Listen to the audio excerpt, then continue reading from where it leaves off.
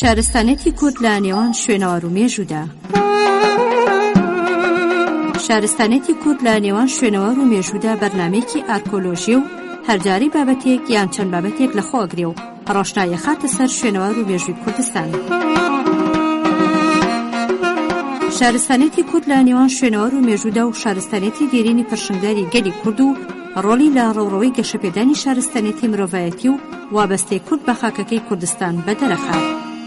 شارستانێتی کورد لە نێوان شوێنەوار و مێژوودا ئامادەکردنی مامۆستا کەمال نووری معروفە و پێشکەشکردنی پێشڕۆ عومەرە. شارستانێتی کورد لە نێوان شوێنەوار و مێژوودا. خۆشەویستان، خۆشحاڵین دێنەوە خزمەتان بۆ پێشکەشکردنی ئەڵلقەیەکی دیکەی بەرنامەی شارستانیەتی کورد لە نێوان شوێنەوار و مێژوودا. ئاواتەخوازین جێگەی سوود و کەڵکی هەمووان بێ.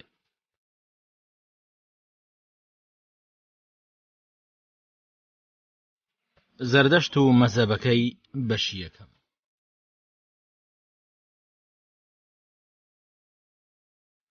پێغەمبەر زەردەشتی کوڕی پاروشاسبە لە هۆزی سپیتاما پێشە شتێک بەوە ناسرێ کە داڕێژەری حەفدە سرودە گەورەکەی گاتە. سەرخر و دواکەوتۆکانی ئەو سرودانیان بە دڵسۆزی پاراست کە ئەمانە بە کۆمەڵە سرودێکی فێرکردن دانانرێن، بەڵکو تەگەلی سروش و وەحی و دانایەنە و بەسۆزن کە زۆربیان تایبەت کراون بۆ خۆی گەورە.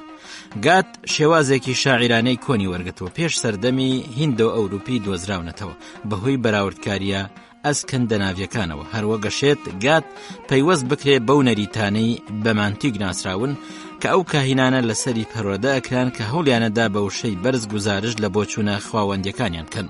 هەروە گات بە تێبینێ ورد و شێوازە دەوڵەمەندەکەی بۆ باوەڕ پێهێنان جیاکرێتەوە. ئەشێت ئەم هۆنراوەنە مرۆڤێک تەنها ئەزمونکار بێ لی تێبگە، بەوەی زەردەشت باوەڕی وابووە کە خوا ڕای سپاردۆ بۆ ئەرکی گەیاندنی سروشەکەی بۆ هەموو مرۆڤایەتی لەسەری پێویستە کە بانگەوازەکەی بەو شەگەلێکی سادە بڵاوکاتەوە لە پێناو خەڵکی سادەدا. هەروە گوتەکانی بە شێوەیەکی زارەکی لەنەوەیەکەوە بۆنەوەیەکی تر گوازرایەوە بەهۆی شوێن کەوتۆکانیەوە. نەشنووسرایەوە لە سەردەمی ساسانیەکانی فەرمانڕەوەی ئیمپراتۆریەتی سێمی ئێرانیەکاندا نەبێ. لەو ماوەیدا قسەکردن بە زمانی فارسی ناوەڕاست یان ئەوەی پێی ئەوەترێ پەهلەوی دەستی پێکرد. هەروەک دانراوە پەهلەویەکان لێکدانەوەی بە نرخیان گرتەخۆ لە پێناو تێگەیشتنی لایەنە ئاڵۆزەکانی گات. هەروەک بابەتی بە نرخیش لە ئاوێستای بچووکدا پارێزرا. ئەو زمانەی کە زەردەشتیش قسەی پێکردو تەنها لە گات و هەندێک دەقی کۆنی تردا ناسراوە. بەڵام ئەو دابڕانە دەنگیە گرانی ڕوونکردنەوەی سرودەکانی زیاد کردووە لەبەرەوەی پڕە لە وشانەی کە لە شوێنێکی تردا نایەن بینیت. هەروەک دەقی ڕێوڕسمینمان لە بەشی تری ئاوێستادا پێگەشتووە کە ئەوە گرێتە خۆی کە زمانەکە گەشەی بەخۆی داوە لە ماوەی جیاجادا، بەڵام هەمان شێوەزار نییە. هەروەک هەموو ئەو دانراوانە بەشی جۆراوجۆریان گرتوتە خۆ لە سروشی پێغەمبەر و هەمووشی بە یەکسانی لە لای شوێن کەوتوانی زەردەشت پیرۆزن. زانایانی ڕۆژاوە هەموو ئەو دەقانەی کە لە دوای گاتەوە دانراون ناویان ناوە ئاوێستای بچووک کە لە نێویاندا بەشی زۆر کۆن هەیە. ئەو تێبینیانش بە بەنرخ دانرێن بە تایبەتی ئەوەی پەیوەندی بە سرودەکانی یاشتەوە هەیە کە تایبەت کراون بۆ خواوەندێکی دیاری کراوە. بانگەوازی زەردەشت شتێکی گرانە مێژوو ژیانی زەردەشت دیاری بکەیت، چونکە وەک گەلەکەی بڕوایان وایە لە پێش دەستپێکردنی مێژوودا ژیاوە. زمانی گاتیش لە کۆندا چوونە ناو و نزیکاتی لەگەڵ زمانی ڕیگڤیدادا هەیە کە گەڕێتەوە بۆ سەدەی حەفدەی پێشزاین. لە گات و ڕیگڤیدادا بۆچوونی سەبارەت بە جیهان ئەبینین کە گەڕێتەوە بۆ سەردەمی تێپەڕی و لە ناوچووی چاخی بەردین. ئەگەر بە دوای ئەو چاکردانەدا بچین کە بە سەرشێوازی زمانەوانی تەقلیدی داکراوە دەرەکەوێت کە گەلی ئاوێستا وا ناوی ئەو خێڵت تایبەتمەندە ئەبن کە خودی زەردەشتی لێ دەرچووە هەژار و دابڕاو بوونە لە تەواوی گیان و زۆر کاریگەر نەبوونە بە ماوەی چاخی برۆنزی. ئەشتوانین تەنها ئەو بخەمڵێنین کە زەردەشت لە نێوان سەدەی 15مین و 12مینی پێشزایندا ژیاوە. زەردەشت لەگاتدا خۆی وەکو زاوتار پێشکەش کردووە کە بەواتای ڕێپێدراوی تەواو بەناوی پیاوی ئاینەوە کە تاکە دامەزرێنەری ئاینی بووە کە لە هەمان کاتدا کاهین و پێغەمبەریش بوو بێ. لە ئاوێستای بچووکیشدا ناوی بە ئاتارڤان هاتووە کە وشەیەکی گشتیە و بە پیاوانی ئاینی ئەوەترێ. هەروەک ناوی خۆی ناوە مانتران دانەری مانترا و مانترا کە پەندە ئیلهامی ڕوحیانەکە یان نزایە لە زمانی سانسکریتدا. پێچێت فێرکردنی بابەتە پیرۆزەکان لای هیند و ئێرانیەکان لە بچووکیەوە دەستی پێکرد بێ. لە ساڵی حوتەمی تەمەنەوە ئەوەش بە شێوەی زارەکی لەبەرەوەی ئەوان لەو کاتەدا نەخوێندەوار بوونە کە لە بنەڕەتدا خوێندنی پەرستش و ئەحکامی باوەڕی گرتوێتەوە. هەروەک بەدەستێنانی هونەری شعربێژی لە پێناو بانگهێشت و داواکردن لە خواوەند و ستایشکردنی و لەبەرکردنی هۆنراوەکانی مانترای گەورەدا بووە کە داناکان کۆیان کردبەوە. هەروەک ئێرانیەکان باوەڕیان وابوو کە مرۆڤ لە تەمەنی 15 ساڵیدا پێگا کە بڕۆیان وابوو ئەو تەمەنەیە کە زەردەشتی تێدا بووە بە کاهین. ئەتوانین لە ڕێگاتەوە دابنین زەردەشت کۆشی کردەوە بۆ هەستکردن بە هەموو ئەو زانیاری و معریفانەی لەلایەن مامۆستای جیاوازەوە پێگەشتووە. لە دوای ئەمە زەردەشت خۆی واناساندووە وەکو ڤادەمەنە واتە ئەزانێت هۆشیار خاوەنی سروشی پەندی خوای. بەپێی ئەفسانە زەردەشتیەکانیش کە لە دانراوە پەهلەویەکاندا پارێزراون پێغەمبەر ساڵانێکی زۆری تەمەنی لە پێناو گەڕان بە دوای ڕاستیدا بەخشیوە. سرودەکانیشی وامان لێکە باوەڕ بکەین کە تند و تیژی و کردداری جەنگی بینیوە کە بەندەکانی پەرستنی دایڤا کردویانە کە هێرشیان کردوتە سەر خەڵکێکی بێزیان بە ئامانجی تاڵانی و کوشتن و فەرهودی ڕەوەکانیان کە زەردەشت دان بە لاوازی خۆی دانێ بەرامبەر هەموو ئەوانە. بەڵام ئەو سوور بووە لەسەر کۆشش بە دوای دادگەری و دانانی یاسای خوای و ئاهوری دادگەر لە پێناو بەهێز و لاوازەکاندا بۆ بڵاو بنەوە یاسایش و سیستەم بۆی خەڵکی بتوانن ژیانێکی پەسەند و هەڵبژاردە و بێوەی بژین. زەردەشت گەیشتە تەمەنی 30 ساڵ، تەمەنی پێگەشتنی دانایی. کاتێک دوجار بەپێی نەریتە زەردەشتیەکان وەحی بۆ دابەزی کە باسی ئەم ڕووداوە گەورەیە لە یەکێک لە بەشەکانی گاددا هاتووە یەسنای 43 بە کورتیش لە دانراوی پەهلەوی زاد سپرامدا وەسف کراوە. زاد سپرام 20 بۆ 21 کە تیایدا باز لەوەکە کە زەردەشت بەشداری لە خۆشی خەڵکدا کرد بە بۆنەی جەژنی بەهار نەورۆز. لە بەرەبەیانیشدا چوو بۆ ڕووبارەکە بۆ هێنانی ئاو بۆ ئامادەکردنی هاومە. چووە ئاوەکە و هەوڵیدا ئاو لە ناوەڕاستی ڕێراوەکە بهێنێت. کاتێکیش گەڕایەوە بۆ قەراغی ڕووبارەکە لەو چرکە ساتەدا کەوتە دۆخی پیرۆزی پاکەوە. بەرامبەری لە ناوەندی هەوایەکی بەیانی بەهاری پاکدا بەژنێک دەرکەوت و لەسەر قەراغەکە بوونەوەرێکی نورانی بینی کە بۆی دەرکەوت ڤاهومان و بیری چاک بوو کە ڕێنوێنی زەردەشتی کرد بۆ لای ئاهورا مازدا. ئەوەش بە ئامادەبوونی 5 بوونەوەری نورانی تر کە زەردەشت لە ئامادەبوونی ئەواندا سێبەری خۆی لەسەر زەویدا نەبینی بەهۆی نوری شەوقداریانەوە. لەوێدا زەردەشت سروشی لەو حەوت خواوەندا وەرگرت.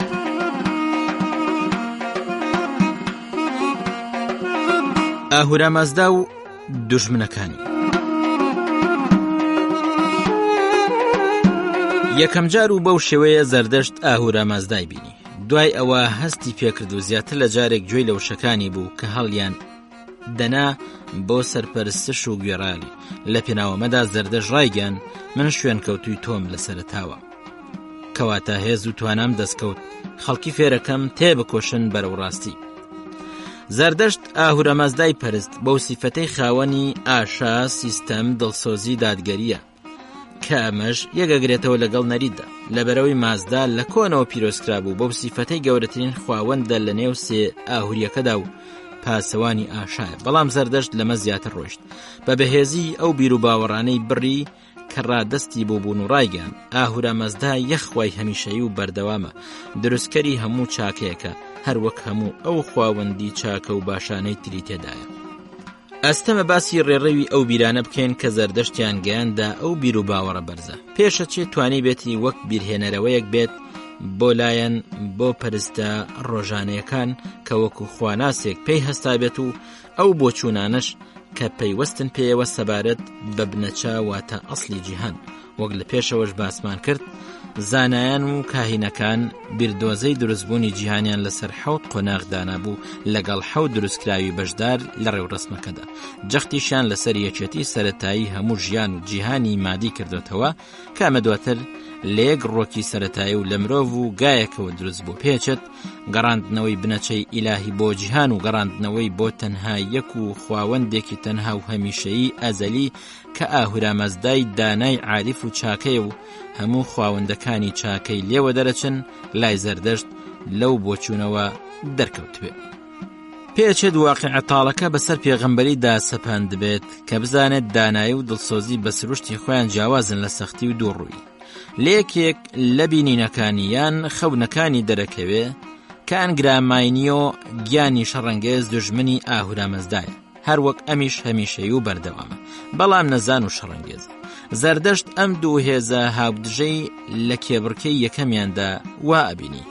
لە ڕاستیدا دوو گیان هەن، سەرەتایی و دوانن، ناسراون بە ناکۆکیان لە بیر و وتە و کرداردا. کاتێک لە جاری یەکەمدا ململانیان کرد، بوون و نەبوونیان دروست کرد. ئەوەی ڕێگەی درۆ بگرێت سەرنجام خراپترین چاوەڕێکە، ئەوەی ڕێگەی چاکە ئاشاش بگرێت باشترین چاوەڕێکە.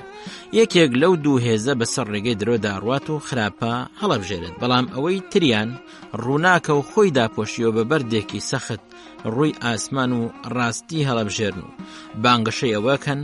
ئەوان هەمیشە ئاهورامەزدا بە کاری باش ڕازیەکەن، هەمووان ئەمە ئەزانن. گرنگترین ڕەگەز لەم سروشەدا ئەوەیە کە هەردوو ئەو دوو خاوەن گرنگیە سەرەتاییە ئازادیان هەبوو بۆ هەڵبژاردن، جگە لەو نەبێت کە نابێت هەڵبژاردنەکە لەگەڵ سروشتی هەردووکیاندا بگونجێ.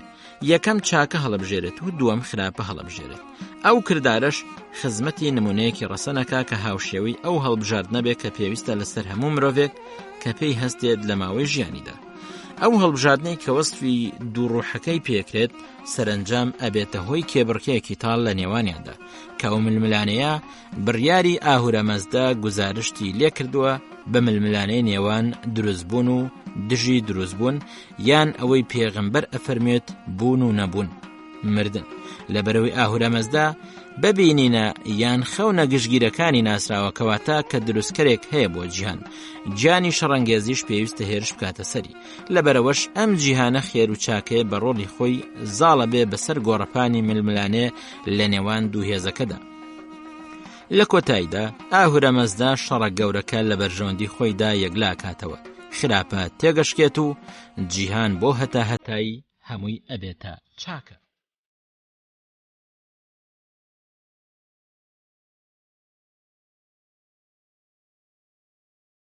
خۆشەویستان، لاڵقەی داهاتوودا درێژەیەم باستان پێشکەشەکەین تا و کاتە ڕێز و سلاوی فەرمان عومەر جێبەجێکار پێشڕامە پێشکەشکار پەسەند بفەرمون. بەخواتان ئەسپێرین، خواتان لەگەڵ.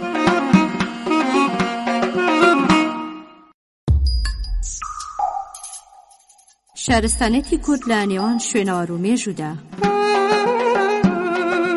شارستانێتی کورد لە نێوان شوێنەوە و مێژوودا بەرنامەیەکی ئارکۆلۆژی و هەرجاری بابەتێک یان چەند بابەتێک لە خۆگرێ و ڕۆشنایە خاتە سەر شوێنەوار و مێژووی کوردستان.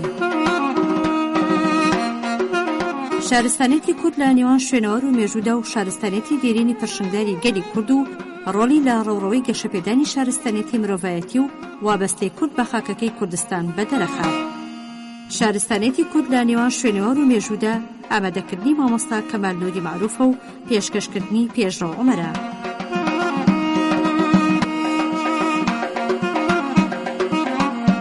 شارستانێتی کورد لە نێوان شوێنەوار و مێژوودا.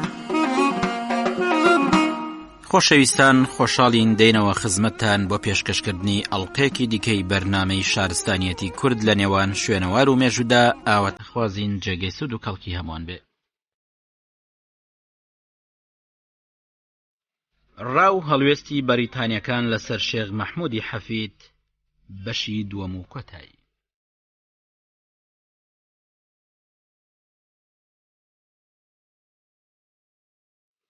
دەرکەوتنی گۆڕان لە سیاسەتی بەریتانی لە کوردستاندا و هەڵوێستی شێخ مەحموود.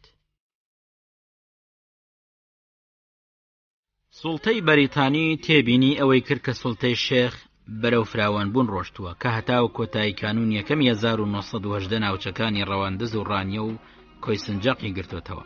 لە کاتێکدا سیاسەتی بەریتانی مەیلی بەلای ئەوەدا بوو کە بەڕێوەبردنی ڕاستەوخۆی ناوچەی کوردستان بە تایبەتی سلێمانی لەسەر شێوەکانی تری میسیۆپۆتامیا بڕوا کە ڕاستەوخۆ پەیوەست بوون بە حکمی بەریتانیەوە. نوئێل لە راپۆرتەکەیدا ساڵی 1920 لەبارەی ڕاپەڕینەکانی 1990 لە سلێمانی نووسیویە لە سەرەتاوە ڕوونی کردوتەوە کە ئاشتی و ئاسایش لە ناوچەکەدا هەیە و شێخ و فەرمانبەرەکانی کوردیش لە ئیدارەکەماندا هاوکارمان و بارودۆخەکەش دژی ئەوە نییە کە کۆڵۆنێل وڵسن پێشنیاری داوە بەوەی ناوچەکە جۆرێک لە حکمی ئۆتۆنۆمی بۆ کورد لە ژێر چاودێری بەریتانیادا هەبێ. بەڵام نوئێل ئەڵێ حاکمی مەدەنی بەریتانی بڕیاری داوە کە سوڵتەی شێخ مەحموود کەم کاتەوە. بە هاتنی مانگی ئازاری 1990 لێ پرسراوانی بەریتانی لە بەغدا هەستیان کرد کە پێویستە چاو بجێڕنەوە بە سیاسەتیاندا بەرامبەر بە شێخ. کۆبوونەوەیکیان ڕێخست. حاکمی مەدەنی وڵسن تێیدا لەگەڵ ئەفسەری سیاسی لە مووسڵ بەناوی لچمەن ئامادە بوو. هەروها ئەفسەری یاریدەدەری سیاسیش لە هەولێر دەبلیو هلی لەگەڵ ئەفسەری سیاسی کەرکووک لۆنگریک لەگەڵ ئەفسەری سیاسی سلێمانی ماژۆر نوئێل ئامادە بوون. لەو کۆبوونەوەدا گەیشتنە دوو بڕیار کە کەمکردنەوەی نفوسی شێخ بوو وردە بە ڕێگای کە ڕاستەوخۆ نەبێت پێکادان دروست بکا بە ئاشکرا.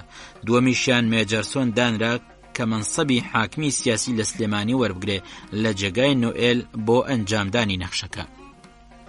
لەبەر ڕۆشنایی بەریتانیەکانەوە دایانناوە کە شێخ بارودۆخەکە تێگەدا و کوردستان لە ژێر دەستی بەریتانیەکان دەرەهێنێ، بەو شێوەی بیری کوردستانی سربەخۆ ئەسەپێنێت. ئەم لایەنەش بەرەو بەهێزبوون ئەڕوە. لە ڕاستیشدا ئەمە لەگەڵ ئەو نەخشێدا ناگونجێت کە بۆ کوردستان لەلایەن قوتابخانەی بەغدای لێپرسراوانی بەریتانیا و دانراوە کە بیری تێکەڵکردنی لەسەر خۆی کوردستانە بە ئیدارەی ڕاستەوخۆی بەغداوە، نەک مامەڵەکردنیان وەکو کیانێکی سربەخۆ. ئەمە وای کرد سیاسەتی بەریتانی لەگەڵ لایەنی کوردی لەیەکدا. شێخ مەحموودیش ئەو لایەنەی گرت. هەر لایەنێکیش بۆ ئەمە هۆکار و لێکدانەوەی خۆی هەبوو. ئەمەش بە گرنگترین ئەو هۆکارە دانرا بۆ لێکدانی شێخ لەگەڵ سوڵتەی بەریتانی. لەگەڵ ئەوەشدا لێپرسراوانی بەریتانی هۆکاری تریشیان هەبوو، وەکو دواکەوتووی ناوچەی کوردی و چۆنەتی بەڕێوەبردنی لەلایەن شێخەوە و غێری هۆکاری تری هەرێمی و دەوڵەتیش هەبوو.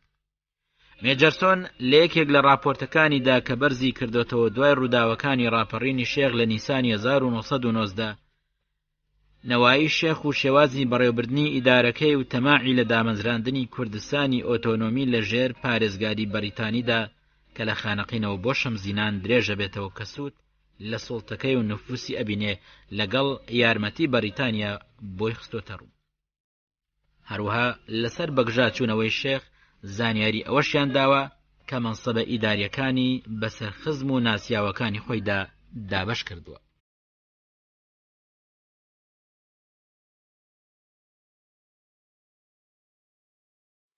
ئەو کارانەی بەریتانیەکان بۆ کەمکردنەوەی دەسەڵاتی شێخ و نفوسی کردیان.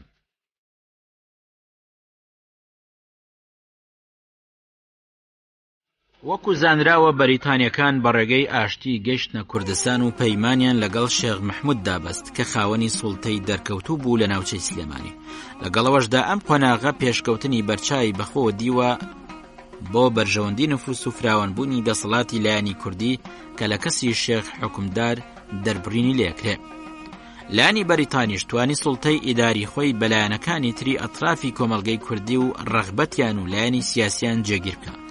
ئەمەش لەو گرنگیە گەورەی ئەفسەرانی سیاسی بەریتانی دەرەکەوێت کە هەستاون بەناو عەشایەر و پێشەوایانی کووردا گەڕاون بۆ وەرگرتنی زانیاری لەسەر ناوچەکان و دابەشبوونی عەشایەرەکان و توانا و قورساییان لە شەڕدا و شتی تریش.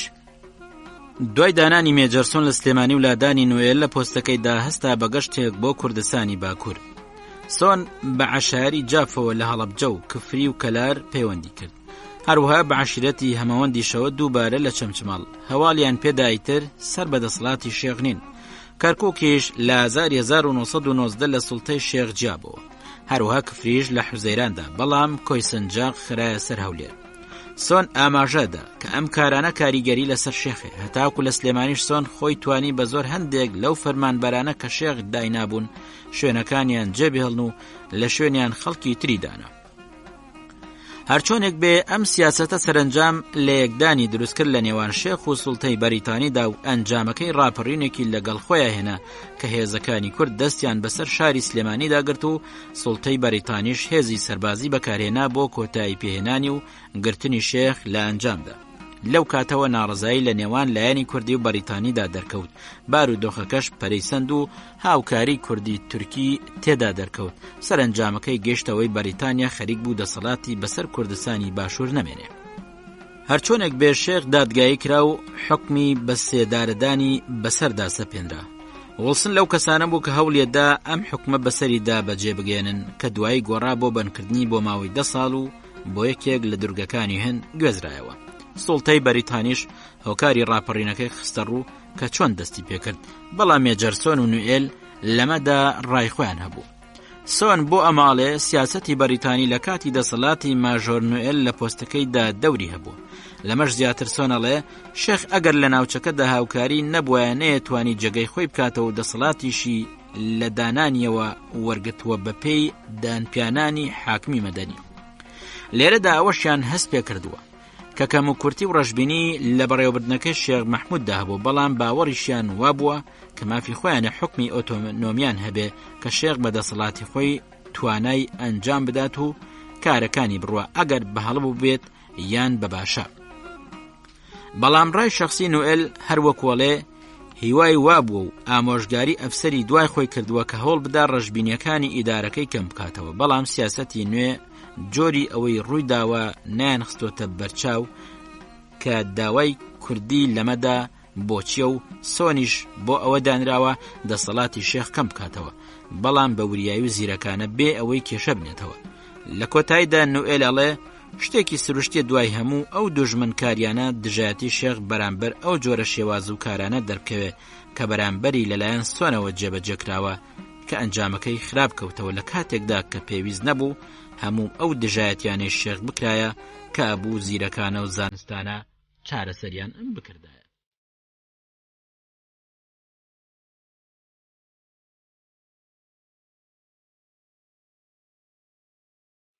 گەڕانەوەی شێخ مەحموود لە بەندێتی لە هەند لە ئەیلولی 1922 جیاوازی لە ڕاکاندا و بەرەوچێ.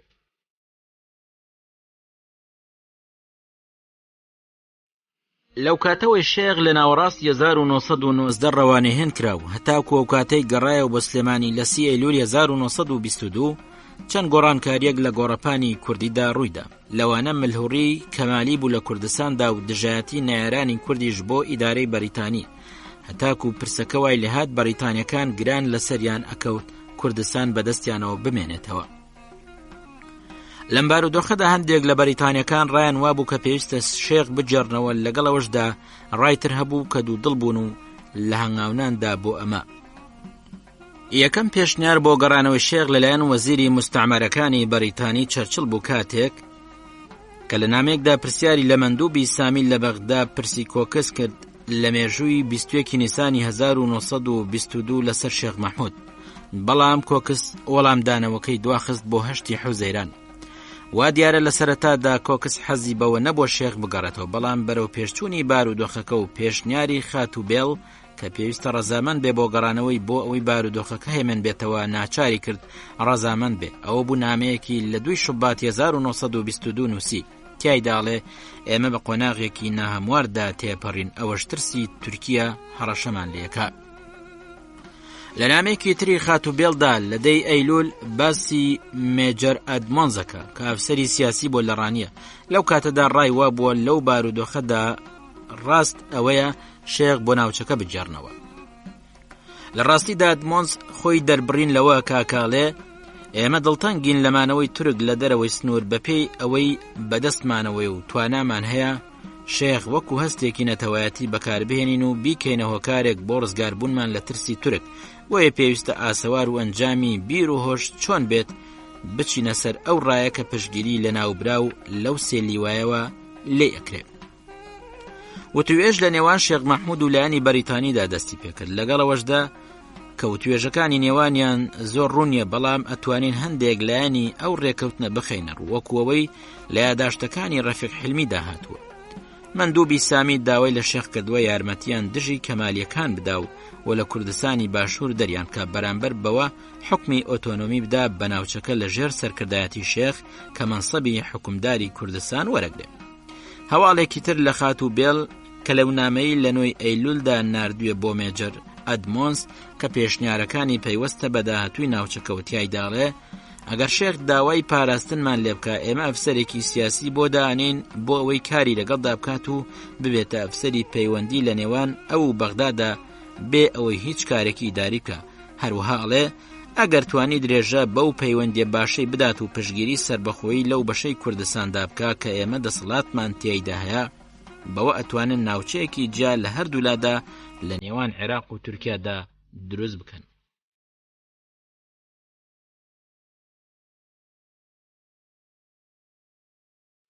دەرکەوتوترین ڕووداوی دوای گەڕانەوەی شێخ مەحموود بۆ کوردستان.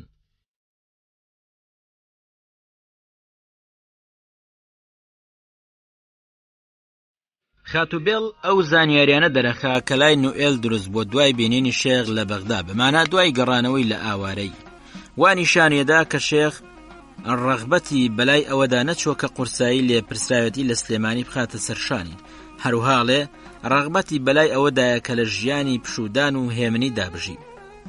دوای گەڕانەوەی بۆ کوردستان لای شێخ کۆمەڵێک کار هەبوو کە بە ئەنجامیان بگەنێت بەپێی ئەو لێ پرسراوەتی کە ئەو قورسایەکەی خستۆتە سەرشانی. هەڵوێستی بەریتانی لە کوردستاندا زۆر لاوازە.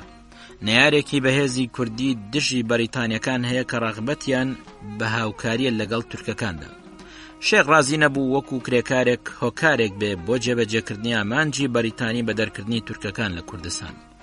شێخ ویستیە بارودۆخەکە بۆ بەرژەوەندی کورد بەکاربهێنێ بەوەی فشار بخاتە سەر بەریتانیەکان و قەناعەتیان پێ بکە بۆ دەستکەوتی کوردی کە دان بەسەر بەخۆی کوردستاندا بنێن کە خۆیان بیپارێزن. شێخ لە ڕێگەی هەندێک لەو کوردانەوە کە هاوکاری تورکەکان بوون یارمەتی مادی و معنەوی لێیان دەست بکەوێت بە جۆرێک پەیوەندەکانی لەگەڵ یانە بەنهێنی بمێنێتەوە و پارێزگاری لە پەیوەندی ئاشکراکانیشی لەگەڵ لایەنی بەریتانیشدا بەردەوام بێت. لە 15 تشرینی یەکەم 1922 حکومەتی کوردستانی دامەزران. لەناو ئەو بارودۆخەدا بەریتانیەکان گەیشتنە ئەوەی کە شێخ تەماعی لە دامەزراندنی دەوڵەتی کوردیا لە باشووری کوردستان هەیە بۆ ئەوەش پەیوەندی بە تورکەکانەوە کردو بۆی دەستکەوتی لەو ڕۆ هەبێ. ئەمەش ئاگادارکردنەوەیە کە بۆیان کەیەوێت نفوس و دەسەڵاتی لە سنووری سلێمانی تێپەڕ بکە.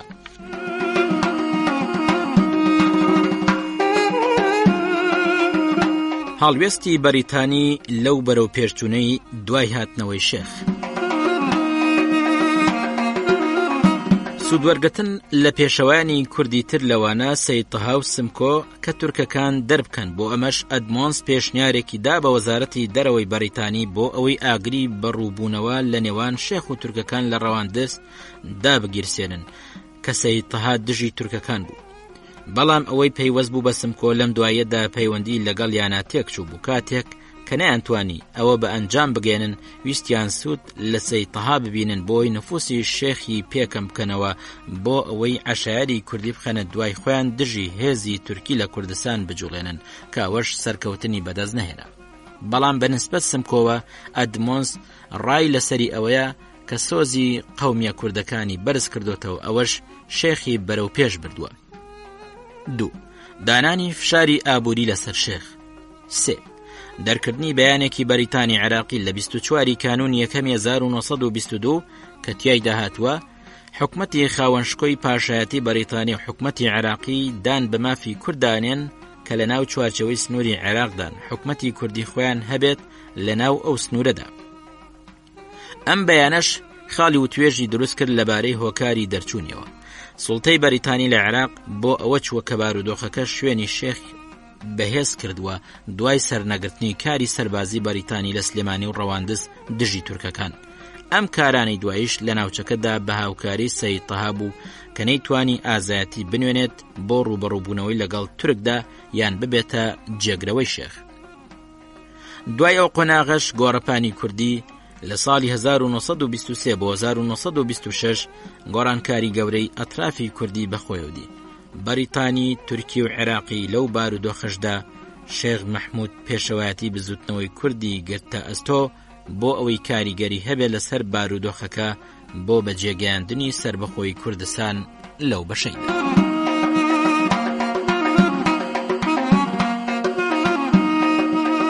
خۆشەویستان، ئەڵقەیەکی دیکەی بەرنامەی شارستانیەتی کورد لە نێوان شوێنەوار و مێژوودا پێشکەش کرا تا ئەڵقەی داهات و ڕێز و سڵاوی فەرمان عومەر جێبەجێکار پێشڕەمە پێشکەشکار پەسەند و فەرموون. بەخواتان ئەسپێرین، خواتان لەگەڵ.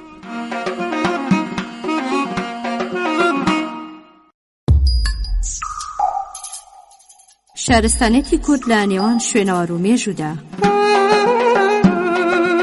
شارستانێتی کورد لە نێوان شوێنەوار و مێژوودا بەرنامەیەکی ئارکۆلۆژی و هەرجاری بابەتێک یان چەند بابەتێک لە خۆگرێ و ڕۆشنایە خاتە سەر شوێنەوار و مێژووی کوردستان.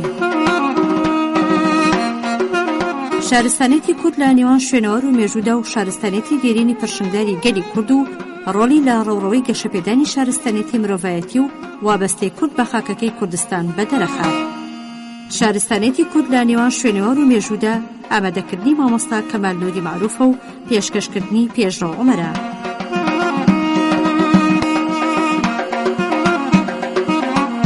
شارستانێتی کورد لە نێوان شوێنەوار و مێژوودا.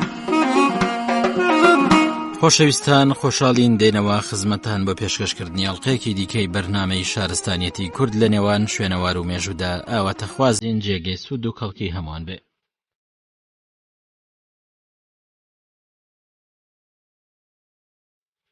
زەردەشت و مەزهەبەکەی بەشی دووەم.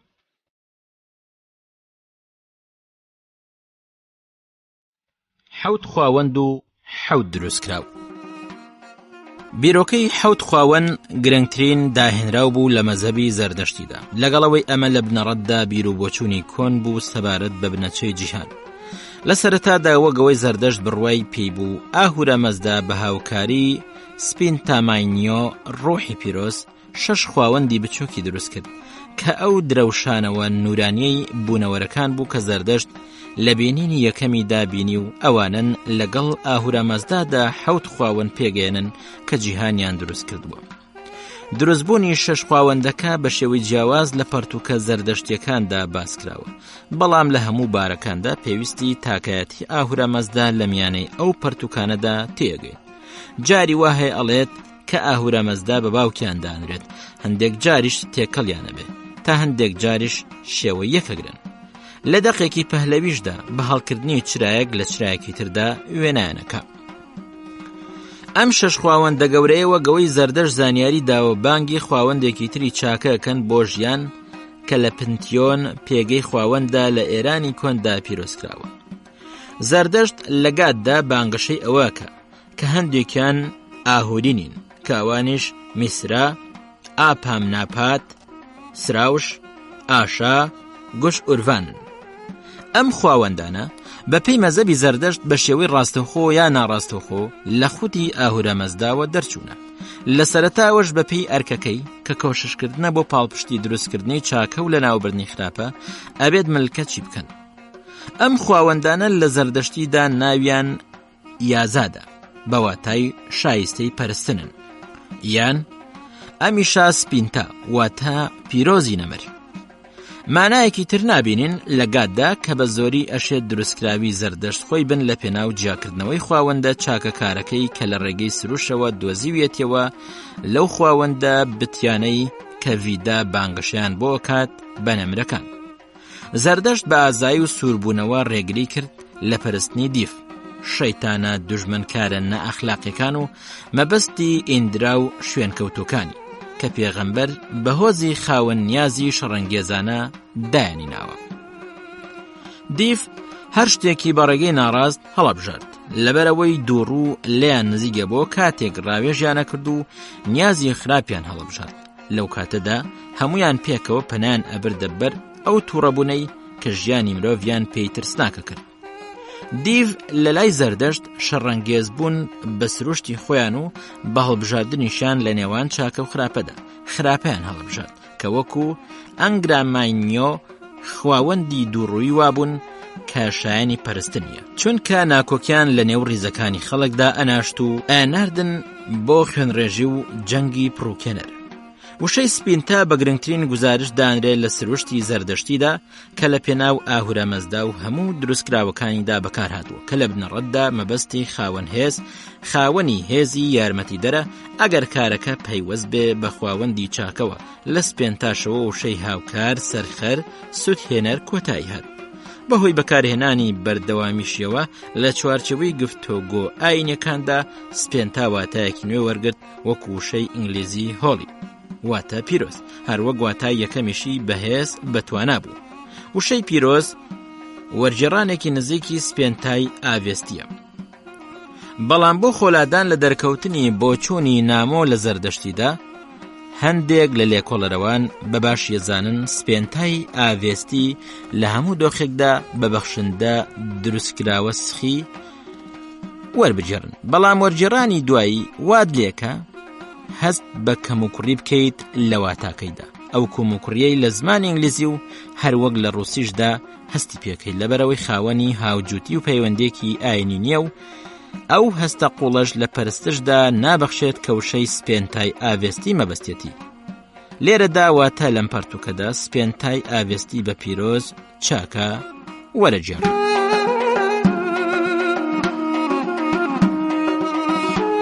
سەرڕای ئەوەی ناوی ئەمیشا سپینتا پیرۆزە نەمرەکانە کرێت بە هەموو بوونەوەرە خواوەندیەکانی ئاهورامەزدا بوترێت بەڵام هەمیشە بەو شەش بوونەوەرە گەورەکەی بینینی یەکەمی پێغەمبەر وتراوە ئەتوانرێت بە خواوەندە بچووکەکانی تر بە ئاسانی بوترێت یازاد کامەش واتە شەش پیرۆزە نەمرەکە چەمکێکی گرنگە لە مەزەبی زەردەشتیدا و لە کۆنەوە واتای ڕوحی و ئەخلاقی هەڵگرتووە لەبەرەوەی ئەم دروستکراوانە خەسڵەت و تایبەتمەندی خودی ئاهورەمەزدان لە خۆگرتووە کاتوانرێت ئەگەر خەڵک پەرستی و بە شێوەیەکی ڕاست هانای بۆی برد ئەو تایبەتمەندیانیان لەگەڵدا دابەش بکرێت ڤاهومان و بیری چاک بەڕێگەی هەموو مرۆڤێک دانرێت بە خودی پێغەمبەریشەوە ئەو ڕێگەیە کاڕوات بۆ پیرۆزە نەمرەکان هەروەک ئاشا ڤاهیشتا باشترین ڕاستی خواوەندی بەرجەستە بۆ یاسای ڕاستی گەورە و هاوپەیمانی نزیکی کە زەردەشت لەگاتدا زۆر لە نێو پیرۆزە نەمرەکاندا باسی کردووە لە دوای ئەمیش سپینتا ئارمایتی پاکێتی پیرۆز دێت کە بەرجەستەی چاکسازی و چاکەیە هەروها خەشاترا ڤایریە دەسەڵاتی حەزلێکرا و یان هێزی خوای کە وەکو ئەو هێزەوە وایە کە لەسەر مرۆڤە لە دەرونی خۆیدا دەری بخە کاتێک هەوڵ بۆ ژیانێکی چاک و مەملەکەت و دەسەڵاتی خوایی ئەدا دووە هەمینیشیان هۆرویتات تەواوی و ئەمیرتاد نەمری کامانە هیچ شتێک جێگیر ناکەن جگە لە بوونە ڕێکەوت و لەپڕەکان بەڵام گەشەسەندنی هەمیشەی و ژیانی نەمری بە پاکەکان ئەبەخشن بە ئامادەی ئاهورەمەزدا ئەم خەسڵەتە خواوەندیانە جیاکرایەوە دواتر نوێژی بۆ کرا و پەرسترا بەو پێی خواوەندێکی جیاکراوە ئەمەیە کە ئاینی بتپەرستی ئێرانی پێوەسفەکرێت وەک چۆن پێشتر بینیمان کە میسرا بە خواوەندێک دەورە دراوە کە هاوپەیمانەتی کە خواوەندی گوێڕایەلی دادگەری ئازایەتی بێشماری خواوەندیە بەم شێوەیە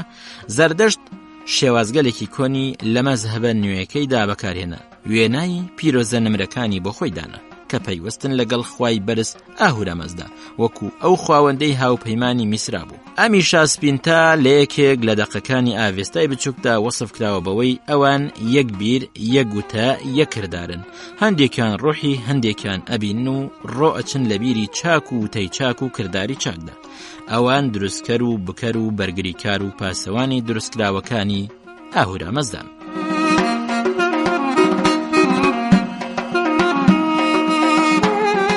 لە ئاینی بتپەرستی ئێرانیدا بیر و باوەڕێک هەیە کە خواوەندێکی ڕەها ئەبەستێت بە دیاردەیەکی سروشتیە و بۆ نمونە میسرا و ئاپ هەمناپات کە ئەمە گەیشتوتە ئەو ڕادەی ئەوان لەو دیاردانەدا شێوەی خودی خواوەندیان ئەبینی بۆ یەشتێکی نامۆنیە کاتێک شێوەی ئەم باوەڕە لەگاتدا ببینی یەکێتی حەوت ئەمیشا سپینتا لەگەڵ حەوت دروستکراوەکەدا لە هەموو بارەکاندا ئەتوانین لە بنەچەی ئەم پەیوەندیە بگەین لە ڕێی بیرۆکەکانی پێغەمبەر سەبارەت بە ڕێوڕسمی ئاینی و نوێژی ڕۆژانە کە ئاڕاستە دەکرێت بۆ بەهێزکردن و شکۆمەنکردنی هەموو حەوت دروستکراوەکە پێچە زەردەشت لە ئەنجامی ڕۆچوونی لەو ڕێوڕسمانەدا بڕوای بەوە هێنابێت لە هەموو ئەو مادانەدا کە ئەیبینێت و لە میانەی ڕێوڕسمی هەر شتێکی ڕۆحیدا هەستی پێکە شتێکی خوای و ئاڵۆسە بێ هەروەک لە توانای مرۆڤدا هەیە چاکەی ڕوحی و ئەخلاقی دەست بخا بەهۆی ئەو ڕێوڕسمانەوە کە لە بنەڕەتدا لە پێناو پشگیری جیهانی مادیدا دانراون بۆ شتێکی پێویستە هەوڵی تایبەتکردنی پەرستنەکانیان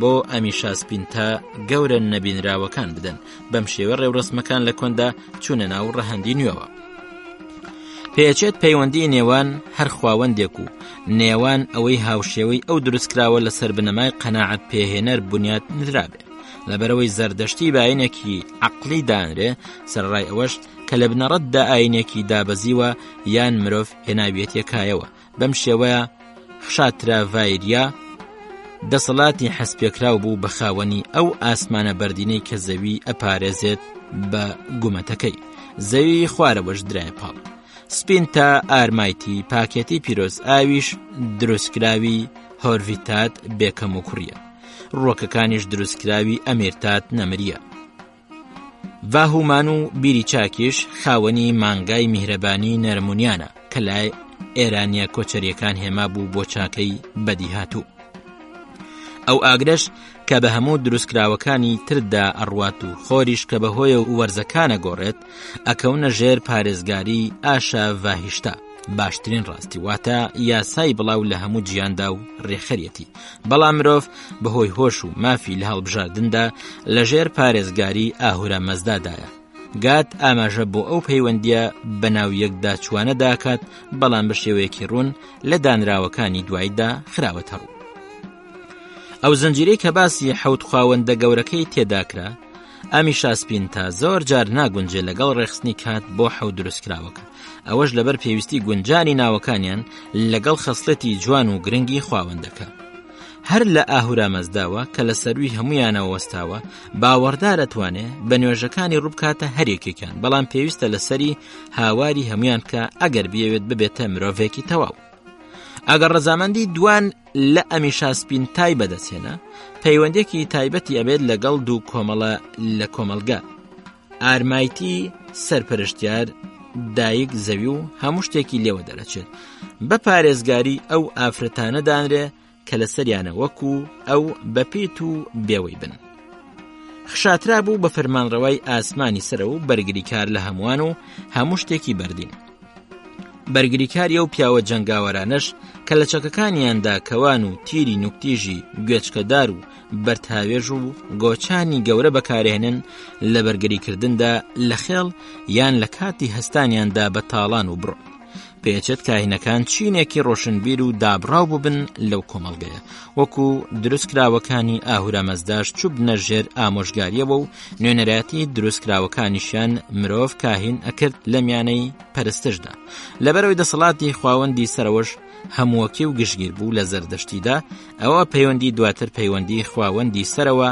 بە کاهینەکانەوە زۆر بەو شێوەیە گرنگ نەبوو لەسەر مرۆڤ پێویستە کە ئامۆژگاری کار بێت بەسەر شەش دروستکراوە بچکۆلەکەی تر بەڵکو پارێزگاریش لە تەندروستی جستەیە و ڕەوشتی خۆی بکات و گرنگی بەبرا ئاینەکانی بدا لەبەرەوەی هەرێکەکان بە دروستکراوی ئاهورە مەزدا دانرێ هەروەک زەردەشت یاسایەکی ڕەوشتی تایبەتی بەخشی بە شوێنکەوتوانی کە ژیان بوو بە پێی بیری چاک و وتەی چاک و کردداری چاک کارپێکردنی ئەم یاسا بەرزە خاوەن سێداواکاریە درا بەسەر هەموو خەڵکدا لە ناویشیاندا کاهینەکان بۆ ئەوەش کە نوێش کاریگەر بێ بەسەریاندا سەپێنرا کە بە پێی ئەو یاسایە بەجێ بگێنن بە نیاز باشی و وتەی باش و هەستان بە هەموو ڕێوڕسمەکانی پەرستش بە وردیەکی بێ ئەندازەوە بەم شێوەیە مەزهەبی ئەمیشاسپینتا و حەوت دروستکراوەکە ڕەوشتێکی گشتگیریان سەپاند و لە دەرونی باوەڕدارانیشدا هەستێکی قوڵیان زیندوو کردەوە سەبارەت بە بەرپرسیارەتی بەرامبەر بۆ جیهانەی دەورەی داون مرۆڤ گرنگترین دروستکراوە بەڵام ئەوە مەبەستی گشتیان لەگەڵ دروستکراوەکانی تردا یەکی خست بووە لەبەرەوەی هەموو دروستکراوەکان چاکن مرۆڤ بە هۆشەکەی و ئەوانی تر بە حەزە سروشتیەکەیان هەر وەک بۆ یەک ئامانج هەوڵەدەن کە سەرکەوتنی کۆتاییە بەسەر خراپەدا خۆشەویستان لاڵقەی داهاتوودا درێژەیەم باستان پێشکەشەکەین تا و کاتە ڕێز و سڵاوی فەرمان عومەر جێبەجێکار پێشڕامە پێشکەشکار پەسەند بفەرمون بەخواتان ئەسپێرین خواتان لەگەڵ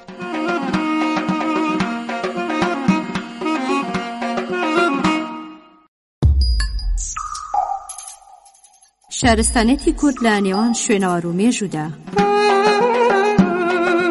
شارستانێتی کورد لە نێوان شوێنەوار و مێژوودا بەرنامەیەکی ئارکۆلۆژی و هەرجاری بابەتێک یان چەند بابەتێک لە خۆگرێ و ڕۆشنایە خاتە سەر شوێنەوار و مێژووی کوردستان.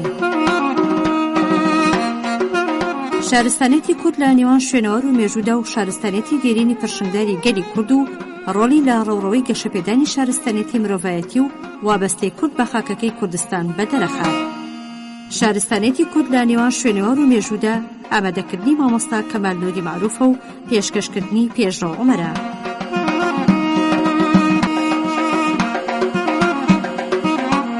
شارستانێتی کورد لە نێوان شوێنەوار و مێژوودا. خۆشەویستان، خۆشحاڵین دێنەوە خزمەتان بۆ پێشکەشکردنی ئەڵقەیەکی دیکەی بەرنامەی شارستانیەتی کورد لە نێوان شوێنەوار و مێژوودا. ئەوەتە خوازین جێگەی سد و کەڵکێمان بێ.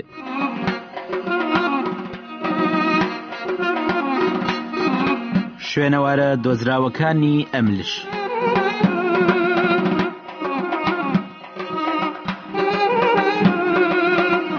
هونەر و شارستانیەتی ئەم ناوچەیە پەیوەندی بە سەدەی هەشتەم و نۆیەمی پێشزاینەوە هەیە. هەتام چەند ساڵی ڕابردوو هیچ ئاگاداریەک لە مێژووی ئەم ناوچە و شارستانیەتی دانیشتوانی لە بەردەستدا نەبوو. لە ئەنجامی هەڵکەندن و پشکنینی بەڕێکەوت جوتیاران لە شوێنێکدا بە هەڵکەندن یا کێڵانی زەویزاری کشتوکاڵی شوێنەوارێکی گۆڕەکان دۆزرایەوە. ئەو سوڵەتە دۆزراوانە کە لەم ناوچەیەدا بوون سادە و بێنەخش و نیگارن، بە زۆری دەفری سوڵەتین لە شێوەی گیاندارانی وەکو ئەسپ و بزن و ئاسک و بەرازدان. دەفری فلزی ئەم ناوچەیە گەلێک نایبن و لەو پەڕی زیرەکەوە دروستکراون. لەوانش دەفرێکی گەورەی زێڕین کە پەیوەندی بە سەدەی هەشتەمی پێشزاینەوە هەیە. لەگەڵ ژمارێکی زۆری پەیکەری بچووکی گیانداران دۆزراوەتەوە، وەکو گای پێڵ، دار و بەراز و زیندەوەرێکی ئەفسانەی کە یەک شاخی هەیە.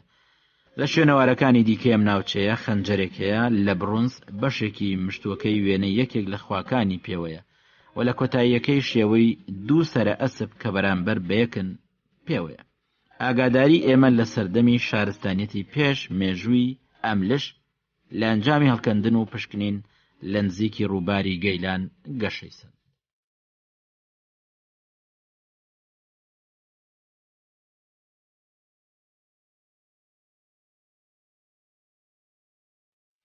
گردی سیلکی کاشان.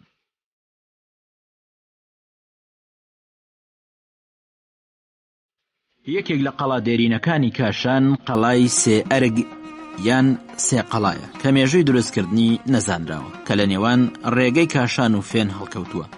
نووسراوە چونکە خاکی ئەم ناوچەیە سپیترە لە خاکی ناوچەکانی دەوروبەری، هەر بۆیە بە قەڵاسپی یان سپی قەڵا ناسراوە، بەڵام بەهۆی تێپەڕبوونی ڕۆژگارەوە بە سێ قەڵا ناسراوە.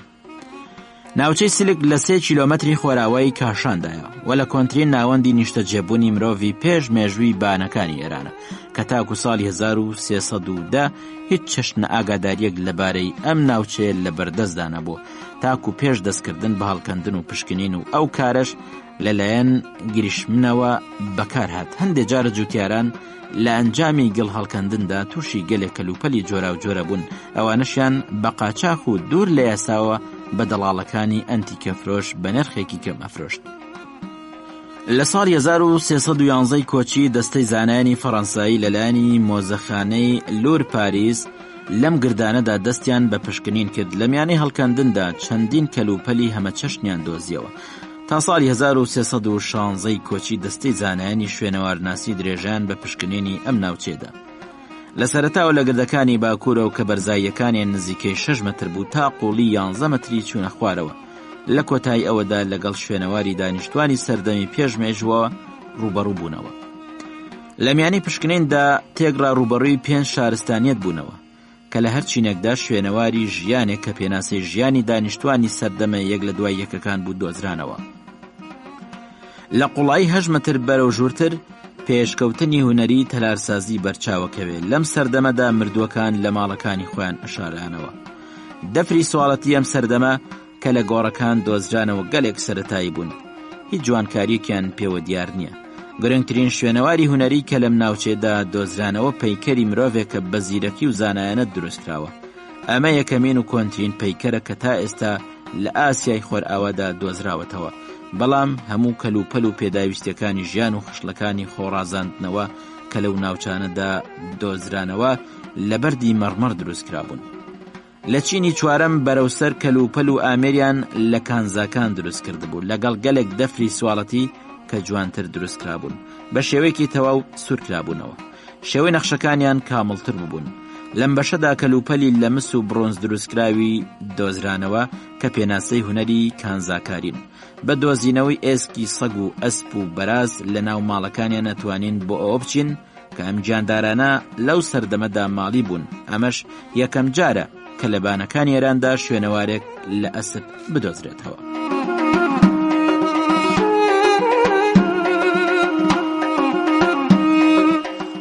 گردێک لە باشووری ئەم گردەدا تێگرا لە 8 چین پێکاتەوە وە گرنگترین شوێنەواری دۆزراوە لەم ناوچەیەدا هەڵکەوتوە. شوێنەوارێکی خەت نووسینە کە مێژوەکەی بۆ 1000 ساڵ پێش دای نەگەڕێتەوە.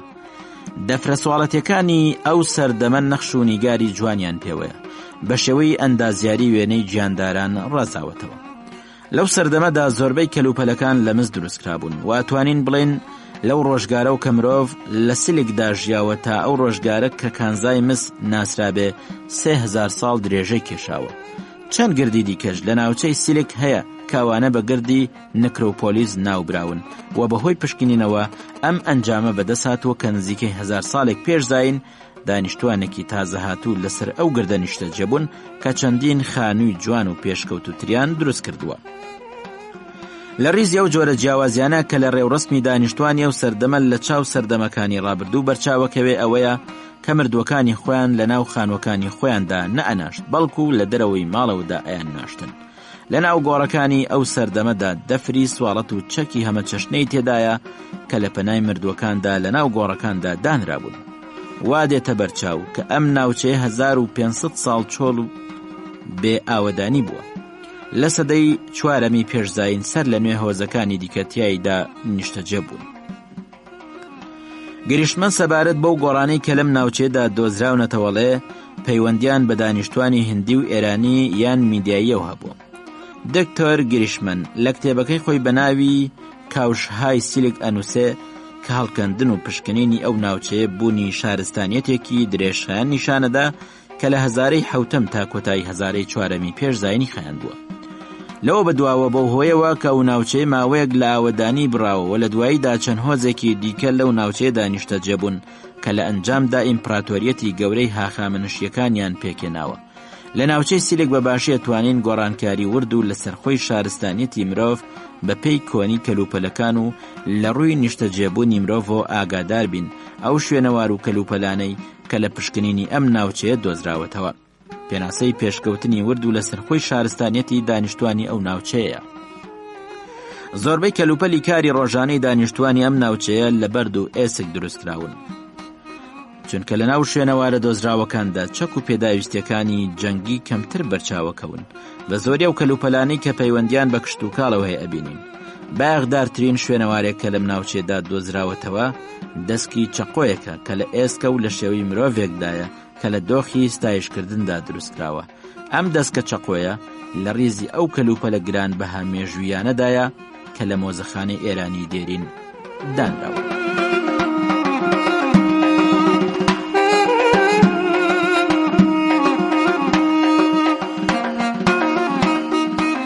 شوێنەوارە مێژوویەکانی ئەم ناوچەیە گەلێک سەرنج ڕاکێشن بە زۆری بە ڕەنگی ڕەش نەخشێنراون و ڕازاونەتەوە. لەوانش دوو پەرداخی ئاوخۆری سواڵەتە بە وێنەی بزنەوە کە وێنەکان لە ڕاستیەوە دوورن چونکە کلکی بزنەکە سێلکە و هەردوو شاخی بزنەکە بە شێوەیەکی کەوانەی بەرەو پێش چەماوەتەوە و درێژ بووەتەوە.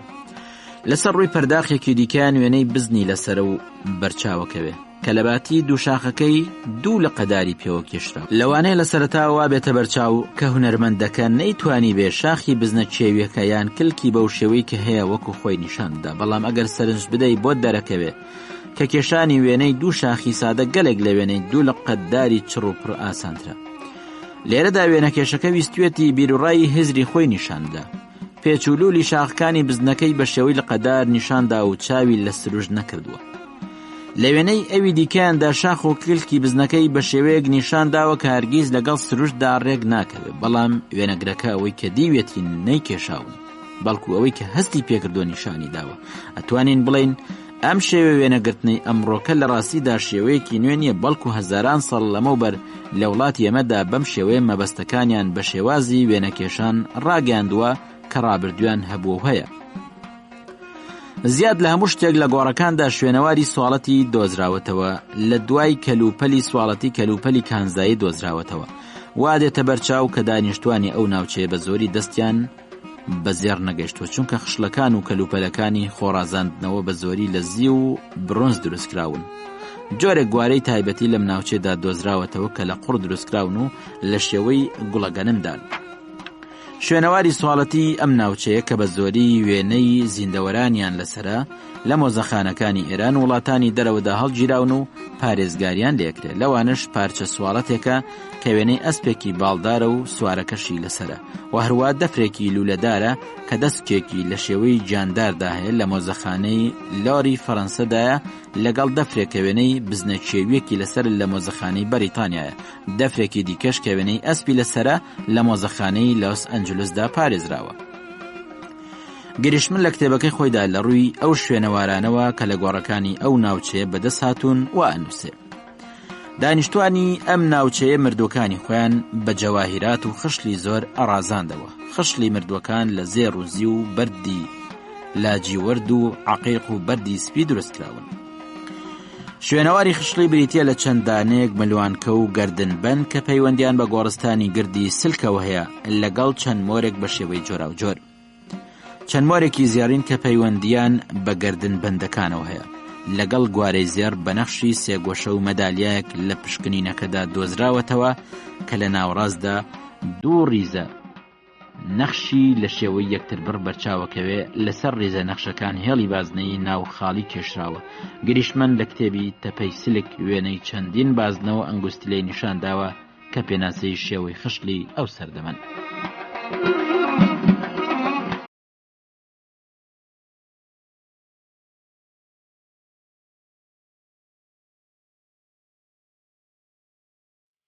مەفرەغەکانی لوڕستان.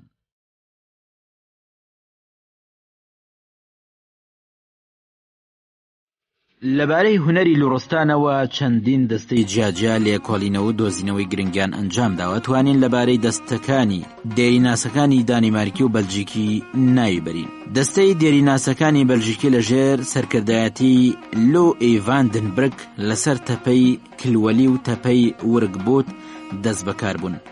تەپەی کلولی گۆڕستانی خەڵکی هەژار بوو. مێژۆکەی بۆ سەدەی حوتەمی پێشدای نەگەڕێتەوە، بەڵام لە میانەی پشکنینەکاندا کە لە تەپەی ورگبوت ئەنجامدرا کەلوپەلی گرنگ دۆزرانەوە کە هونەری فلسکاری دانیشتوانی ئەو ناوچەیە نیشانەدەن.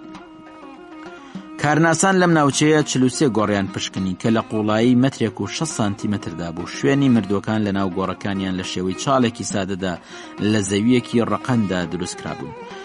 ئێسکەکانیان بە تەواوی ڕزا بوو، بەڵام لەم شوێنەوارانەوە کە دۆزرانەوە دەرکەوت کە مردوەکانیان بە جلو بەرگەوە ناشتووە و کەلوپەلی وەکو خشل و چەکیان لە گۆڕەکاندا دانابوو.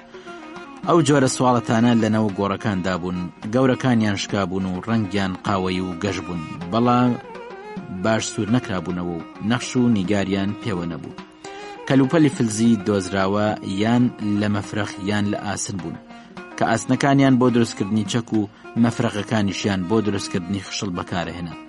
مێژووی ئەو شوێنەوارانە کە لە گۆڕستانی ورگبوت دۆزرانەوە پەیوەندیان بە کۆتایی سەدەی هەشتمی پێشزاینەوە هەیە کە لەگەڵ شوێنەواری دۆزراوەی حەسەنلوو لەیەکە چوون.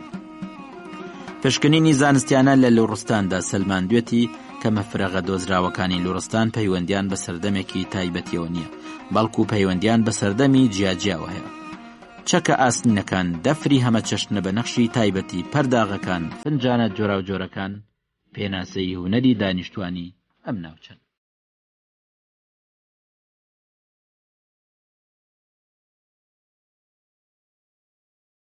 خۆشەویستان، ئەڵقەیەکی دیکەی بەرنامەی شارستانیەتی کورد لە نێوان خوێنەوار و مێژوودا پێشکەش کرا. تا ئەڵقەی داهات و ڕێز و سڵاوی ڕێبوارڕەشید جێبەجێکار پێشڕۆمە پێشکەشکار پەسەند بفەرمونون. بەخواتان ئەسپێرین، خواتان لەگەڵ.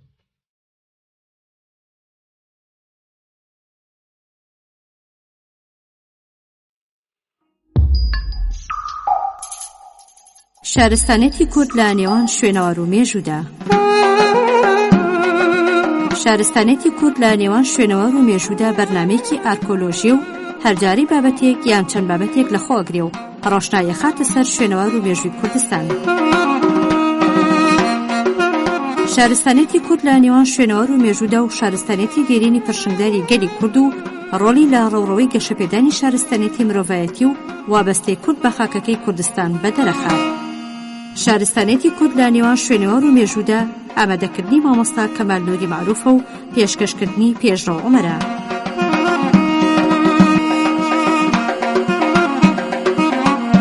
شارستانێتی کورد لە نێوان شوێنەوار و مێژوودا.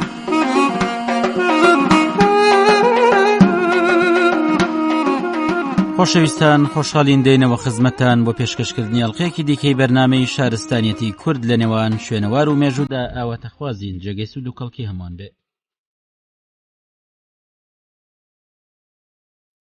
تیشکێک بۆ سەر مێژووی ئەشکەوتی کوڕوکچ.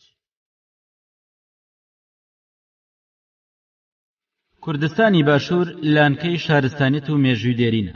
بە هەر ناوچێکیدا بگەڕێی دەوڵەمەندە بە پاژماوەی شوێنەواری لە گرد و تەپۆڵکە وەشکەوت و پەنابەردین کە پاژماوەکانیان لە سەوار و داستانی مێژوویەکی دێرینی ناوچەکە ئەگەڕنەوە. نمونەی لە بەرچاویش بۆ شوێنەوارانە زۆرن کە لە پێشیانە وەشکەوتی شانەدەر و هەزار مێرد و قەڵا چەرمووی ناوچەی چەمچەماڵ دێن. بۆی گرنگیدان بە شوێنەوارەکان و سەردانیان لەلایەن شوێنەوارناسی کوردەوە ئەرکێکی نیشتیمانی گەورەیە کە بێتە هۆی فراوانکردنی زانیاریان لەسەریان لە هەمان کاتیشدا کاریگەریە بێ بۆ زیاتر پاراستنیان لە دەستدرێژی بازرگانەکانی شوێنەوار. شوێنی ئەشکەوتەکە. شوێنەواری کوڕوکچ ئەکەوێتە پشتگوندی شۆڕناخ لە ناوچەی سوورداش کە ئەتوانێن بەڕێگەی گوندی گەورەدێ لە ناوچەی تەیناڵ بیگەینێ. شوێنەوارەکە جەکەوێتە خۆرەڵاتیەوە و ئەڕوانێ بەسەر شیوی چەمی ڕێزاندا.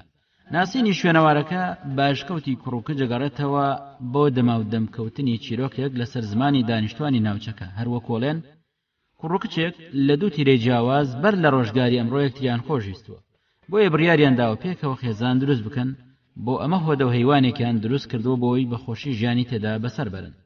ئەشکەوتەکە لە ڕووی شاخەکە لە بەرزی 2 مەتر لە زەویەکەی هەڵکۆڵراوە. ئەو کەسەی بێوێ دیدەنی شوێنەوارەکە بکە ئەبێت لە گۆشەی لای چەپیەوە بۆی سەرکەوێت لەبەرەوەی بە ئاسانی ئەتوانێت بیگەیتێ بێ ئەوەی پێویستیت بە هۆکاری سەرکەوتن هەبێت. وەسفی ئەشکەوتەکە. ئەشکەوتەکە پێکاتوە لە هەیوانێک و ژوورێکی هەڵکۆڵراو لە بەردی شاخەکە. درێژی هەیوانەکە 10 مەتر و 5 سانتیمەترە و پانیەکەی 20 مەتر و 20 سانتیمەترە و بە جوانی دەرهێنراون. لە بەشی سەرەوەی هەیوانەکەدا بەمانە لە بنمیچەکەیدا 2 کۆڵەکە بەرچاوەکەون لە بەردەکەی دەرهێنراون تەریبین و بۆ پێشەوەی هەیوانەکە هاتوون. درێژی هەرێکێکیان 2 مەتر و 5 سانتیمەترە و پانیەکەیان 6 سانتیمەترە و ئەستوریان 50 سانتیمەترە و لە بنمیچەکە دەرهێنراون و پێوەی نووساون. نێوانی هەردوو کۆڵەکەکەش مەترێک و 80 سانتیمەترە.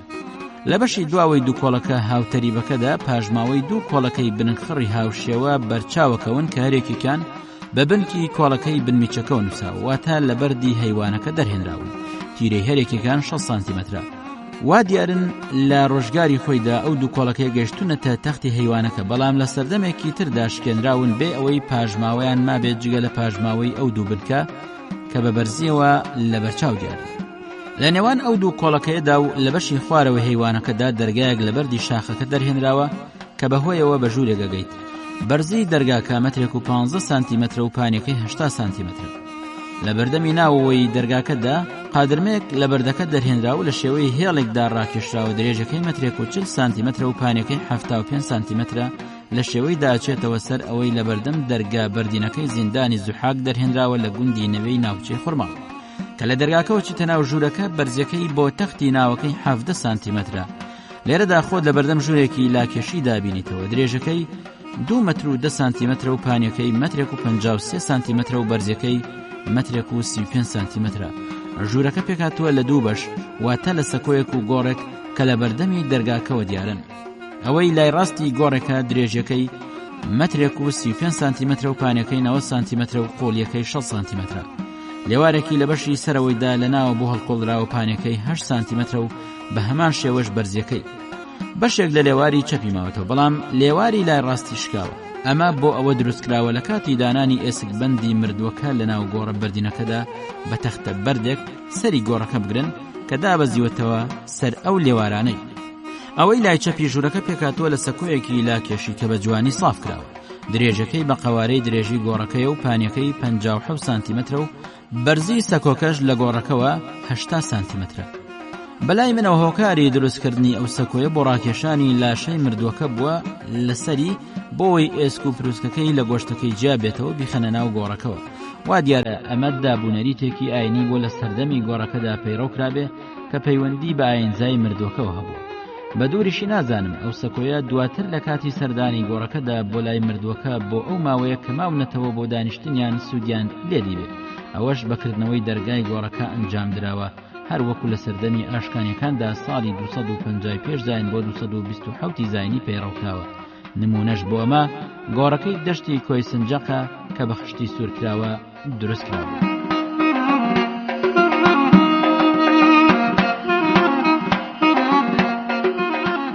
ڕای ئێمە بەرامبەر ئەشکەوتی کوڕوکچ.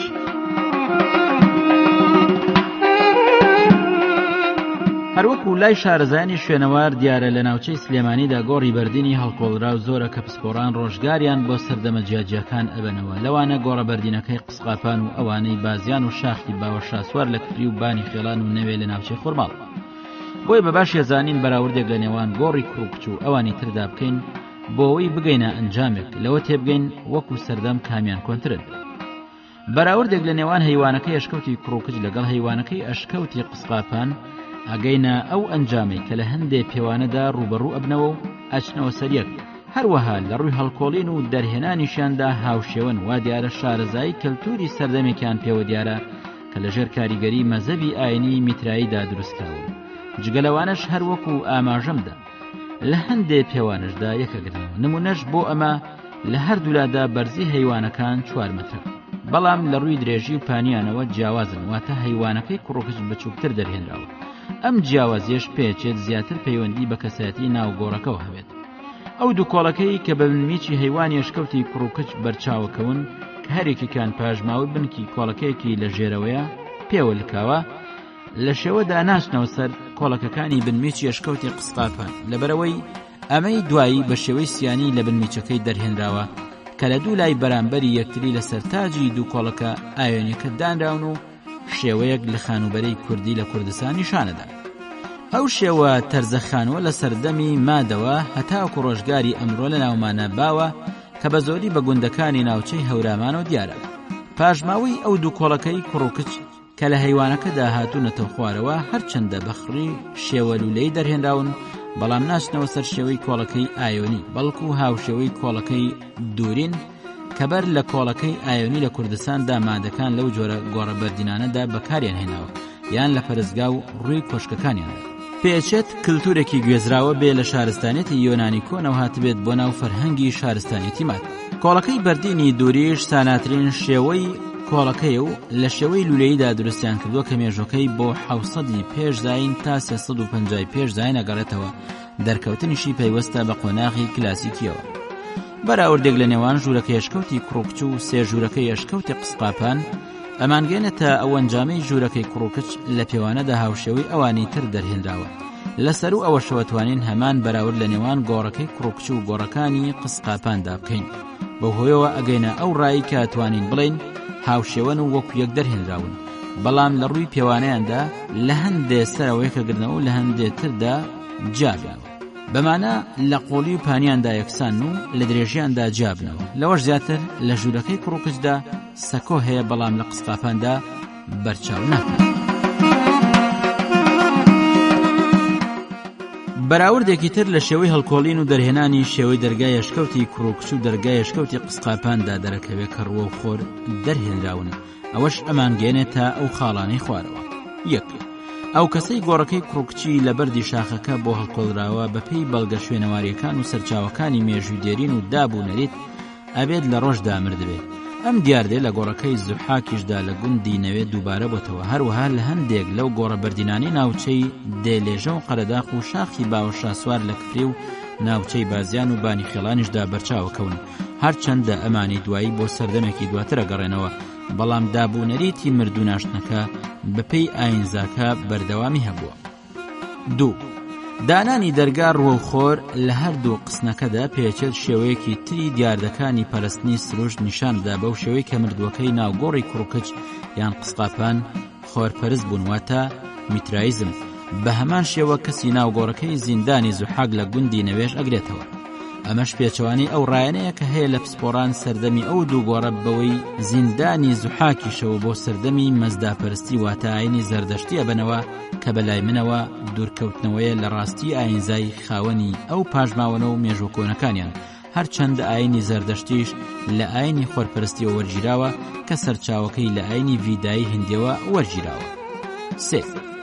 بەراوردێکی تر لە نێوان پاژماوەی ئەو کڵۆمکردنەی دەرگای ئەشکەوتی کوڕکچوو، دەرگای ئەشکەوتی قسقاپان و پاژماوەی کڵۆمکردنی دەرگای زیندانی زوحاگ لەناوە وا دیارن، هەرسێکیان پاژماوەی کەلتورێکیان پێوە دیار بێت. ئەو جۆرە داخستنەی دەرگاش لە ئێستادا تەنیا لە لادیەکانی کوردستاندا بەرچاوەکەوێت. ئەمەش دیاردەیەکە بە گۆڕە بەردینە دۆزراوەکەی قەڵای زێوێشەوە دیارە کە بۆ میرێک یان پاشایەکی سکایی ئەگەڕێتەوە. بۆیە توانین بڵێن کەلتوری دروستکردنی ئەم جۆرە گۆڕانە پێچێت لە سەرچاوەیەکە و هاتبێت بەمانە گوێزراوەیە. ئەم شێوەیە ئەمان خاتە سەر ئەو باوەڕەی کە هونەری دروستکردنیان لە سکایی یان ئۆرارتەوێ وەرگیرابن. بۆیە بەپێی ئەو دیاریکردن ناتوانین دروستکردنیان بکەین بە سێ بەشەوە. 1. گۆڕە هەڵکۆڵراوە بەردینەکانی سکای ئۆرارتی. 2. گۆڕە بەردینەکانی سەردەمی مات کە لە قسقاپان و کوڕکچ و زیندانی زوحاگ لە ناوچەی سلێمانی خۆیان ئەبیننەوە، هەروەها گۆڕە بەردینەکانی دووکان داود و سرخدە و شیرین و فەرهاد و گەلێکی تریش سەرچاوە هەڵەگرن و کاریگەری شارستانەتی یەکەمیان بەسەرەوەیە. 3. گۆڕە بەردینەکانی سەردەمی هاخامنشی ساڵی 550 بۆ 331 پێش زاین لە ئێراندا کە لە ناویانە گۆڕەکەی داریۆشی یەکەم دێت کە دروستکردنەکەی لە کەلتوری مادەوە گوێزراوەتەوە. بەو دابشکردن ناتوانین بڵێن سەردەمی هەڵکۆڵینی گۆڕی کوڕکچ جەگەڕێتەوە بۆ نیوەی دووەمی سەدەی حەوتەمی پێش زاین، واتە بۆ ئەو ڕۆژگارەی دەسەڵاتی سەربازی و شارستانیەتی ماد لە کوردستانی ئێران لە ناوچەی بۆکان بڵاو بووە. بۆ یەکو قۆناغ گۆڕەکەی کوڕکچ بەر لە گۆڕەکەی قسقاپان دانی، واتە دروستکردنەکەی ئەبەستینەوە بە گۆڕە بەردینەکانی نەوێ یان دووکان داودی ناوچەی کرماشان. سەرنجام لە بەرتیشکی هەموو ئەو زانیاریانەی لەسەری دوام سەبارەت بەو پاژماوە شوێنەواریە دەمانگەێنێت بەو ڕایی لەبارەی ناسنامەکەی و سەردەمەکەی کەرەوە بەر ئاماژەم پێدا کە بڵێم ئەشکەوتی کوڕکچ گۆڕێکی بەردینی هاوشێوەی ئەشکەوتی قسقاپان و فەقرەقا و دووکان داود و سرخدە و گەلێکی ترە پێچێت بۆ سەرەتای سەرهەڵدانی دەسەڵاتی ماد بگەڕێتەوە یان کەمێک دواتر لە نیوەی دووەمی سەدەی حەوتەمی پێشزاین. هەروەکو ئاماژەمدا لەوانە شارۆکو شارەزانەڵێن گۆڕی فراوەرتیسی پاشای ماد بێ کە باوکی کەیخوسرەوی گەورە پاشای ناودارە، هەروەکو هێرۆدۆتی باوکی مێژوڵێ لە هێرشێکیدا بۆ سەر وڵاتی ئاشور کوژرا پێچێت لەو شوێنەدا خرابێتە گۆڕەوە.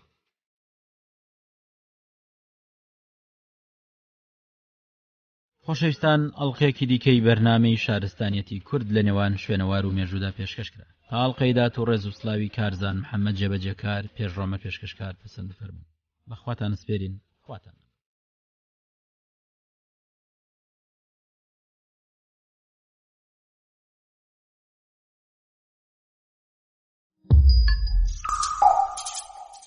شارستانێتی کورد لە نێوان شوێنەوار و مێژوودا. شارستانێتی کورد لە نێوان شوێنەوار و مێژوودا بەرنامەیەکی ئارکۆلۆژی و هەرجاری بابەتێک یان چەند بابەتێک لە خۆگرێ و ڕۆشنایە خاتە سەر شوێنەوار و مێژووی کوردستان.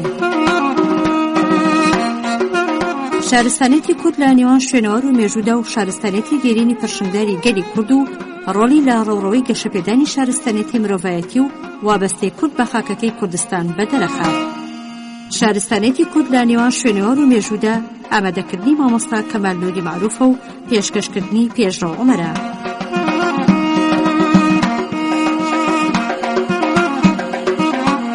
شارستانێتی کورد لە نێوان شوێنەوار و مێژوودا. خۆشەویستان خۆشحاڵین دێنەوە خزمەتتان بۆ پێشکەشکردنی ئەڵقەیەکی دیکەی بەرنامەی شارستانیەتی کورد لە نێوان شوێنەوار و مێژوودا ئاواتەخوازین جێگەی سود و کەڵکی هەمووان بێ. نووسراوەکەی سارجۆنی دووەم لە تەنگیڤەری کامیارانی پارێزگای کوردستان سەنەندەج بەشی یەکەم. دەروازەیەک. ئەم نووسراوە بۆ یەکەم جار عەلی ئەکبەر سەرفراز بە سەرۆکایەتی لیژنەیەک لە سەردەمی شای ئێراندا ڕۆژی یەکشەممەی 19/5/1937 هەتاوی چۆتە دیێنی نەخشەکە. لەم کاریدا ژمارەیەک سەربازی ئێرانی بۆ پارێزگاری لێکردنیان لەژێر فەرماندەی مولازم هادی عەزیز مورادی لەگەڵیا بوو. سەرفراز توانیوێتی وەسفێکی وردی نەخشەکە و شوێنەکەی بکە، بەڵام بۆ سەردەمەکەی نەیتوانیوە دیاری بکە لەبەر ئەوەی پسپۆڕ نەبووە لە بواری زمانە کۆنەکاندا. بەڵام ئەوەی وتووە کە نووسراوەکە بۆ کۆتایی هەزارەی دووەم و سەرەتای هەزارەی یەکەم ئەگەڕێتەوە. دواتر گرند فرەیم بەپێی ئەو زانیاریانە و وێنانەی لەبەردەستیا بوون لە ئاشووریەوە وەری جێڕاوەتە سەر زمانی ئینگلیزیە و عالم نعێمیش کە پسپۆڕە لە بواری مێژووی کۆندا و خەڵکی ناوچەکەیە وەری جێڕاوەتە سەر زمانی فارسی و لێکۆڵینەوەی لەسەر نووسیوە و لە گۆڤاری مانگنامەی پەروەردەی مێژوویی ژمارە 22 تاران بەهاری 1385 بڵاوی کردوتەوە.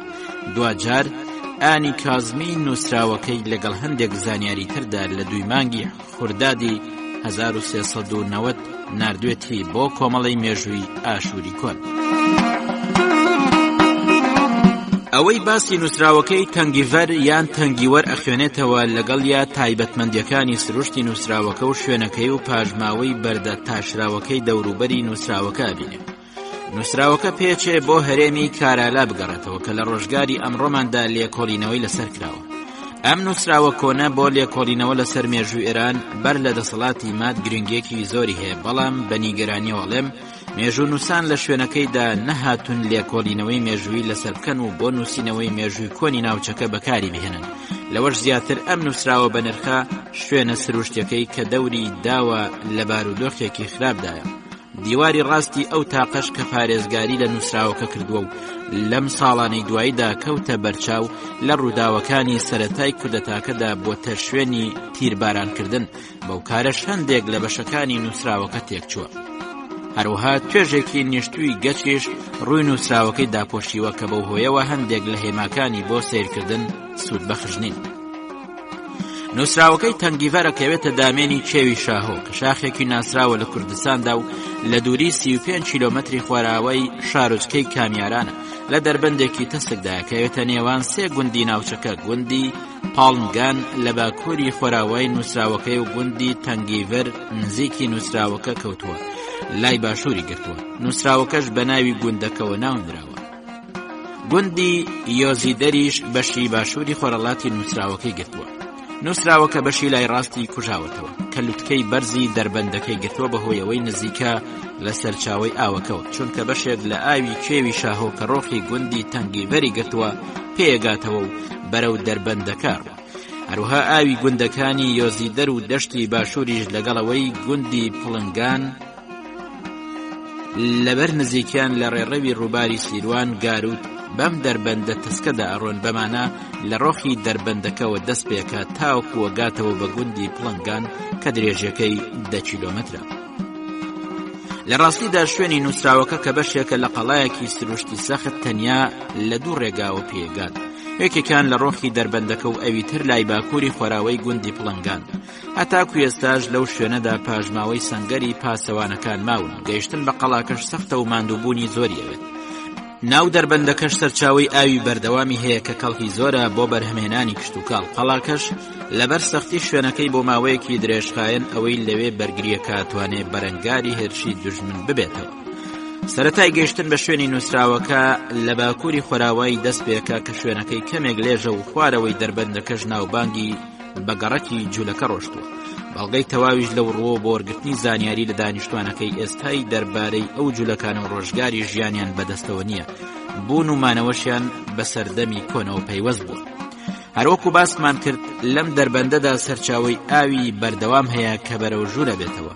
ئاوەکەش لای باشووری خۆرەڵاتی بەبەشی سەرەوەی دەشتی باکوورە گاتەوە کە چەند تەپەیەکی کۆنی بچوو کەوتونەتە لای ڕاستی و بە دەربەندە تەسکەکەدا گەنەوە. ئەم ئاوا لە بەهاردا زیاترە بێ بەهۆی تێکەڵبوونی بەسەر چاوەی ئاویتر. ئاوی ناو دەربەندەکەش لای باکووری خۆراوەی بە گوندی پڵنگانە گاتەوە لەوێشەوە بەرەو خوارە ڕوە تێکەڵ بە سیروانەوێ. بۆ ئەم نووسراوە توانین بڵێن شوێنەکەی لە کۆندا لەسەر 4 ڕێگا بۆ دانراوە. 1. ڕێگایەک کە لای خۆرەڵاتەوە گاتەوە بە دەشتی پان و بەرین، دوایش پەیوەست ئەبێ بە کرماشان و کامیاران، لەوێشەوە پەیوەند ئەبێ بە نووسراوەکە لە ڕۆخی ڕووباری سیروان. ڕێگەی گەیشتنیش بەم ناوچەیە جادەی کامیارانە. 2.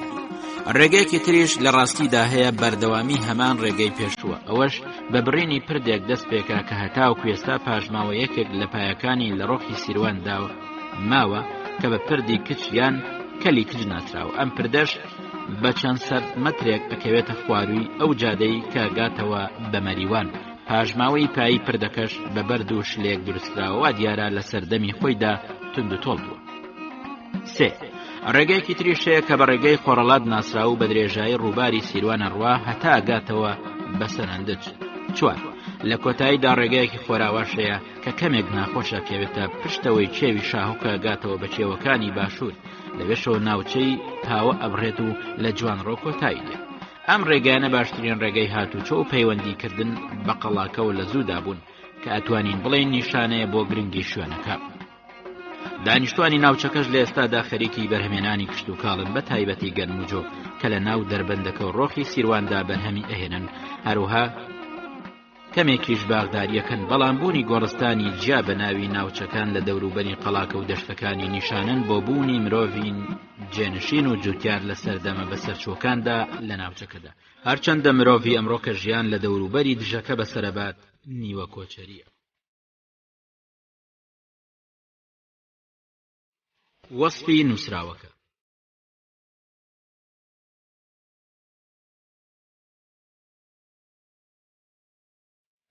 نووسراوەکە کەوێتە باشووری دەربەندەکە و لای ڕاستی لە دووری 200 مەتر گرتووە. نووسراوەکەش لە بەرزی 50 مەتر لێ دیوارە بەردینەکەی هەڵکۆڵراوە. ئەو گابەردەی نووسراوەکەی لەسەر دەرهێنراوە لە شێوەی تاقێکدا هەڵکۆڵراوە تاوەکو پارێزگاری لێ بکات. لە شوێنی نووسراوەکەشدا نەخشێک بەرجەستە کراوە کە سەرجۆن خاوەنی نووسراوەکەی. وێنەکەی سارجۆن نیشانیەدا کە کڵاوێکی فڕی لەسەردایە و بە شێوەی لەسەر لا نیشاندراوە کە خاوەنی ڕیشێکی درێژی لوولە و قژی لە دواوە هەموو پشتی سەری گرتووە و بە هەمان شێوە گەردنیشی داپۆشیوە. پۆشاکێکی ئاودامانی لەبەردایە بەڵام نیوەی سەرەوەی دەرکەوتوە. سارجۆن لە دەستی ڕاستیدا کە بڵندی کردووە نمونەی پەرستگایەکی لەسەر داناوەکە توانین بڵێین پەرستگای یەکێکە لە خواکانی کە لە نووسراوەکەدا ناوی هێناوە، ئەویش خوای ئاشوورە. ئەوەش دەربڕین لە گرنگی پێدانی خواکان و کۆمەکردنیانە بۆی بەهۆی ئەو پیرۆزەی بەدەستی هێناوە.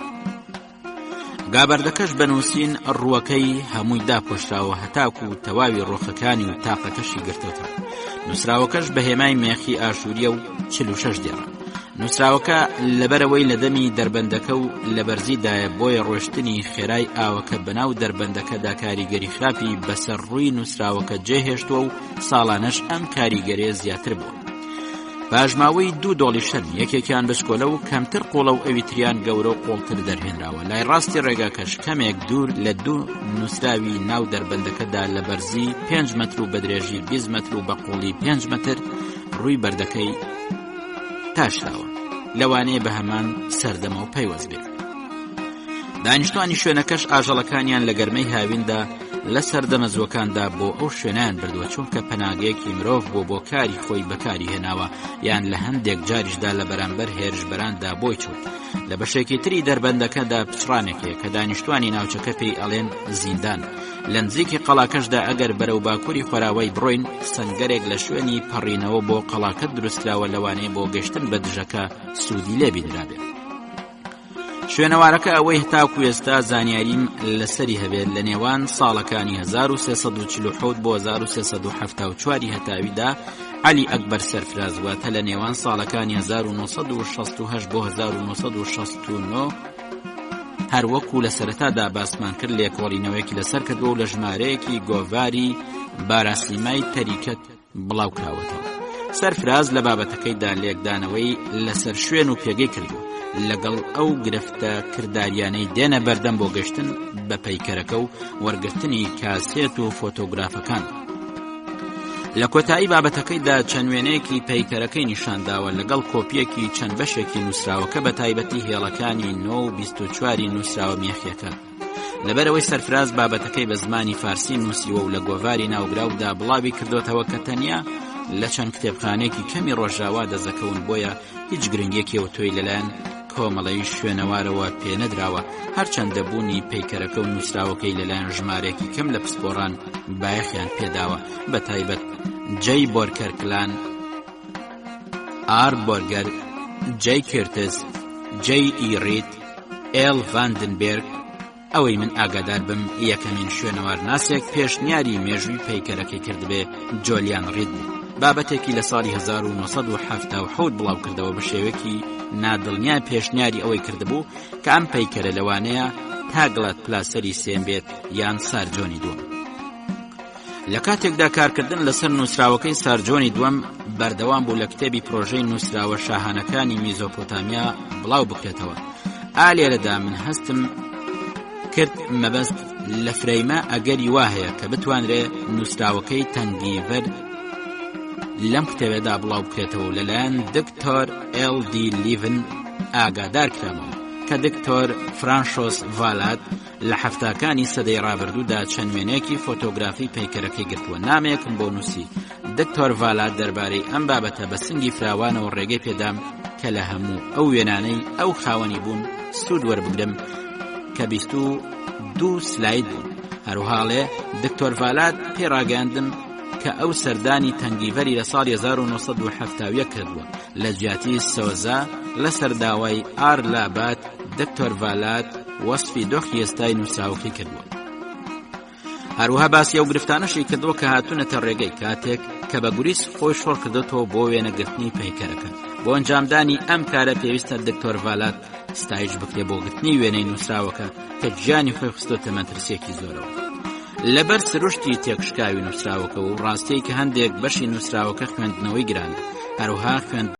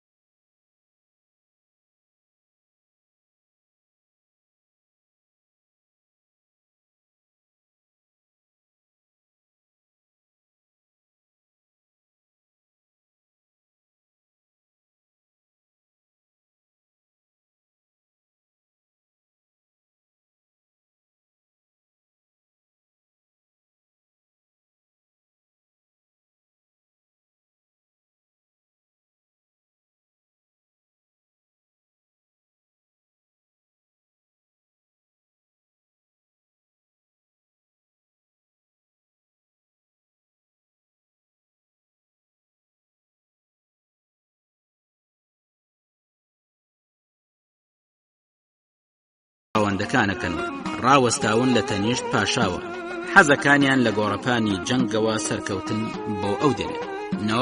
خاوەندە مەزنەکان بەڕێوەبەرانی ئاسمان و ژێرزەوی هێرشەکان واتای پێکدادان و دووبەرەکیە. خاوەندەکان کە گەڕێن و پاشا دەستنیشانەکەن کە بە فەرمانی پیرۆزی ئەوان خاگزیا دەکەن وای لێکەن مەزنتر بێ لە فەرمانڕەواکانی تر. 11 سەرجۆنی دووەم پاشای مەزن و بەهێز، پاشای جیهان، پاشای ئاشور، سەرداری بابل، پاشای خاکی سۆمەر و ئەکەت بە دڵی خاوەندە مەزنەکان. 12 پاڵەوانی تەواو، پیاو، شازادەی پوخت، پیاوێکی مەزن، شوان. 13 خاوەندەکانی ئاشور، نابوو، مەردۆخ، خاوەندەکان یارمەتیدەرانی من دەسەڵاتیان بە من بەخشیوە، بەبێ هاوتا ئەوان وایان کرد ناوبانگی باش من بگاتە لوتکەکان. 14 من بە بەردەوامی کارم کردووە وەکو پشتیوان بۆ سیپار، نیپور، بابل، هەستاوم بەڕاستکردنەوەی ئەو کارە تێکدەرانەی کە خەڵکانی پلەبەرز دووچاری بوون و ژمارێکی زۆر لەوانە لەوێن. 15 هەستاوم بە نوێکردنەوەی بەخشین لە باجی بالتیل ئاشور کە پێشتر بڕابوو، ئەوەی پەیوەست بە شاری حەران دەروازەی خەڵک من سیمبۆلی کیدین و دامەزران هێمایە بۆ پلەبەرزەکان. 16 من سوپای عیلامی خۆمبانیگاشم تەفرۆتونا کرد، من خاکی کارالا و خاکی شووردا و شاری کیشەسیم و شاری هارهار، خاکی میدیەکان و خاکی ئیلیپی کاور کرد. 17 من خاکی ئۆرانتۆم وێران کرد، شاری موساسیر و خاکی ماننام تاڵان کرد، خاکی ئاندیا و زیکیرتو پان کردەوە و ڕێگامدا نیشتەجەکان بۆ خۆیان بشین. 18 من فەرمانڕەوەکانی خاکی ئامات و حامات، شاری کەرکەمیش، شاری کوموخی و خاکی کامانوم بەزان. 19 من هەردوو شاری ئاژدود و لامانیم تاڵان کرد، ئیمانی پاشاکەی لە چەکەکانی من ئەترسا و هەڵهات بۆ ناوچەی خاکی میلوخا و وەکو چەتێک لەوێ ئەژیە. 20 پاشای خاکی میلوخا کە ناوی شاپاتاکۆ شبیتکۆ بوو، گوێبیستی توانای خاوەندەکانم ئاشور و نابۆ و مەردۆخ بوو، زاڵ بووم بەسەر هەموو خاکەکان. 21 ئەو ئیمانی بەدیلی و دەستبەسراوەی هێنایە بەردەستی خۆم. 22 من خاکەکانی تابالو، کاسکۆ و هیلاکۆ و حرام کرد لە دانیشتوانی و دانیشتوانی میتام لەگەڵ پاشای خاکی موشکۆ قەبارەی خاکەکەیم کەم کردەوە. 23 لە شاری ڕاپیخۆ پێشەنگی سوپای میسرم بەزان، پاشای شاری هازوتو وەکو تاڵانی هەژمارکراچوون کە پێشتر ملی نەئەدا بوو. 24 من حەو پاشای خاکی یان ناوچەی وڵاتی ئیدنانم ملکەچ کرد کە نیشتیمانەکانەکەوێتە ناوەڕاستی دەریای ڕۆژاوە. 25 لەوەش زیاتر خۆم مەردۆخ ئەپلائیدینی پاشای وڵاتی کالدیان بەزان کە دانیشتووی کەناری دەریاکە بوو، پیادەی دەسەڵاتی پاشاییە کرد بەسەر بابل دژی خواستی خاوەندەکان. 26 لەوەش زیاتر هەموو خاکی بیت ئیاکین من جێگیرم کرد. 27 پاشای دیلمون کە ناوی ئاخوندداری بوو، حەشارگەکەی ئەکەوتە دووری چەند فرسەخێک لە ناوڕاستی دەریا بوو، هەروەکو ماڵی ماسی ئەو گوێبیستی توانای شاهانەی من بوو دیاری بەخێرهێنانی بۆ هێنا. 28 لەگەڵ ئەو تواناوهێزەی خاوەندەکان پیان بەخشیوم، سەردارەکانم چەکەکانی منیان بەرز کردەوە، هەموو دژمنەکانم لەت کرد. 29 لە خاکی ئیەدنانە یان قبرس کە کەوێتە ناوەڕاستی دەریای ڕۆژاوە لە نزیک سنوورەکانی میسر و خاکی مۆسکۆ، مشکۆ و خاکی فراوانی ئامور و خاکی حاتی بەتەواوی. 30 هەموو خاکەکانی گوتیەم و خاکی دووری میدیان نزیک شاخی بیکنی، خاکی ئیلیپی و خاکی ڕاشی لەسەر سنووری خاکی عیلام. 31 ئەوانەی لای ڕووباری دیژلە ژیان هۆزەکانی ئیتوئو، ڕوبوئو، هاتەلو، لابدودو، هامرانو، ئوبولو، ڕوئوا، هۆزی لیتاو. 32 ئەوانەی ئەژیان لای ڕووباری سوراپ و ڕووباری ئۆقن و هۆزەکانی گامبولو، هیندارو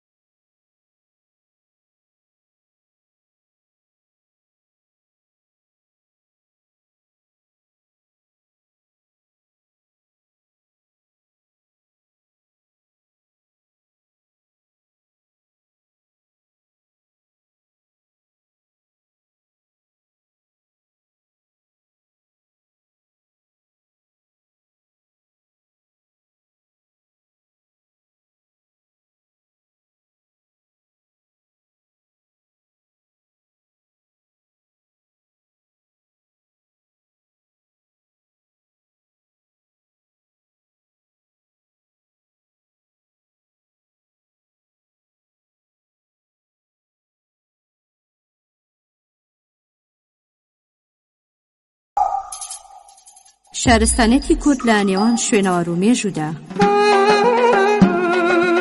شارستانێتی کورد لە نێوان شوێنەوار و مێژوودا بەرنامەیەکی ئارکۆلۆژی و هەرجاری بابەتێک یان چەند بابەتێک لەخۆ ئەگرێ و ڕۆشنایە خاتە سەر شوێنەوار و مێژووی کوردستان. شارستانێتی کورد لە نێوان شوێنەوار و مێژوودا و شارستانێتی دێرینی پرشنگداری گەلی کورد و ڕۆلی لە ڕێوڕەوەی گەشەپێدانی شارستانێتی مرۆڤایەتی و وابەستەی کورد بە خاکەکەی کوردستان بەدەرەخات. شارستانێتی کورد لە نێوان شوێنەوار و مێژوودا ئامادەکردنی مامۆستا کەمال نووری معروفە و پێشکەشکردنی پێشڕۆ عومەرە.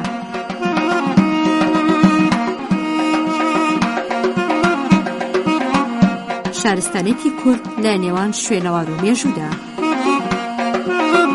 خۆشەویستان، خۆشحاڵین دێنەوە خزمەتان بۆ پێشکەشکردنی ئەڵلقەیەکی دیکەی بەرنامەی شارستانیەتی کورد لە نێوان شوێنەوار و مێژوودا. ئاواتەخوازین جێگەی سوود و کەڵکی هەمووان بێ.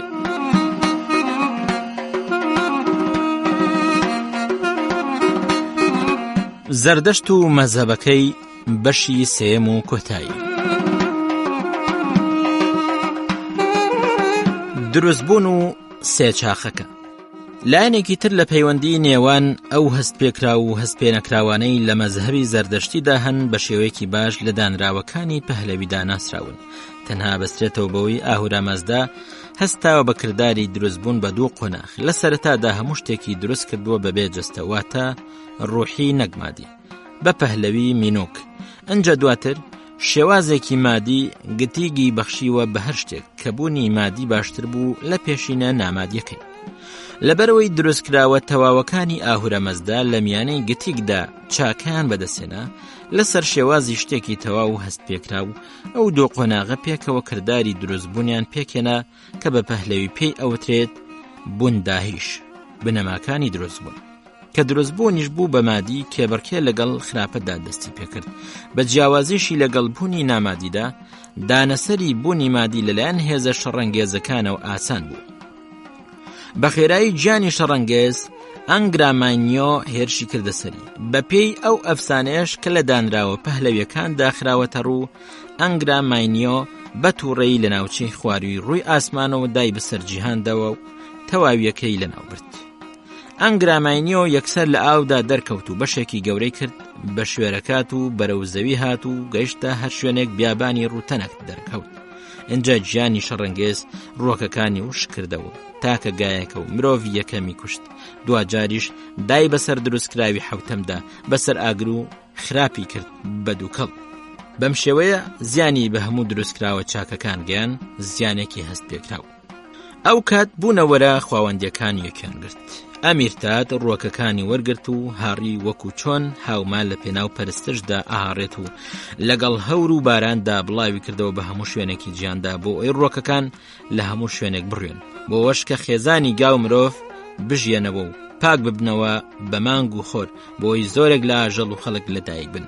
بەم شێوەی ئەبینین لە جێڕانەوەی زەردەشتیدا بۆ ئەفسانە کۆنەکان بەوەی قوربانی زۆر لە سەرەدادا پێشکەش کراوە بۆ خاوەندێکی بتین کە کارە خراپەکانی ئەنگرامانیۆ ئەدرایە پاڵی. لەبەرەوەی زیانی بە خراپکردن و مردن بەو جیهانە تەواو جێگیرە گەیان کە ئاهورامەزدا دروستی کرد. بەڵام پیرۆزە نمرەکانی خاوەن هێزی پیرۆز توانیان کردارە شەڕەنگێزەکانی بۆ بەرژەوندی جیهان بگۆڕن. لەسەر دروستکراوە چاکەکانیش پێویستە کە هەمیشە هەموو کۆشێکیان پێشکەش بە جێبەجێبوونی ئەو ئامانجە بکەن. دروستبوون یەکەم قۆناغ یەوسێ قۆناغەیە کە بە پێیان مێژووی جیهان دابەشەکرێت. هێرشی ئەنگرامانیۆ بۆ سەر سەرەتای قۆناغی دووەم تێکەڵبوون بە پەهلەوی بە گومزیشن هێماکرێت کە جیهان تێیدا بە شێوەیەکی تەواو هەمووی چاک نەبوو، بەڵکو تێکەڵبوونی چاکە و خراپەی پێکەوە ئەنوان. کاتێک سوڕانەوەی ژیان ڕوویدا بە دوایدا ئەنگرامانیۆ هێرشەکەی لەگەڵ شەیتانەکانی دێڤ و هێزی شەڕەنگێزی تردا کە بۆ بەرهەڵستی خواوەندی چاکە درستی کردبوو و کردە سەر جیهان. ئەوان بە پێگەیاندنی زیانی مادی وازیان نەهێنا، بەڵکو خراپەی ڕوحی و خراپەی ڕەوشتیان خستە پێشەوە کە خەڵکی بەدەستیەوە ئەیان ناڵان.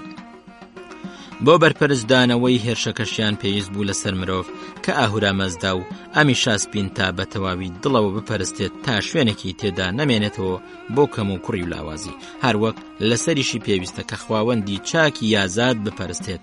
هەندێکیشیان وەکو ئەو دوو ئاهوراویە بچووکەکەی زەردەشت دوو جار لەگاتدا پەنای بۆیان بردووە هاوکاری مرۆڤەکەن لە تێکۆشانە ڕەوشتیەکەیدا لەو کاتەی خۆر و مانگ هاوکاری خۆیان پێشکەشەکەن لە پێناو ئەوەی پارێزگاری لە جیهانی مادی بکەن جێگیر بێ بەپێی ڕاستی واتە ئاشا.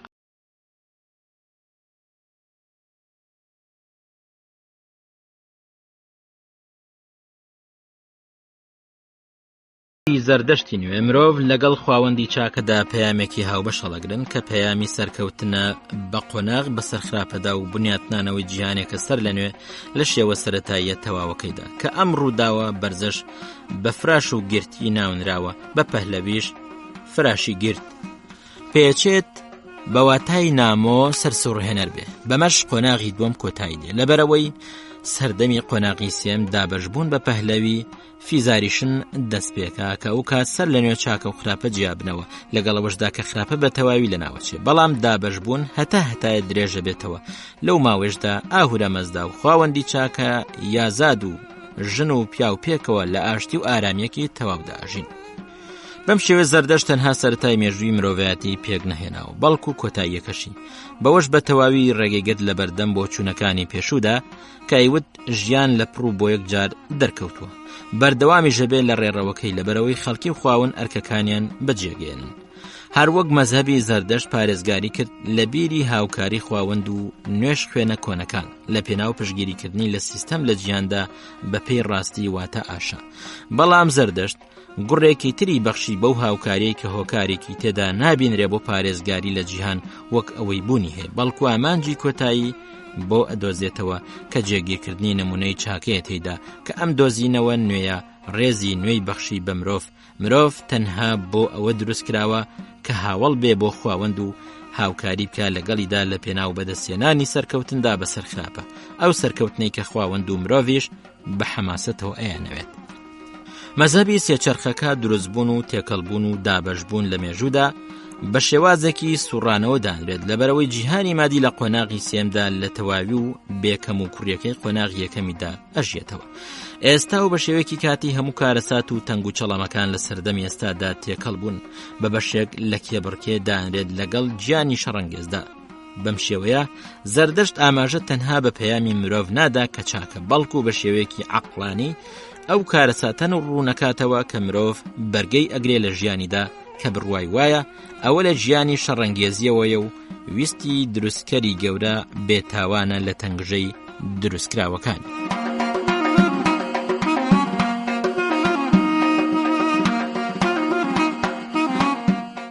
مردن و ڕۆژی دوایی.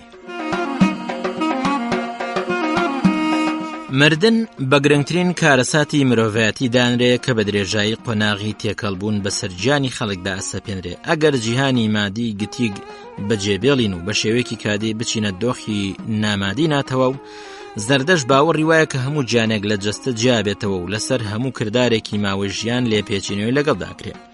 زانیاریشی داوە بەوەی ژن و پیا و بەندە و خانەدان ئەتوانن خەو بە بەهەشتەوە ببینن. سنووری سەردەمەکانی بتپەرستیش پردی جیابوونەوە لە مەزەبەکەیدا بوو بە پردێک بۆ لێپێچینەوەی ڕۆژی دوایی کە فەرمانیش بۆ هەموو گیانێک پەیوەست بەو قوربانیە زۆرەی لە ماوەی ژیانی پێشوویدا پێشکەشی کردووە بەڵکو پەیوەستە بە تەواوێتی ڕەوشتەوە. میسرا سەرکردایەتی ئەو دادگاییکردنەکە لە پاڵیشیەوە سراوش و ڕاشن و دائەنیشن کە تەرازوی ئەو دادوەریان هەڵگرتووە کە بیر و وتە و کردداری هەموو گیانێک ئەکێشێ. چاکە لە تایەکی و شەڕەنگێزیش لە تایەکی تری. ئەگەر بیر و کردداری چاک زیاتر بوون ئەوە چارەنووسی گیان بەهەشتە. لەو کاتەدا لەسەر شێوەی کچی جوان جەستەی وجدانی بۆ مرۆڤەکەن کە ناوی داینا باوەڕ بە شێوەیەکی گشتیش بە واتای باوەڕی ڕاستە. گیانەکە لە پردێکی فراوانە پەڕێتەوە و بەرەو سەرەوە بەرز بێتەوە. ئەگەر تای تەرازوی خراپەش قورستر بوو لەو کاتەدا پردەکە تەسکە بێتەوە وەکو دەمی خەنجەر. کاتێک ئەوێ لە پردەکە بپەڕێتەوە ساحیرێکی ناشرین ڕوبەڕووی گیان ئەبێتەوە و ئەیگرێ. اینجا پاڵی پێوەنێت بەرەو خوارەوە لە دۆزەخدا لە ماڵی بیرە خراپەکان کە تاوانبار بەدەست ئەشکەنجەیەکەوە ئەناڵێنێت کە هەتایە و تاریکی ئەنگوستە چاو و خواردنی خراپ و بەدبەختی ئەچێژێ. ئەو بۆچوونانە سەبارەت بە دۆزەخ بە وەسفەی شوێنێکە بۆ ئەشکەنجە کە ئەنگرامای نیۆ سەرپەرشتیەکە زۆر پێچێت بگەڕێتەوە بۆ زەردەشت. کە بۆ چوونگەلێکن لە ژێر کاریگەری باوەڕی ناوخۆی قوڵدا بە پێویستی دادگەری پێکاتون. بەڵام ئەو گیانە کەمانەی خراپن کرداریان و کە خراپە و چاکیان هاوسەنگە لە شوێنی تێکەڵبوون مسی ڤانگات و دانرن کە چارەنووسی ئازاراویە و قەدەغەکرێت لە بەختەوەری و غەمباری هەروەک ئەو دۆخەی مەملەکەتی مردوەکانی کۆن. لەگەڵ ئەوەدا گیانەکان لە بەهشدا لە میانی قۆناغی تێکەڵبوون ناگەن بە بەختەوەری تەواو، لەبەرەوەی بەختەوەری لە قۆناغی فراشی گرد سەرسوڕهێنەردایە، هەروەک ئێرانیەکان لە ماوەی بتپەرستیدا و هیندۆ ئێرانیەکان لە سەردەمی ڤیداتدا باوەڕیان وابوو هەموو گیانێک بەختەوەرە. بەگەشتنی بە بەهشت لەگەڵ جەستە ژیاوەکەیدا سەر لە نوێیەکەگرێتەوە بۆ ئەوەی سەر لە نوێ مژدەی ژیانێکی بەختەوەر بدا کە پڕ بێ لە هەست. زەردەشت زانیاری داوە کە گیانی بڕواداران پێویستە چاوەڕێی ئەو بەختەوەریە بەرزە بکەن پێش چرکەساتی فراشی گرد بە پەهلەوی تانی پاسن، کاتێک کە جەستەیەکی ئایندەی بەدەزەهێنن، بەڵام زەوی ئێسک بە هەموو مردوەکانە بەخشێت. لە دوای پرسینەوەی کۆتایی ژیانەوەی گشتی کاتێک بڕواداران لەو تاوانبارانەی تاو کاتە ژیاون و لەوانش کە پێشتر بڕیاریان بەسەردا دراوە لە یەکدی جیاکێنەوە. ئەیریامان خواوەندی ڕازگۆیی و چارەسەر ئاتار خواوەندیاگر هەموو کانزای شاخکانە توێننەوە بۆی وەکو ڕووبارێکی بەلێشا و بەسەر زەویدا بڕۆن، لەسەر هەموو خەڵکیش پێویستە کە لەو ڕووبارە بپەڕنەوە، وەک لە دەقەکانی پەهلەویشدا باسکراوە. بۆ باوەڕداران شیرێکی پاک دەرەکەی، بەڵام کافران بە جەستەیانەوە لەو کانزا تواوەیە ئەپەڕنەوە. لەبینینە دوایینە ترسناکەکانی زەردەشتدا کە پێچێت بە بێمەبەستیش بێت، چیرۆک یەڵچوونی بورکانەکان و لێشاوی ماگما، لێشاوی بورکانی گەرم، تێکەڵبوونە بەڕەنگدانەوە کەسێتیەکانی سەبارەت بە ئەزموونی ئێرانیە پێشینەکان بۆ کانزای تواوە، لەگەڵ بەردەوامی بانگەشەی مەزەبە یەکلاکەرەوەکەی. بانگەشەشی کرد بۆ باڵا دەستبوونی دادگەریەکی ڕاستەقینە، هەروەک ئەوە لەسەر زەوی ڕوەدات لەگەڵ ڕۆیشتن بە ئەزموونی ئاگردا. تاوانباران لە ماوەی هەڵبژاردننی کۆتاییدا ئەژین و ئینجا مردنی دۆمەکەن، دوای ئەوەش بۆ هەتاهەتایی لەسەر ڕووی زەوی ونەبن. شەیتانەکان واتە دێڤ و هێزەکانی تاریکی لەو ململانێ گەورەی کۆتاییدا لەگەڵ خواوەندی یازادا بە هیلاکەچن، هەروەک ڕووباری کانزای تواوە بەرەو خوارەوە بۆ دۆزەغەڕوە. ئەنگراماینیۆ ئەکوژرێت و شوێنەوارەکانی کۆتایی خراپە لە جیهاندا ئەسووتێنرێت. لەو کاتەدا ئاهورەمەزدا و خواوەندی ئەمی شاسپینتا بە ڕەسمی هەڵەسن بە پەرستشی ڕۆحی کۆتایی یاسنا و پێشکەشکردنی قوربانی کۆتایی کە لە دواییدا کۆتایی بە مردن دێ. خواردنەوەی سۆفی هاومای سپی ئامادەکەن کە ڕێنمایی هەمووانەکە بۆ ژیانەوەیکی بەختەوەر و نەمری بۆ هەموو ئەوانەی ئەیچێژن. لەو کاتەدا خەڵکی هەروەک پیرۆزە نەمرەکان یەکن لە بیر و وتە و کرداردا، پیر نابن و نەخۆشی و لە ناوچوون نازانن، بەختەوەر و نەمرن لە مەملەکەتی خوادا لەسەر زەوی. لەبەرەوەی بەپێی مەزەبی زەردەشت ئێرە لە جیهاندا خۆشەویست و ناسرا و سەر لە نوێ ژیاوەیە و بەختەوەری نەمرە و لە بەهەشتێکی دابڕا و خەیاڵاویدا نییە. بەم شێوەیە قۆناغی دابەشبوون بە تازەکردنەوەی سەردەمی دروستبوون دانرێت، جگەلەوەی پێشبینی ئەوە ناکرێت یان بینینێکی دەگمەن نییە بۆ بوونە سەرەتاییە زیندوەکان، بەڵکو دەشتە فراوانەکان جێگەی دۆڵ و دەشتەکانیان گرتەوە. بەڵام ئەو شوێنەی کە لە سەرەتاوە شتەکان تێیدا تەنها بوون، یەک ئاژەڵ و ڕووەکە تەنهاکان و یەک مرۆڤ هەتای ئەمێنێتەوە وەک شوێنێک بۆ ژمارەیەکی بێشمار و جیاواز لە ڕووەکی زۆر و بوونەوەری ئاژەڵی زۆر کە لەو کاتەدا دەرەکەون. هەر بەم شێوەیە خواوەندە دروستکراوەکانیش لەلایەن ئاهورەمەزداوە بوونیاندا بەشە بێ لە ڕۆژی دواییدا و شتێک ناڵێن لەبارەی تیاچوونیانەوە لای خوای بەرز. وەک لە دەقێکی پەهلەویشەوە جێڕدراوەتەوە لە دوای فراشی گرد، ئورماست، ئەمە هراسپاند، یازاد و خەڵکیش هەمویان پێکەون لە هەموو شوێنێک، وەک بەهار لەو دارستانی کە هەموو دار و گوڵێکی لێیە، کە هەموو ئەمانەش لە دروستکراوی ئورمازدن. بەم شێوەی زەردەشت یەکەم کەسە کەشتی وتبێت دەربارەی دادگایکردنی مرۆڤ لە ڕۆژی دواییدا و لەبارەی بەهشت و دۆزەق و ژیانەوەی گەورەی جەستەکان و ڕۆژی لێپێچینەوەی کۆتایی گشتی و ژیانی هەتاهەتایی کە تیایدا گیان لەگەڵ جەستەکان یەکەگرتنەوە.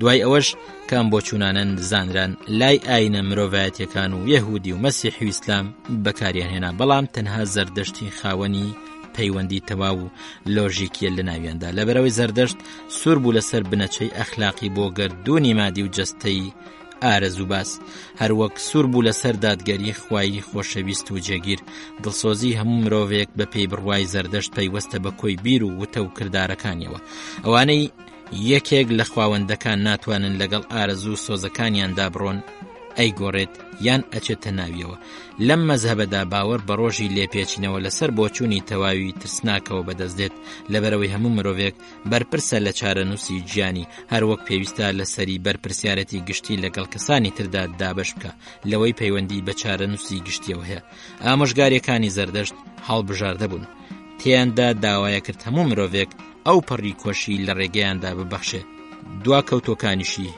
هەڵ ئەنا لەسەر جێگیری و ئازایەتی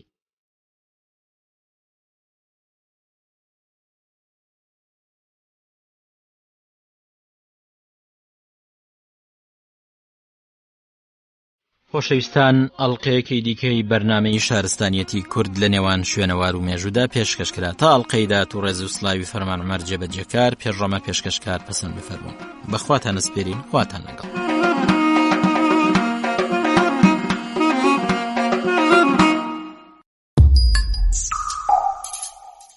شارستانێتی کورد لە نێوان شوێنەوار و مێژوودا شارستانێتی کورد لە نێوان شوێنەوار و مێژوودا بەرنامەیەکی ئارکۆلۆژی و هەرجاری بابەتێک یان چەند بابەتێک لە خۆگرێ و ڕۆشنایە خاتە سەر شوێنەوار و مێژووی کوردستان. شارستانێتی کورد لە نێوان شوێنەوار و مێژوودا و شارستانێتی دێرینی پرشنگداری گەلی کورد و ڕۆڵی لە ڕەوڕەوەی گەشەپێدانی شارستانێتی مرۆڤایەتی و وابەستەی کورد بە خاکەکەی کوردستان بەدەرەخات. شارستانێتی کورد لە نێوان شوێنەوار و مێژوودا ئامادەکردنی مامۆستا کەمال نووری معروفە و پێشکەشکردنی پێشڕۆ عومەرە.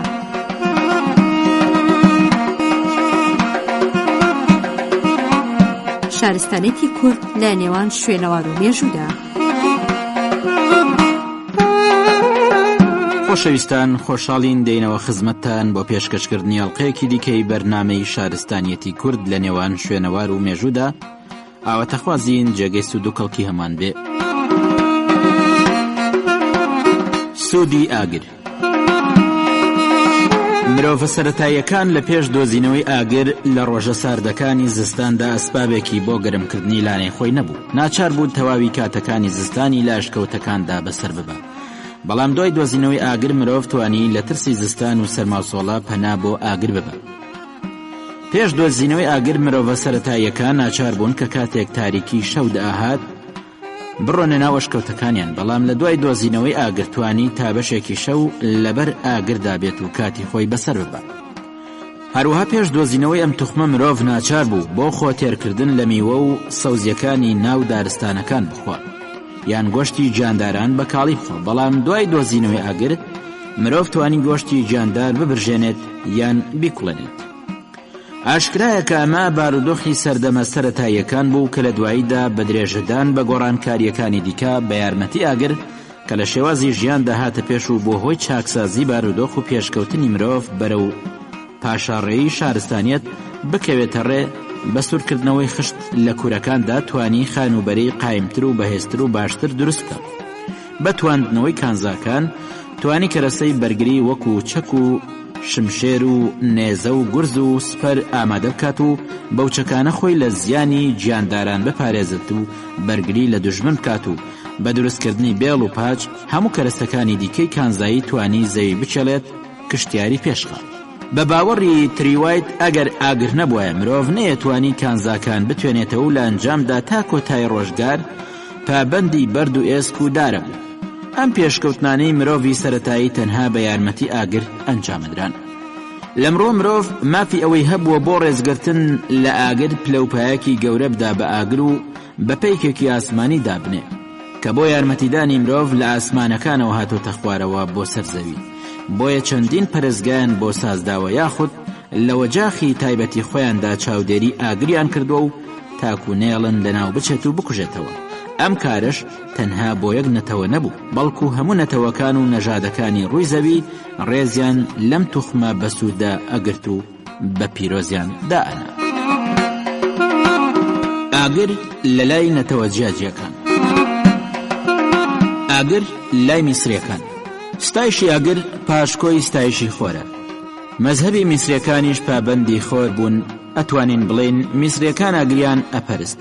میسریەکان وەکو هەموو نەتەوەکانی دیکە باوەڕیان بە پاکی ئاگر هێنا، واشیان نەزانی کە پەیوەندی بە ڕۆژی هەستانەوە قیامەتەوە هەیە و ڕۆڵێکی گرنگی لە خواناسیدا هەیە و لە هەندێک ڕۆژدا جەژنی تایبەتیان بۆ ساز ئەدا. ئاگر لە لای بەنی ئیسرائیلیەکان لە ئاینی یەهوددا ئاگر پلەپایەکی هێجگار گەورەی هەیە، شکۆمەندیەکی گەورەی لای یەهودیەکان هەیە، هەروەکو لەم ئاینەدا نووسراوە. یەهوەی خوای یەهود بە زمانێکی ئاگرین لەگەڵ موسادا دواوە. لە سەرانسەری تەوراتدا بینین لە مەیدانی قوربانیکردنەکاندا ئاگرێکی نەکوژاوە کراوەتەوە و لە هەموو شوێنێکدا ئەم ئاگرا جێگەی ڕێز و ستایش بووە. ئاگر لە لای هندیەکان ئاگر لای هندیەکان وەکو هەموو کەسێکی هندی و ئەوروپایی بەڕێز و شکۆتار بووە.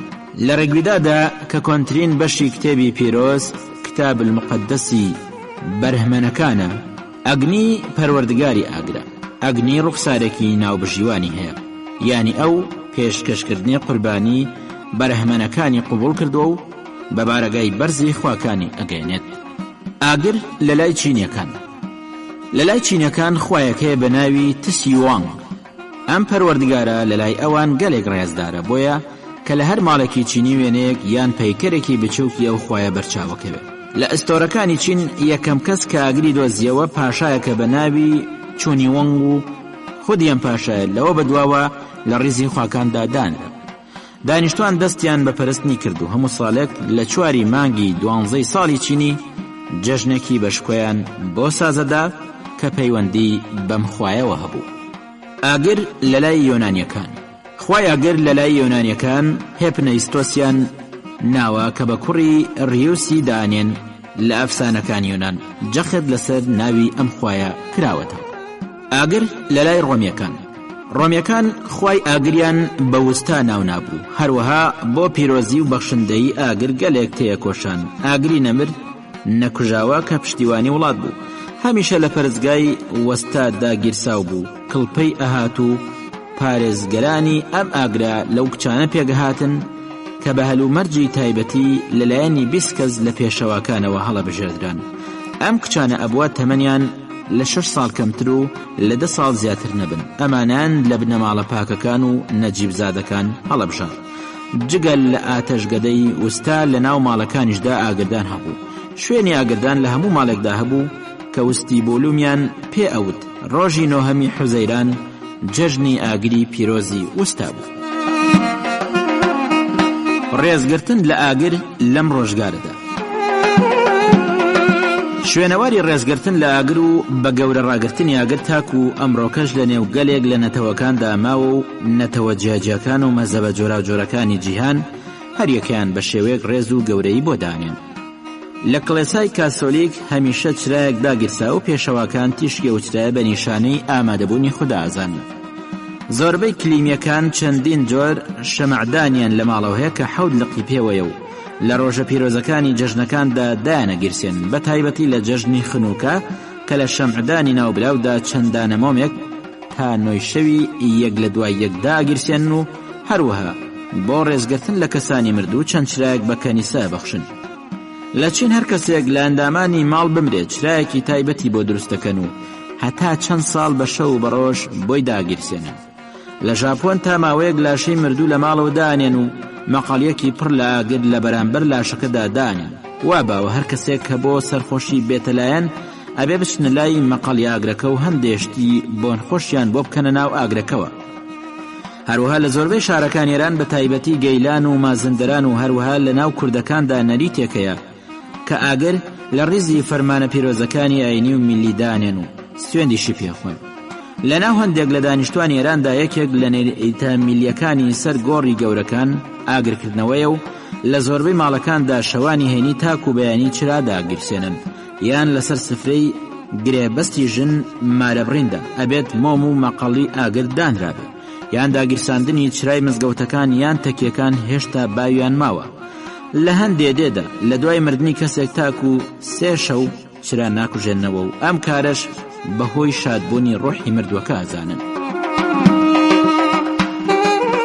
ئاگر لە ئێرانی دێریندا ئاگر کە لەلای هەموو دانیشتوانی جیهان جێگەی ڕێز و ستایش بووە، لەلای ئێرانیان زیاتر لە هەموو لایەکی دیکە ڕێز و شکۆمەندی پێدراوە لە سەرانسەری ئاوێستادا لە کۆنترین بەشەکانیە بە ناوی گاتەکان تاکو بەشەکانی دیکەشی نامەی مینۆیی فریشتەی و لە هەموو نووسراوە پەهلەویەکان و شوێنەوارە ئاینیەکان و نووسراوەکانی یۆنانیان و ڕۆمیان و نووسراوەکانی دیکە هەمیشە لەگەڵ ناوی ئاگرا بەرەو ڕوو ئەبینەوە.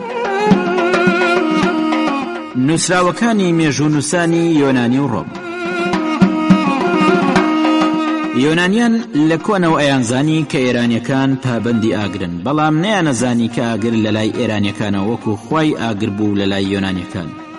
هێرۆدۆت و گەزنەفۆن ئەنووسن کە ئاگر و ئاو سیمای هەندێک لە خواکانی ئێرانیانن. هێرۆدۆت دەنووسێ سوتاندنی لاشە لای ئێرانیەکان بە گوناهێکی گەورە ئەژمێرا. ئیسترابوونیش ئەنووسێ بە بۆچوونی ئێرانیان فوکردن لە ئاگر بە حرام ئەژمێردرا. کۆرتیۆس ئەنووسێ سوێن خواردنی ئێرانیەکان لە بەرامبەر ئاگردا گەلێک گرنگ. مێژ و نووسانی دێرین بیرمانەخەنەوە کە لە جەژنەکاندا وا باو بووە کە ئاگریان لە ئاگردانە ئەمدی و ئەودیوە کرد. هەروها کۆرتیۆس ئەگێڕێتەوەڵێ کە ئاگریان لە ئاگردانی زیویندا و لە کاتی جەنگدا لە پێش لەشکرەوە ئەبرد بەڕێوە. ئاگر لە ئاوێستادا. ئاگری ئێست بە زۆری لە ئاوێستادا بە کوڕی خوا ناوبرا بوو. لەم گزارشتەوە ویستویانە پلە و پای بەرزی بۆ دابنن. لە ئێسنای 36 بەندی یەکەم ئاگر لە نێوان یەزدان و بەندەکانیە بەهۆیەکی نزیک بوونەوە لە دەرگای بارەگای یەزدانی دانراوە. سەرانسەری یەسنای 62 ستایشی ئاگرە. نیایشی ئاگر کە نوێژێکی تایبەتی ئاگرە کە لە ئێسنای ناوبراودا لە بەندی 105ەوە وەرگێڕراوە. لە ئاینی مزد یەسنا بە گەورەترین نیعمەتەکانی خوای ژمێراوە و بۆ سوود و بەهرەی مرۆڤ لە جیهانی باڵاوە بۆ ئەم جیهانی خوارەوە ڕەوانە کراوە. جۆرەکانی ئاگر. لە ئێسنادا 5 جۆر ئاگر دەستنیشان کراوە. ئەم 5 جۆرە بەم شێوەی خوارەوەیە: بەرزی سوڤەنگ، ڤەهوفریان، وەرڤازیشتە، ڤازیشتە، سپەنیشتە. لە پەرچەڤەی پەهلەویدا ئەم 5 جۆرە ئاگرە بەم شێوەیە پێناسیان بۆ کراوە. بەرزی سۆڤەنگ یەکەم ئاگر بە بلند سوود بە گەورە سوود وەرگێڕراوە و لە ڕوونکردنەوەی گشتیدا بە ئاگری بەهرام خوێندراوەتەوە. هەروەها لە کتێبەکانی پەهلەویدا ئاگری بەرزی سۆڤەنگ یانی ئاگری ئاسایی کە بە 3 جۆری بچووکتر دابەش کراوە کە برێتین لە ئاگری دادگا، ئاگری ئازریان، ئاگری ورهرام. ئاگری دادگا ئاگرێکە کە لە وەجاخ و ئاگردانی ماڵان داکرێتەوە و لەو 3 جۆرەشدا ئاگرێکە کە لە هەمووان کەمترە لە ئێرانی دێریدا. هەرگیز نەیانەهێشت ئاگری ناوماڵ بکوژێتەوە و ئەمڕۆکەش گەلێک لە زەردەشتیەکانی شاری یەزد و کرمان هێشتا ئەم نەریتیان لاماوە و پەیڕەویەکەن و پابەندن پێی. بە هەمان شێوە ئەم نەریتیان تا ئەمڕۆکە لە ناودایە و پاراستویانە. ئەمڕۆژ لە ناوگەلێک بنەماڵەی موسڵماندا لە گەیلان و کوردستان و هەموو ناوچەکانی دیکەی ئێراندا ماوەتەوە و باوی هەیە. ئاگری ئازریان گرنگی لە پلەی دووەمدایە و ئاگری ورهرام گەورەترین ئاگرە و گرنگی و ڕێزی لە هەمووان زیاترە. ڤەهوفریان دووەم ئاگر ئاگرێکە کە لە لەشی مرۆڤدایە یان بە شێوەیەکی دیکە گەرمایی جەستەییە. وەرڤازیشتە ئاگری سێم ئەو ئاگرەیان ئەو گەرماییەیە کە لە ناو ڕووەکدایە وەک گژوگیا و دار و درەخت. ڤازیشتە ئاگری چوارەم ئاگرێکە وەکو بەرق کارەبا و هەورە بروسکە.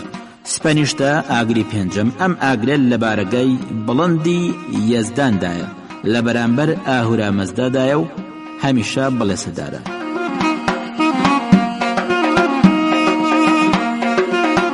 خۆشەویستان، ئەڵقەیەکی دیکەی بەرنامەی شارستانیەتی کورد لە نێوان شوێنەوار و مێژوودا پێشکەش کرا. تا ئەڵقەی داهات و ڕێز و سلاوی کارزان محەممەد جێبەجێکار پێشڕەمە پێشکەشکار پەسەند بفەرمون. بەخواتان ئەسپێرین، خواتان لەگەڵ.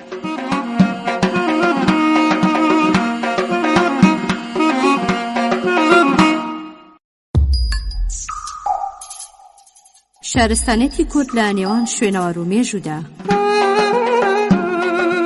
شارستانێتی کورد لە نێوان شوێنەوار و مێژوودا بەرنامەیەکی ئارکۆلۆژی و هەرجاری بابەتێک یان چەند بابەتێک لە خۆگرێ و ڕۆشنایە خاتە سەر شوێنەوار و مێژووی کوردستان. شارستانێتی کورد لە نێوان شوێنەوار و مێژوودا و شارستانێتی دێرینی پرشنگداری گەلی کورد و ڕۆڵی لە ڕێوڕەوەی گەشەپێدانی شارستانێتی مرۆڤایەتی و وابەستەی کورد بە خاکەکەی کوردستان بەدەرەخات. شارستانێتی کورد لە نێوان شوێنەوار و مێژوودا ئامادەکردنی مامۆستا کەمال نووری معروفە و پێشکەشکردنی پێشڕۆ عومەرە. شارستانێتی کورد لە نێوان شوێنەوار و مێژوودا. خۆشەویستان، خۆشحاڵین دێنەوە خزمەتتان بۆ پێشکەشکردنی ئەڵقەیەکی دیکەی بەرنامەی شارستانیەتی کورد لە نێوان شوێنەوار و مێژوودا ئاواتەخوازین جێگەی سوود و کەڵکی هەموون بێ. ئەسکەندەری گەورە لە مێژوودا بەشی یەکەم. وڵاتی مەکدۆنیا. مەکدۆنیا ئەکەوێتە بەشی باکووری خۆراوایی نیمچە دورگەی باڵقان، سنووری باشوور و باشووری ڕۆژاوای ئیبریا و ترسالیا و نیمچە دورگەی شالستیکە. بەڵام ئەم وڵاتە دوو بەشە. بەشی باکووری لە زنجیرە چیایە پێک دێ، ئەمەش وای کردبوو لە باکوورەوە دوژمنان نەتوانن هێرش بکەنە سەری. ئەم ناوچانە پارێزراو بوون، بۆیە بۆ کشت و کاڵکردن زۆر شیاو نەبوو. بەڵام بەشی باشووری زەویەکی بەپێت بوو بۆ کشت و کاڵکردن بە لێواری دەریاوە بەسترابوو، بۆیە لەم ڕێگایەوە ئەتوانرا پەیوەندی بە وڵاتی یۆنان بکرێت.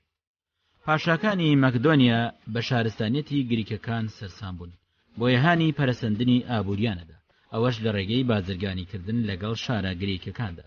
بۆیە مەکدۆنیا دەستی کرد بە ئاڵوگۆڕی شتومەک لەگەڵ گریکەکان. ئەمەش بووە هۆی ئەوەی لەو قەیرانە ئابووری کە تیایدا ژیا دەرباز بێت. بارودۆخی مەکدۆنیا و وڵاتی یۆنان. پێشەوەی مەکدۆنیا دەست بەسەر وڵاتی یۆناندا بگرێ، شەڕ و ململانێ لە نێوان دەوڵەتە شارەکاندا هەبوو، بە تایبەتی لە نێوانە سینا و ئسپارتە و تیبە. هەر یەک لەم دەوڵەتە شارانە لە هەوڵی ئەوەدا بوو دەسەڵات بەسەر دەوڵەتە شارەکانی تردا بگرێت. لە ڕوبەڕووبوونەوەی مەترسیەت دەرەکیەکاندا سەرکردایەتی دەوڵەتە شارەکان یۆنان کە ئەم شەڕانە لە بەرژەوەندی هیچ لایەک نەبوو. بارودۆخەکەی لە ڕووی سیاسی و ئابووری و کۆمەڵایەتی بەرەو خراپترە برد. ئەو سیستەمە سیاسیەت دەوڵەتە شارەی یۆنانی بەڕێوەبرد، وڵاتی بەرەو بارودۆخێکی خراپ برد و نەیتوانی یەکێتێکی سیاسی پێک بێنێت. لە کۆتایی سەدەی چوارەمی پێشزایندا هێزێکی سیاسی گەورە لە باکووری یۆنان لە مەکدۆنیا بەدیارکەوت. ئەتوانین بڵێن مێژووی سیاسی مەکدۆنیا پێش هاتنی سەردەمی فلیپ بەوە ناسراوە چەند پاشایەکی بەهێز دەسەڵاتیان وەرگرتووە، هەوڵی سربەخۆیی و یەکێتی وڵاتەکەیان داوە. مەکدۆنیا پێویستی بە سەرکردەیەکی بەهێزە بوو بۆ ئەوەی یەکیان بخات.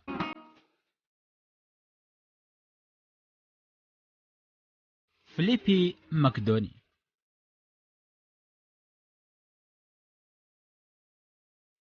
فلیپی دووەم لە ساڵی 356 پێشزاین داهاتە سەرتەخت و بوو بە پاشای مەکدۆنیا.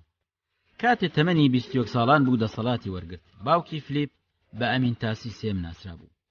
فلیپ هەر لە سەرەتای وەرگرتنی دەسەڵات دەستی بەڕێخستنی بارودۆخی ناوخۆی وڵات کرد. سەرەتا دەستگا سەربازیەکانی چارەسەر کرد، بۆ ئەمەش سوودی لە زانیاری و شارەزایی دەوڵەتە شارە یۆنانیەکان وەرگرت و سوپاکەی بەچەکی شەڕی هیلینی نوێ پڕچە کرد. چاکسازی زۆری کرد لە ناو سوپادا. دواتر پیادەکانی ڕێخست، چەکی نوێی پێدان لە قەڵغان و تروس و تیرروکەوان، ڕمی درێژ، ڕمی بچووک و شیر. دواتر لەبارەی خزمەتکردن لە نێوسپادا بۆ گەلی مەکدۆنیا بڕیارێکی دەرکرد. ڕێخستن ئینجا بوو بە زۆرم لێ، ئەمە لەلایەکی ترەوە هەڵسا بە دروستکردنی قەڵاو شوورە. هەروەها چاودێری ڕژێمی دەسەڵاتی کارژێڕی و سیاسی و دارایی بە سیستەمی دەسەڵاتێکی ناوەندی ڕەها کرد. بەم شێوەیە سوپایەکی گەورەی پێکهێنا. لە ماوەی دەسەڵاتیدا توانی هەموو دەوڵەتە شارە یۆنانیەکان وا لێ بکات دان بە دەسەڵاتیدا بنێن. ئامانجی فلیپ ئەوە بوو هێزەکانی مەکدۆنی لەگەڵ هێزەکانی یۆنان یەک بخات بۆی بتوانێت ڕوبەڕووی هاهقامەنشی بێتەوە. بۆیە وردە وردە فلیپ لە هەوڵەکانی سەرکەوتنی بەدەستێنا و مەکدۆنیا لە دەوڵەتە شارێکی بچووکە گۆڕا بوو بە وڵاتێکی بەهێز، تەنانەت چای بڕی بۆ وڵاتانی دوور لە یۆنانیش. فلیپ لە ساڵی 338 پێشزاین داوای لە دەوڵەتە شارە یۆنانیەکان کرد بۆ بەستنی کۆنگرێک، تیایدا بڕیاری سیاسی لێ بدرێت. بەگشتی دەوڵەتە شارەکان ئەم بڕیاریان لاپەسەند بوو، تەنها ئسپارتە نەبێت. لەم کۆبوونەدا فلیپ بە فەرماندەی گشتی ئەو هاوپەیمانەتی هەڵبژێردرا. زیرەکی فلیپ لەوە بەدیارکەوت داوای لەو هاوپەیمانەتیە کرد بۆ تاوتوێکردنی بەرنامەی لەشکرکێشەی سەربازی لە دژی ڕۆژهەڵات. فلیپەیزانی چۆن هەڵسوکەوت بکا بۆ بەرژەوەندیەکانی وڵاتەکەی، بۆیە سیستەمێکی پەروەردەی توندی لە یۆنان دانا و توانی سەرکەوتن بەدەستبێنێ. لە سەردەمی ئەودا مەکدۆنیا بەدیار کەوت و سنووری فراوان بوو بە بەهێزترین وڵات لە نیمچە دوورگەی باڵکان کە پایتەختەکەی پێلا بوو. لەشکرکێشیەکانی فلیپ وەک تۆڵەسەندنەوە و وەڵامدانەوەی لەشکرکێشی هاخامنشیەکان بوو بۆ سەر یۆنان لە سەدەی پێنجەمی پێشزاین کردبووی، بەڵام فلیپ پێشەوەی ئامانجەکەی بێتە دی مەرگ ڕێگەی پێنەدا لەلایەن ئەفسەرێک کوژرا. دەرکەوتنی ئەسکەندەر.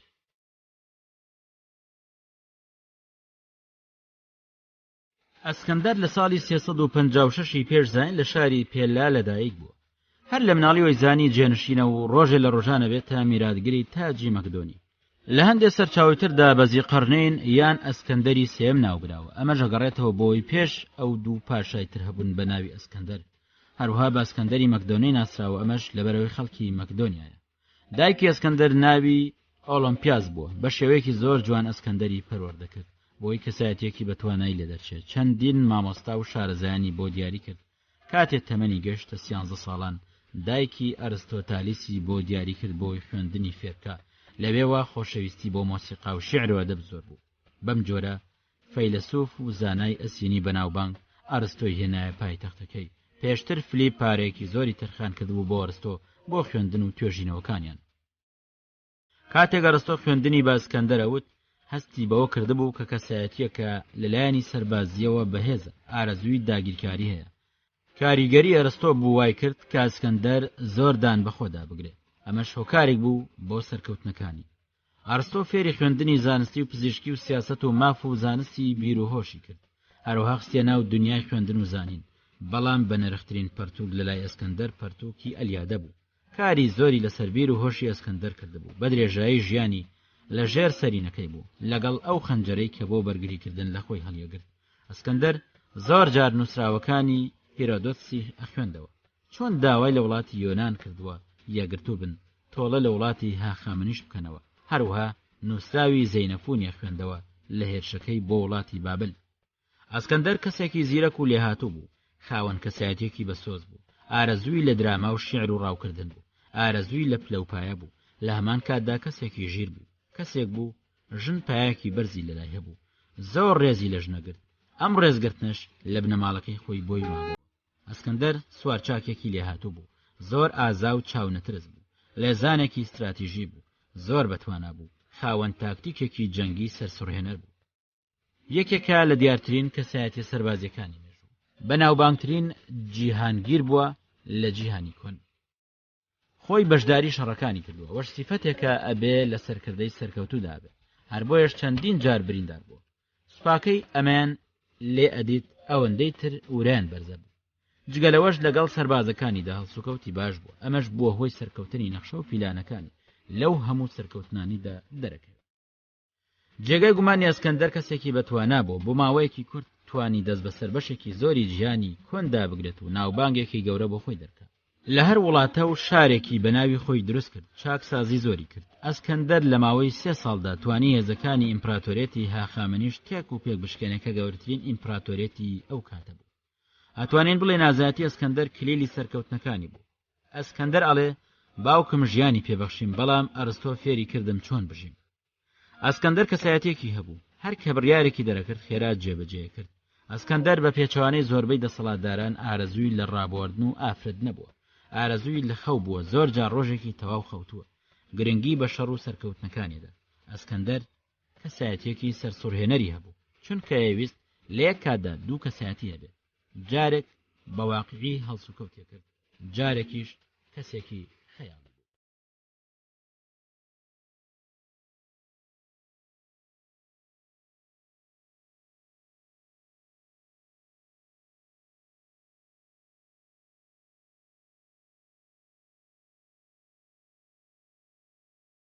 خۆشەویستان، لاڵقەی داهاتوودا درێژەیەم باستان پێشکەشەکەین تا ئەو کاتە ڕێز و سلاوی ڕێباڕەشی جێبەجێکار پێشڕۆمە پێشکەشکار پەسەند بفەرمونن. بەخواتان نسپێرین. خواتان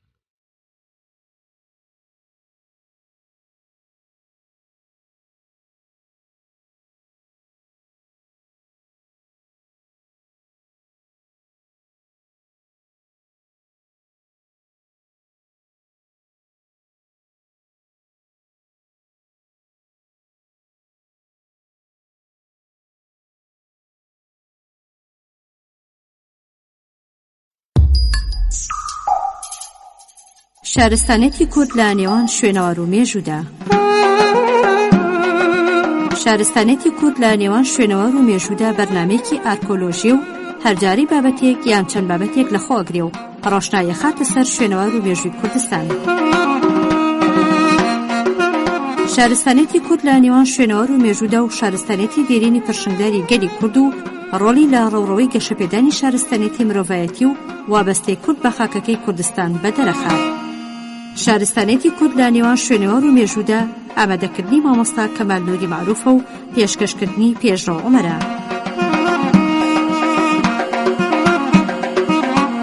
شارستانێتی کورد لە نێوان شوێنەوار و مێژوودا.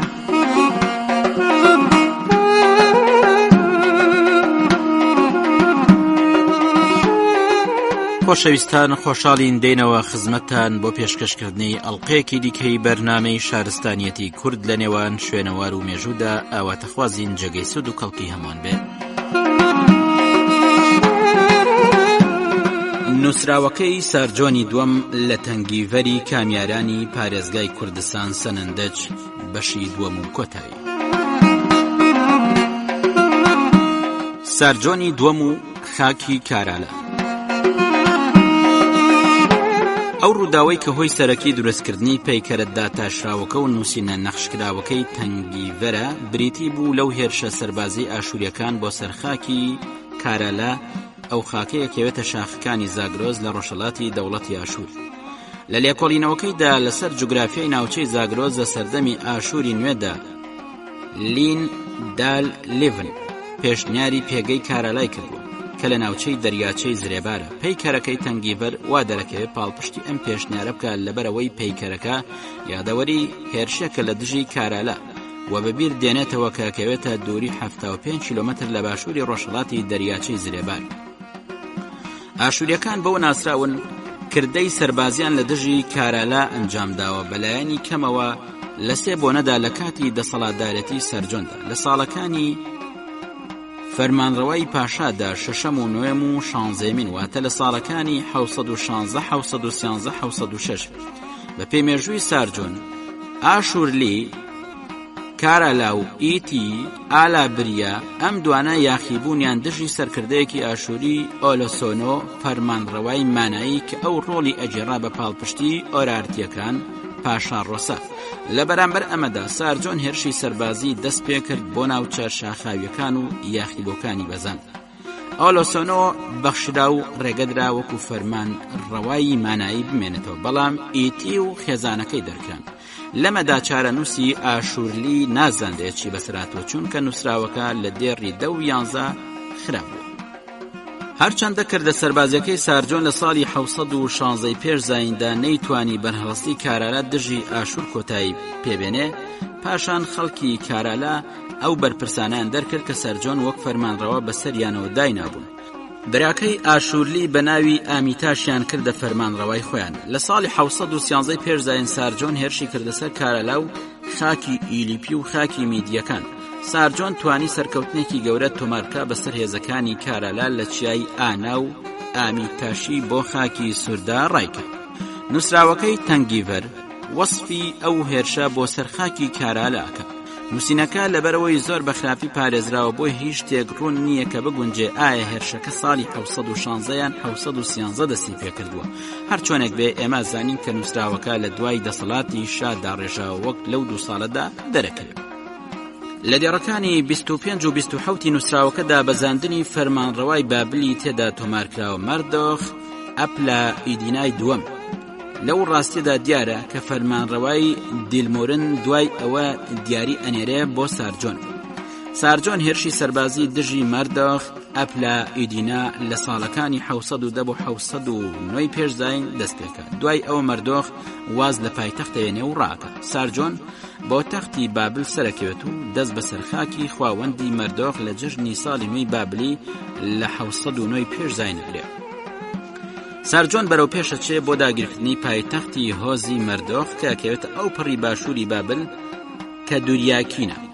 هەرچەندە دەستگیر نەکرا هەڵات و ئیتر هەواڵی نەما تاکو دەسەڵاتی جێنشینەکەی سارجۆن بە ناوی سەنحاریب نووسراوەکەی سارجۆن ئەو ڕاستی تۆمار کردووە کە فەرمانڕەوای دیلمون دیارێکی بۆ پاشای ئاشووریەکان ناردووە کە پەیوەستە بە هێرشە سەربازیەکەی 13 ساڵی فەرمانڕەوایی کە کاتە 709 پێشزاین، بەڵام ئەتوانرێ بوترێ کە ئەمە ساڵی پێشووتر ڕوویدادا. دێڕەکانی 28 و 36 لە نووسراوەکەی تەنگی ڤەردا بە شێوەیەکی بنەڕەتی لە نووسراوەکەی پێشوو لە دێڕەکانی 16 و 23 دووبارەیە کاتەوە.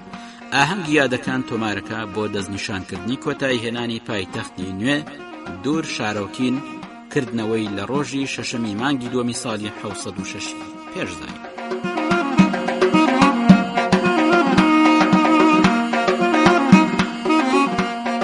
ئێمانی فەرمانڕەوای ئاژدودو و شیبیکتکۆی میلوخا.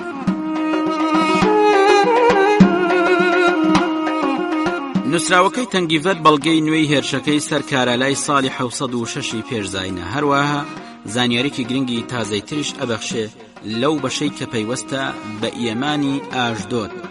ئەم بەشە زانیاریە نوێیە لە داهاتوودا داوا لە شوێنەوارناسەکانی میسرەکە بۆ پێداچوونەوەی زانستی بۆ مێژووی ئەو بۆچوونە ڕەهایی کە هەیەە لەسەر زنجیرەی فەرمانڕەوایی 25 میسر. بە کورتی ئێمە لە نووسراوەکانی تری سارجۆندا ئەزانین کە خەڵکی ئاژدۆت ئاهیمیتی لەسەر فەرمانڕەوایی هێناوەتە خوارەوە کە پێشتر سارجۆن ئەم کەسایەتەی لە جیاتی فەرمانڕەوایی نادڵسۆز ئازوری دانەوە. خەڵکی ئاژدۆت خۆیان فەرمانڕەوایەکی تریان بە ناوی ئێمانی دانا لە بری ئاهیمیتی. لە بەرامبەر ئەمەدا ئاشوورەکان هێزێکی سەربازیان نات بۆ چارەسەری ئەم یاخیبوونە لە ساڵی 712 یان 711 پێشزاین. ئێمانی ترس دایگرت و بۆ هەرێمی میسرەکان ڕایکرد. شاری ئاژدۆت گەمارۆدراو لەلایەن هێزە ئاشووریەکانەوە گیرە. خاوەندەکانی ئێمانی ژنەکەی مناڵەکانی کەلوپەلەکانی و خەڵکەکەی هەمویان وەکو تاڵانی ڕاگوێزران و دوورخیانەوە وەکو تاڵانی جەنگ. خەڵکی تازە نیشتەجێکران و فەرمانی سارجۆن سەپێنرا بەسەریاندا. لە نووسراوەکەدا ناوی فەرمانڕەوای میلوخای نەهێناوە کە ئێمانی هەڵاتووی بەدیلی بۆ سزادان بۆ سارجۆن ناردوتی. بە شێوەیەکی گشتی ئەتوانین فەرمان بدەین. ئەو فەرمانڕەوای میسر کە بەم کارە هەستاوە شەبەکایە کە 25مین فەرمانڕەوای میسرە. ئەم زنجیرە فەرمانڕەوە ناسراون بە کۆشیتی یان ناپەتەن کە لە نۆبیاوە هاتوون کە بۆ شوێنێکی کۆنەگەڕێنەوە بە ناوی میلوخلی کە لە دەقە ئاشووریە نوێکاندا هاتووە. فەرمانڕەوای شەباکە بۆ ساڵانی 716 بۆ 702 پێشزاین لەلایەن زۆرینەی لێکۆڵەرە تازەکانە گەڕێتەوە. هەرچەندە توانرێ بوترێت فەرمانڕەوایەتەکەی بۆ ساڵانی 714 بۆ 700 پێشزاین کە 2 ساڵی کۆتایی دەسەڵاتەکەی لەوانەیە لەگەڵ جێنشینەکەی بەشدار بووبێت. شەبەکە لەلایەن کوڕەزاکەی پیانکەهی بەدەستێنە. زۆرینەی شارەزایان و لێکۆڵەرەکان گەیشتونتە ئەو بڕیارە کە ماوەی فەرمانڕەوای شەبەکە بۆ ساڵانی 702 بۆ 690 پێشزاین بگەڕێتەوە. بەم پێ تەختی دەسەڵاتی کاتێک وەرگتووە سەنحاریب فەرمانڕەوا بووە. پەیکەرەکە هەرچەندە ئەمە پەیکەری بەردینی ئاشووریەکانە کە لە سەردەمی سارجۆنی دووەم هەبووە، هەڵکۆڵینی پەیکەرە بەردینەکان لەگەڵ نووسراودا یان بێنووسراو نەریتێکە لەلایەن خەڵکی میزۆپۆتامیا و بە چاکی تاقی کراوەتەوە بۆ کۆتایی 1003 ئەگەڕێتەوە. فەرمانڕەوەکانی میزۆپۆتامیا پەیکەرە بەردینەکانیان لە هەموو لایەکەوە نزیک ڕۆژهەڵات بەجێهێشتووە. لە نێوان گرنگترین نمونەکانی ئاشووری نوێ ئەوانن لە مەلامێرگی دۆزراونەتەوە کە پەیکەرەکانی تاگلات لاسەری سێمە، لە باڤیانیش پەیکەری سەنحاریب، لە جودیداخ پەیکەری سەنحاریب، لە ماڵتای پەیکەری سەنحاریب، لە نەهر ئەلکلیب پەیکەری ئەسەر حەدون. پەیکەرەکە و نووسراوەکەی تەنگیڤەر لە تاقێکدا دانراوە لەسەر ڕووی بەردی شاخەکە. تاقەکە بە بەرزی 170 سانتیم و پانی 150 سانتیمەترە. هەرچەندە پەیکەری ناو تاقەکە زیانی پێگەنراوە، بەڵام بەڕوونی کەسایەتێکی شاهانەی ئاشووریەکانە خاتە ڕوو بە شێوەی وەستانی بەپێوە. ڕووی لای ڕاستە دەستی ڕاستی بەرز کردوێتەوە و بە دەستی چەپی تەنێکی گرتووە. ئەم کەسایەتی شاهانەیە ڕیشێکی نمونەی ناسراوی ئاشووریەکانی هەیە کە شێوەکەی چوارگۆشەیە و بۆ خوارەوە هاتوێتەوە. شتێک بە پشتی و هەڵواسراوە لەوانەیە شەربە بێت و قەیتانێک بە کڵاوەکەی سەریەوە پێچراوە یان لەوانەیە کۆتایی پشتێنەکەی بە دەوری جلەکەی بەریدا بێت. ئەوەی کردوێت یەسەری بریتە لەو جۆرە کڵاوەی هەمیشە پاشاکان ئەیکەنە سەریان. لە شێوەدا لولەکیە. هەرچەندە ئەمە لەسەر ئەو وێنانەی سەرفراز نەبینراوە کە لەسەر کەسایەتیەکە خستوێنێتە ڕوو. گواستنەوەی ئازادانەی دیمەنەکان لەلایەن سەرفرازەوە وێنەی دەستە چەپی کەسایەتیەکە بە هیچ شێوەیەک دەرناخات، تەنیا پشگیری لەوەکە کە بە دەستی ڕاستی بەرزی کردوێتەوە، بەڵام وا دیارە لە دەستی چەپیدا گۆچانێکی پێیە. لە کاتێکدا کەسایەتی شاهانەکان لەسەر هەندێک پەیکەری بەردینی ئاشووری نوێ گۆچان بەدەستێکیان ئەگرن، بەڵام ئەم کەسایەتیە لەوە ئەچێت زیاتر سەوڵەجانی بەدەستەوە بێ. ئەمەش چاکترە گونجێ لەگەڵ ئەو تەنەی بەدەستی ڕاستیەوە دیارە. سنووری ئەیالەتی کارالا بەوردبوونەوە لە سەرچاوەکانی ئاشووری کاماژە بە ئەیالەتەکان و خاکەکانی خۆراوای ئێرانەدا ئەتوانین سنووری ئەیالەتی کارالا بە مەزەندە لەو پەڕی باشووری خۆراوای ئێراندا بنین، یاوەکو عیلام کە تا باشووری کرماشان ڕۆشتۆ و لوڕستان و کێوەکانی بەختیاریشی گرتوتەوە کە هاوسنوور بووە لەگەڵ لوڕستان. ئایەتی دیاکۆش کە لە 715 پێش زاین بە ناوی ئایەتی ئاشووری هاتووە بە ناوی مادای ناسراوە. ئالی پیش هەر بەو جۆرە لە باشووری کرماشان دراوسێ عیلام بوو. باکوورتریش لەوان لە کرماشان ئایەتی خارخار هەبووە کە خاوەنی بڕیار بوو. عەشیرەتەکانی مادیش لە هەمەدان لە تەرەفی باکوور و خۆڕەڵات تاوەکو چێوی بیکنی و قزل ئۆزون و دەوروبەری پڕاگەندە بوون. بەیەکێتی ماننا لەگەڵ ئاشوور توانیان ئازەربایجانی خۆرەڵات و بەشێک لە ئازەربایجانی خۆراوە و باکووری کوردستانی ئەمڕۆ تاوەکو وەگاتەوە بە دەوروبەری دیواندەرە دەستی بەسەردا بگرن. بەشەکانی خۆرەڵاتی دەریاچەی ورمێش لە دەستی گەلانی گۆتیۆمدا بوون کە بەشێک بوو لە یەکێتی ماناییەکان. بۆیە بەپێی ئەو دوو ئەیالەتە کارالا و ئالا بریا لەبەرەوەی دژی دەسەڵاتی ئاشوور هەستاون لەوانەیە شوێنیان کەوتبنە نێوان ئەیالەتی خارخار تاوەکو وەگاتەوە بە باشووری ماننا. ئەیالەتەکانی باشووری دامێنی خۆراوای زاگرۆزیش دراوسیان بووە. کارالا ئەگەر لە بنەچەدا شوێنی نووسراوی تەنگیڤەری سێگۆشەی شارەکانی ئەمڕۆی مەریوان و سەنەندەج و کامیاران بوو بێ، وای دانێم ئالا بریا لەوان زیاتر ژوورتر بوو، واتە دراوسێ خۆراوایی ماننا بوو. بە باوەڕی ئێمە دژە سروشتیەکەی تەنگیڤەر کە لەبارەیەوە قسەکەین شوێنی شکستی کۆتایی فەرمانڕەوایی کارالا بووە لە 708 تاوەکو 707 پێش زاین. نووسراوەکەی سارجۆن لەم قەڵا سروشتیەدا یادەوەریەکی ئاینی لەشکرکێشی ئاشووریەکانە کە بە باسی خواکانی کۆن دێتە بەرچاو. دوای ئەوە سەرەتا دێتە سەر باسی لەشکرکێشیەکان بۆ عیلام و سەرکوتکردنی هۆمبان نیگاش لە 720 پێش زاین لەگەڵ ناوهێنانی ئەو سەرزەمینانەی لەگەڵیان بوون یان لە ژێردەستیدا بوون. کارالا و شووردا و کیشەسو و خارخار و ئالیپی ئەو ئەیالەتانن کە ئەمڕۆ ئەکەونە ناو کوردستان و کرماشان، هەروەها خاکی مادیش لە دەوروبەری هەمەدان بووە. دوای ئەوانە نووسراوەکە ئاماژە بە باکووری خۆراوای ئێران مانای ماننا واتە ئاندیە و زیریم ئەدا، لەگەڵیشیا ئیمپراتۆریەتی ئاشووریش لە خۆرئاوادا ئەگاتەوە بە سووریا و تا میسریش بەردەوام ئەبێ لە ڕۆشتن. بۆ کردەش لە باشوور بۆ سەرکوتکردنی مەرد و بالادان و یەکێتی هۆمبان نیگاش عێلەکان لە 710 پێش زاین بە خاکەکانی خۆراوی ئێرانیش بەمانە گۆتیۆم و ئالیپی و ڕاشی لە سنووری عیلام گەیشتووە، هەر بەو شێوەیەش بە مادە دووردەستەکانیش. کۆتایی نووسراوی سەر پەیکەرەکەی تەنگیڤەر بە شێوەیەکی خراپ پارێزراوە. تێگەیشتنی ئەمە بۆ چەند بەشێکی زۆری بڕیاری کۆتایی نییە. لەگەڵەوەشدا توانین بڵین بۆ فەرمانڕەوایەتی پاشای ئاشووریەکان سارجۆنی دووەمەگەڕێتەوە. ئەم پەیکەرە وەکو یادەوەریەکی کردەی سەربازی دروستکراوە کە هێرشێک کراوەتە سەر خاکی کارالا لە ساڵی 706 پێش زاین. بۆیە ئەبێت تێبینیەوە بکەین کە نووسراوەکە زانیارێکی بەسوودە گەیەنێک کە پەیوەستە بە پەیوەندی مێژووی ئاشووریەکان لەگەڵ میسریەکان.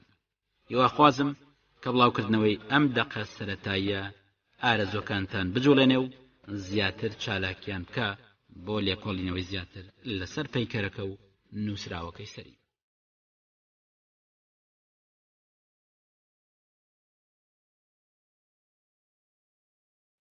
خۆشەویستان، ئەڵقەیەکی دیکەی بەرنامەی شارستانیەتی کورد لە نێوان شوێنەوار و مێژوودا پێشکەشکرا تا ئەڵقەیدا و ڕێز و سڵاوی کارزان محەممەد جێبەجێکار پێشڕەمە پێشکەشکار پەسەند بفەرمون. بەخواتان ئەسپێرین، خواتان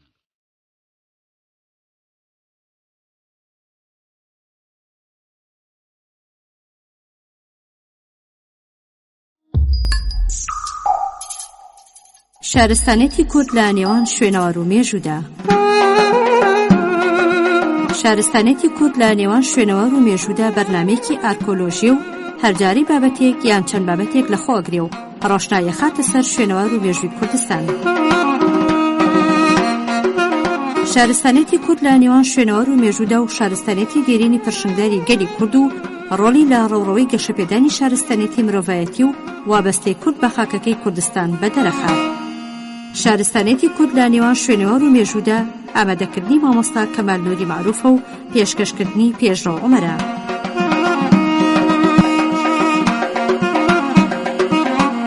شارستانێتی کورد لە نێوان شوێنەوار و مێژوودا. خۆشەویستان، خۆشحاڵین دێنەوە خزمەتتان بۆ پێشکەشکردنی ئەڵقەیەکی دیکەی بەرنامەی شارستانیەتی کورد لە نێوان شوێنەوار و مێژوودا. ئاواتەخوازیین جێگەی سوود و کەڵکی هەمووان بوو. مرۆڤ کارکردنی لە بواری کشتوکاڵیدا.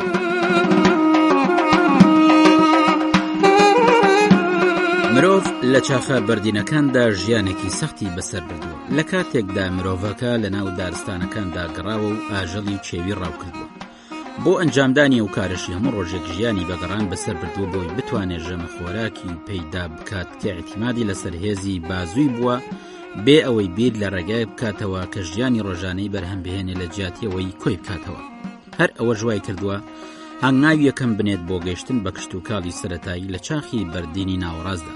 بەهۆی ئەو کارەشی هەندێک ئامێری بەردین دۆزرانەوە کە دواتر لە چاخی بەردینی نوێژدا بەردەوامی بەکارهێنانی بە شێوەی ئامێری کشتوکاڵی هەر بووە. هەندێک لە زاناکانی ژەڵێن کە ئەو ئامێرانە لە چاخی پێشوودا لە دۆزینەوەی ڕووەکی چێویدا بەکارهێنراوە. کشتوکاڵیش لە چاخی بەردینی نوێدا دەستی پێکرد کە بە دوایدا ئامێری تایبەت بەو چاخش دەرکەوت. ئێمە لای خۆمانەوە نازانین کەی کشتوکاڵ دەستی پێکردووە و چۆن دۆزراوەتەوە، بەڵام باوەڕ وایە کە ئافرەت ڕێگەی خۆش کردو بۆ دۆزینەوەی کشتوکاڵ، چونکە هەموو ئەو شتانەی لەسەر زەوی هەڵگرتوتەوە کە خوراون. ژنیش بەری درەختەکانی وەکو بەڕوو کردوتەوە و هەنگوین و دانەوێڵەشی کۆکردوونەتەوە. باوەڕیش وایە کە کشتوکاڵ لەو کاتەوە دروست بۆ کە مرۆڤ تۆی بە سوتفە لەسەر زەوی کۆکردوتەوە و هەر لە ناو خۆیدا جێهێشتووە، بەوەش فێری کشتوکاڵ بووە. تاکو ئێستاش لانکەی کشتوکاڵی یەکەم تەواو نازاندرێ، بەڵام پێچێت کوردستانی باشوور واتە قەڵاچرم و لانکەی شارستانەتی یەکەم بێ بۆ کشتوکاڵ. هەر لێرەشەوە کشتوکاڵ بە ئێران و تورکیا گەشتووە و لەوێشەوە بۆ هێند چووە. کشتوکاڵیش بە شێوە ساناییەکەی بە ئامادەکردنی پارچە زەویەک دوای چێڵانی بە عەسایەک و پاکردنەوەی و تۆپیەوەکردنی دەستی پێکردووە. یەکەم ئامێری کشتوکاڵیش عەسایەک بووە، سەرەکەی تیژ کراوە و زەویەکەی پێچێڵراوە. سۆنیاکۆڵ زانای گەورە لە کتێبەکەیدا باوەڕی وایە ئەوە بە ناوی شۆڕشی چاخی بەردینی نوێ دیاریکراوە کە تێیدا عەسای کێڵەر لە ناوچە وشکە دیارەکاندا بەکارهێنراوە بۆ هەڵکەندنی زەویەکە، بەڵام زەوی نەرم بەلقەدارێک چێڵراوە کە لە لقی دارەکان کراوەتەوە. ئەو ئامێرە کشتوکاڵیانە بەکارهێنراوە کە لێوارەکانی تیژ بۆ و دەستکێکی تەختەی بووە لە شێوەیدا چۆتەوە سەر پارچە کۆڵە و بۆ هەڵکەندنیش بەکارهێنراوە. وا دەرەکەوێت پاچەکۆڵە لە شیکردنەوەی گڵی زەوی و هەڵکەندنی یان هەڵگێڕانەوەی گڵەکە بەکارهێنراوە. بەمانایەکی تریش پاچەکۆڵە ئامێرێکی پێشکەوت و شێوە عەسایەک بۆ لە هەڵکەندنی زەویدا بەکارهێنراوە. لێرەداڵین پاچەکۆڵە ئامێرێکی وەکو گاستن وا بۆ زەوی چێڵان بەکارهێنراوە و لە چاخی بەردینی نوێژدا ناسراو بووە. لەو ئامێرە کشتوکاڵیانەی تریش کە دیارن دازدێت، ناوبراو پێکاتەوە لە دەستکێکی ئێسقان یان تەختەیەک کە بەردە ئەستەی پێوە جێگیر کراوە. ئەوەش بەهۆی مادەیەکی لکێنراو بووە، مادەکەش زۆرینەی کات پیر بووە. وەکو دیارە و باس کراوە داسی بەردە ئەستێ لە چاخی بەردینی ناوڕاستەوە کۆڵێن لە دروێنەی ڕووەکی کێویلەی گەنموجۆ و غەیری تر بەکارهێنراوە. هەروەها داسیش بۆ گەلێک مەبەستی تریش بەکارهێنراوە وەکو بڕێنی دار و گژوگیا. داسی بەردەستێش لە کەریمشایر و قەڵاچەرم و تلحەسوونە و غەیری ئەوان دۆزراوەتەوە، واتە دوو چاخی گرتوتەوە، چاخی بەردینی ناوڕاست و چاخی بەردینی نوێ. وا دیارە خەڵکی ئەو شوێنەوارانەش کە ناوبران گوڵەگەنم و جوان بەهۆی ئەو داستەوە پێدووریوەتەوە کە پێچێت دەستکی لە ئێسخان یان تەختە بووبێت. لەسەر بەردە ئەستێکەش بریسکەیەک بەرچاوەکەوێت، ئەوەش لە ئەنجامی بەکارهێنانی چەند جارەیدا بووە لە بڕینی گوڵەکاندا و دروێنەیانە کە بەکارهێنراوە. بۆیە لەوانەی باسمان کرد دەرەکەوێت کە ئامێرەکانی کشتوکاڵ لە وڵاتی میسۆپۆتامیا لە چاخی بەردینی نوێدا چەند جۆرێک بوون، لەوانە پاچەکۆڵەی سێگۆشەی کە لە چەند شوێنێک دۆزراوەتەوە، وەکو چینی یەکەمی حەسوونە کە لە شیکردنەوەی زەویدا و پاکردنەوەی لە گژوگیا بەکارهێنێناوە و بەردەوامیشی لای دانیشتوانەکە بووە هەتاوکو چینی حەوتەمی حەسوونە. هەروەها لە کوردستانیشدا داز ناسراو بووە کە لە دروێنەی دانەوێڵەدا بەکاریان هێناوە. لە میسۆپۆتامیاشدا ئامێرەکان دەرکەوتون کە ناویان لێناون و سیفاتی پاچەکۆڵە و بێڵ و هاوشێوەکانی تریان بووە کە لە زۆرینەی وڵاتە دراوسێکانیشدا دەرکەوتون یان هەبوون. لە ڕاستیدا ئەم ئامێرانە کە لەوە بەرباسمان کردن، بڵاوبوونەوەیان بۆ چاخی بەردینی ناوەڕاست و چاخی بەردینی نوێ ئەگەڕێنەوە کە لە کەریم شاعری چەمچەماڵ و گردی چای هەولێر دۆزراونەتەوە. لە ناو لێکۆڵەرەوەکاندا جیاوازی هەیە لە دانانی سنوور بۆ ئەو ئامێرانە، لەوانە پاچەکۆڵە یان بێڵ. لەو ئامێرانن لە دانانی سنووری کارەکانیاندا چەند کارێکی تر بەکارهێنرا و لە شێوەی ئامێری گشتیدا سیفاتی وەرگرتووە کە بۆ بڕینی دار و ڕاو و شەڕ و لە جوانکردن و سافکردنی قاپ و قاچاقیشدا بەکارێن هێناوە. گرنگترین بەروبوومی دانەوێڵە لە میسۆپۆتامیادا گەنموجۆیە کە بە پلەی یەکەم دێن و خۆراکی سەرەکین بۆ دانیشتوانەکەی و چاندنی کشتوکاڵیش لە شوێنەوارەکانی وەکو قەڵاچەرموم، تلسوان و هەتاک و ئومددەباغیە و غێری تریش بڵاوبۆتەوە. هەروەها تۆوی ڕۆکی کەتان لە تلسوانیش دۆزراوەتەوە. کەتانیش لە کاری چنیندا بە شێوەیەکی زۆر لە نێوان دوو ڕووباردا لە چاخی بەردینی نوێدا بەکارهێنراوە. ئەوەی شایانی باسکردنە تۆی فاسۆلیا و نیسک لە قەڵاچەرموش دۆزراونەتەوە. ئەمانەی باسمان کرد ئەچنە ناو کارەکانی کشتوکاڵی ڕۆکی مرۆڤەوە کە زاناکان پێی ئەڵێن زاراوەی ماڵیکردنی ڕۆکەکان. ئەو ئامێرانەی تریش کە پەیوەستن بە کشتوکاڵەوە دەستکە دۆڵ و دۆڵ ئەگرنەوە کە لە هاڕینی دانەوێڵەدا بەکارهێنراون. هەروها دەستاڕیش لە هاڕیندا بە مقدارێکی زۆر هاوبەشی کردووە زیاتر لەوەی دۆڵ و دەستکە دۆڵ هاڕیوێتی.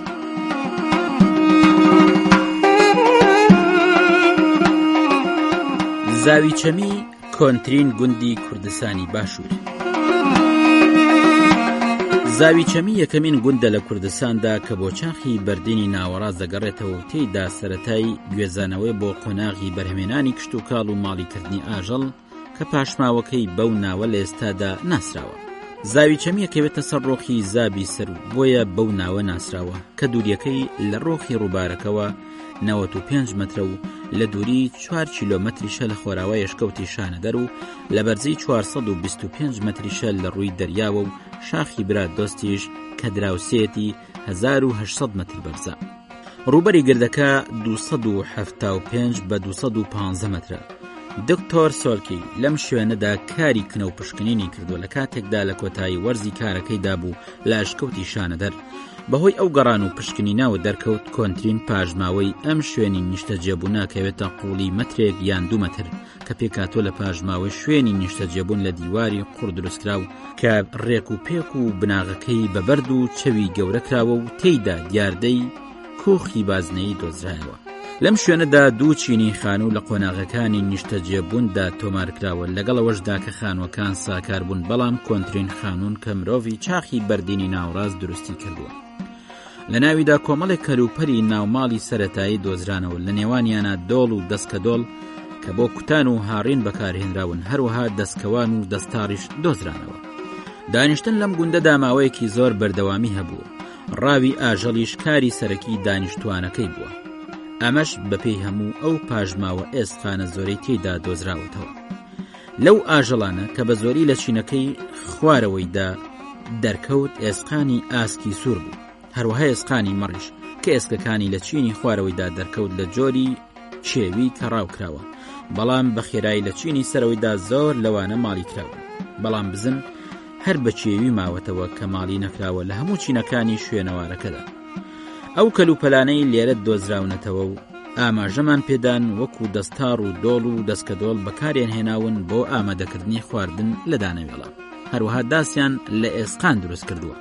ئەمەش ئاماژەی بۆ ئەوەی زانیاریان لەسەر کشتوکاڵی سەرەتایی هەبوو، بەڵام نەدۆزینەوەی پاژماوەی دانەوێڵەی ماڵی کە بەدەستی مرۆڤ چێنرابێ ناتوانین بڵێن مرۆڤ لە کوردستانی باشووردا توانی بێتی لەو قۆناغەدا کشتوکاڵی کردبێت. بۆی ئەتوانین بڵێن ئەو کەلوپەلانەی دۆزراونەتەوە بەکارهێنراون بۆ ئامادەکردنی خۆراک لە گەنمەچێوی لە کە دانیشتوانەکە توانیویانە کۆی بکەنەوە. جگەلەوەش بەڕوشیان کۆ کردوتەوە کە لە شاخەکانی ناوچەکەدا زۆر بووە لەو سەردەمە کۆنەدا. هەروەها هێلکە شەیتانۆکەشیان خواردووە کە بەشێک بۆ لە خۆراکی ڕۆژانەیان.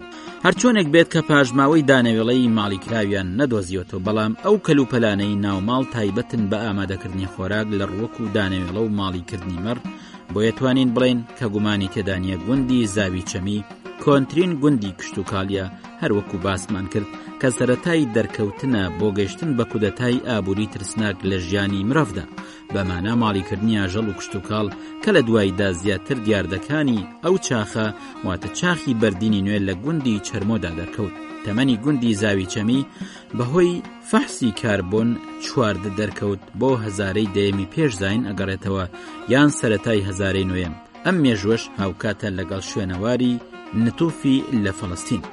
پەیوەندی ئەشکەوتی شانەدەریش بە گوندی زاوی چەمی کە نزیکە لێوەی وا دانراوە. ئەشکەوتی ناوبراو لە قۆناغی چینی بایەک نیشتەجەیەکی زستانەی خەڵکی گوندی زاوی چەمی بووە کە لە هاویندا تێیدا ژیاون. هەر لەو چینی بایەکەدا لە ئەشکەوتەکەدا کە هاوتەمەنی گوندەکەیە ژمارە گۆڕ دۆزرانەوە پێچێت هی خەڵکی گوندەکە بن.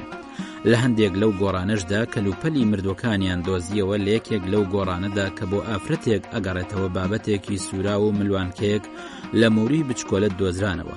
هەروەها لە گۆڕێکی تریشدا دیاردەی سەکۆی بچکۆلە لەبەر دۆزرایەوە کە هەندێکیان بە شێوەی کەوانەیی دانرابوون. لە دیواری شوورای کەوانەیی ئەچوو کە لە گوندی زاوی چەمی لەوە بەر دۆزرابەوە. هەروەها لە گۆڕێکی تریشدا بەردە ئەستەیەک دۆزرایەوە کە بە قیر پەیوەسترا بوو بە ئێسقانێکی درێژەوە. ئەمانە هەمویان بەڵگن بۆ بوونی ڕێوڕسمی تایبەت بە مردو شاردنەوە و باوەڕی کۆنی کۆنترین دانیشتوانی گوندێک لە کوردستاندا. لەو ئاسەوارانەی تریش کە لە ئەشکەوتەکە و گوندەکەشدا دۆزرانەوە ئاماژەیە بۆ پەیوەندیەکانی بازرگانی لەگەڵ شوێنە دوورەکاندا، لەوانە بەردی ئۆبیدی گڕکان کە یەکێک لە سەرچاوەکانی ناوچەی گۆلایوانە، هەروەها هێنانی قیر لە ناوچەی کەرکووکی کوردستانی باشوور. جگە لەمانەش پاژماوەیەکی کەم لە مسی خاویش دۆزرایەوە، هەرچەندە سەرچاوەکەی نازانرێ، بەڵام لەوانەیە لە باکووری دیاربەکرەوە هێنابێتیان. ئەو شێوازەی لە دروستکردنی ئامێرە بەردینە دۆزراوەکانی گوندی زاوی چەمی یان لە چینی بایەکی ئەشکەوتی شانەدەر دۆزرایەوە هاوتەمەنی یەکتر بن. بەوەش دیارە لە پیشەسازی زەرزیەوە وەرگیراوە چاخی بەردینی ناوەڕاست. لەو ئامێرانش کە دروستکراون بە پێی شێوازە نوێکە ئامێری بەردینی دروستکراوە بە ڕێگەی فشار و بیرازکردن وەکو دەستکەوان بۆ هاڕاوەکان، هەروەها دۆڵ و دەستکەدۆڵ. لە کۆتایی قسەکانماندا لەسەر گوندی زاوی چەمی ئامێری دروستکراو لە قوڕ نەدۆزرایەوە وەکو سواڵەت و بووکەشوشەی قوڕین، هەروەها سەرەتەشیش نەدۆزرایەوە کە بەڵگە بێ بۆ زانینی ڕستن و چنین، بەڵام پاچە سەبەتە و حەسیر دۆزرانەوە. چەند ئامێرێکی تریش دۆزرانەوە کە لە ئێسقان دروستکرابوون وەکو درەوشە و ئامێری لێکەرەوە و تەوری بچکۆلە و چەقۆ و دەستکیداس. زۆر لەو ئامێرانش کە لە ئێسقان دروستکرابوون لەسەر شێوەی ئەندازیاری دروستکرابوون، هەندێکیان بۆ جوانی بەکارهێنراون. پێویستە لێرەدا ئاماژە بۆ بدەین لە شتانەی کە بۆ جوانکاری دروستکرابوون وەکو مووری ملوانکار کە لە ئێسقان بوو یان لە ددانی هەندێک ئاژەڵ، هەندێکی تریش لە بەردێکی سەوز کە بەستیاتایت ناسراوە یان لە مسی خاو، لە ئامێری جوانکاریش بەرمور یان ملوانکە کە لە بەردی ئەردواز دروستیان کردووە کە بە هەندێک هێڵی هەڵکۆڵرا و جوان کراوە.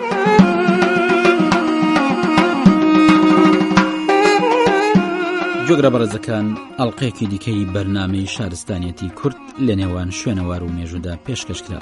تا ئەڵقەی داهاتوو ڕێز و سلاوی کارزان محەممەد جێبەجێکار پێشڕامە پێشکەشکار پەسەند فەرموون. بەخواتان نسپێرین.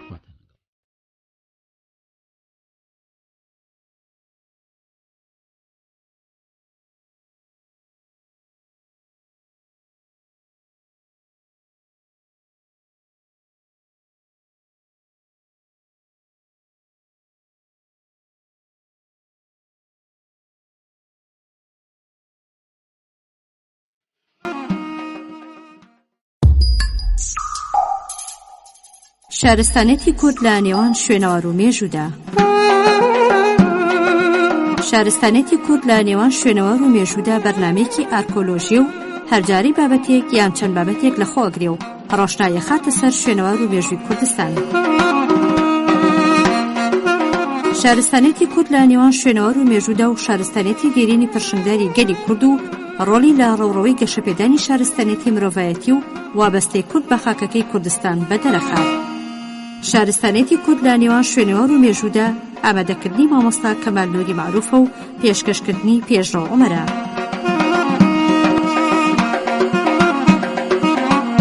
شارستانێتی کورد لە نێوان شوێنەوار و مێژوودا. خۆشەویستان، خۆشحاڵین دێنەوە خزمەتتان بۆ پێشکەشکردنی ئەڵقەیەکی دیکەی بەرنامەی شارستانیەتی کورد لە نێوان شوێنەوار و مێژوودا. ئاواتەخوازین جێگەی سوود و کەڵکی هەمان بێ. ئاگر لە ڕۆژگاری مادەکان، هاخامەنشیەکان و ساسانیەکان. شوێنەوارێکی مێژووی کە لە ڕۆژگاری مادەکانەوە لە ئیسحەق ئاون ماوەتەوە نووسراوێکە کە پەیوەندی بە سەدەی هەشتمی پێشزاینەوە هەیە کە لە ئێستادا دووکانی داودی پێڵێن و گۆڕێکە لە جەستەی چیاکدا تاشراوە.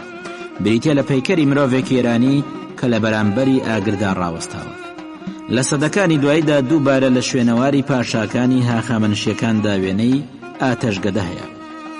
لە سەردەمی ساسانیەکاندا ئاگردان هێمایەکی نەتەوەییە و لە سەرڕووی دراوەکانی ئەو ڕۆژگارەدا وێنەی کێشراوە. کاریگەری و ڕەوشتی پەروەردەی ئاگر لای ئێرانیەکانی دێرین بە ئەندازەیەک بوو کە لە هەموو ڕوویەکی ژیانیانەوە کاریگەری بەسەر ڕەوشت و پەروەردەکردنەوە هەبوو. کاریگەری ئەم ئاینە دێرینە لە ئێرانی سەردەمی ئیسلامیشدا بەرچاوەکەوێ. بۆ نمونە لە شەوی چوارشەمەی کۆتایی ساڵ ئاگرەکەنەوە.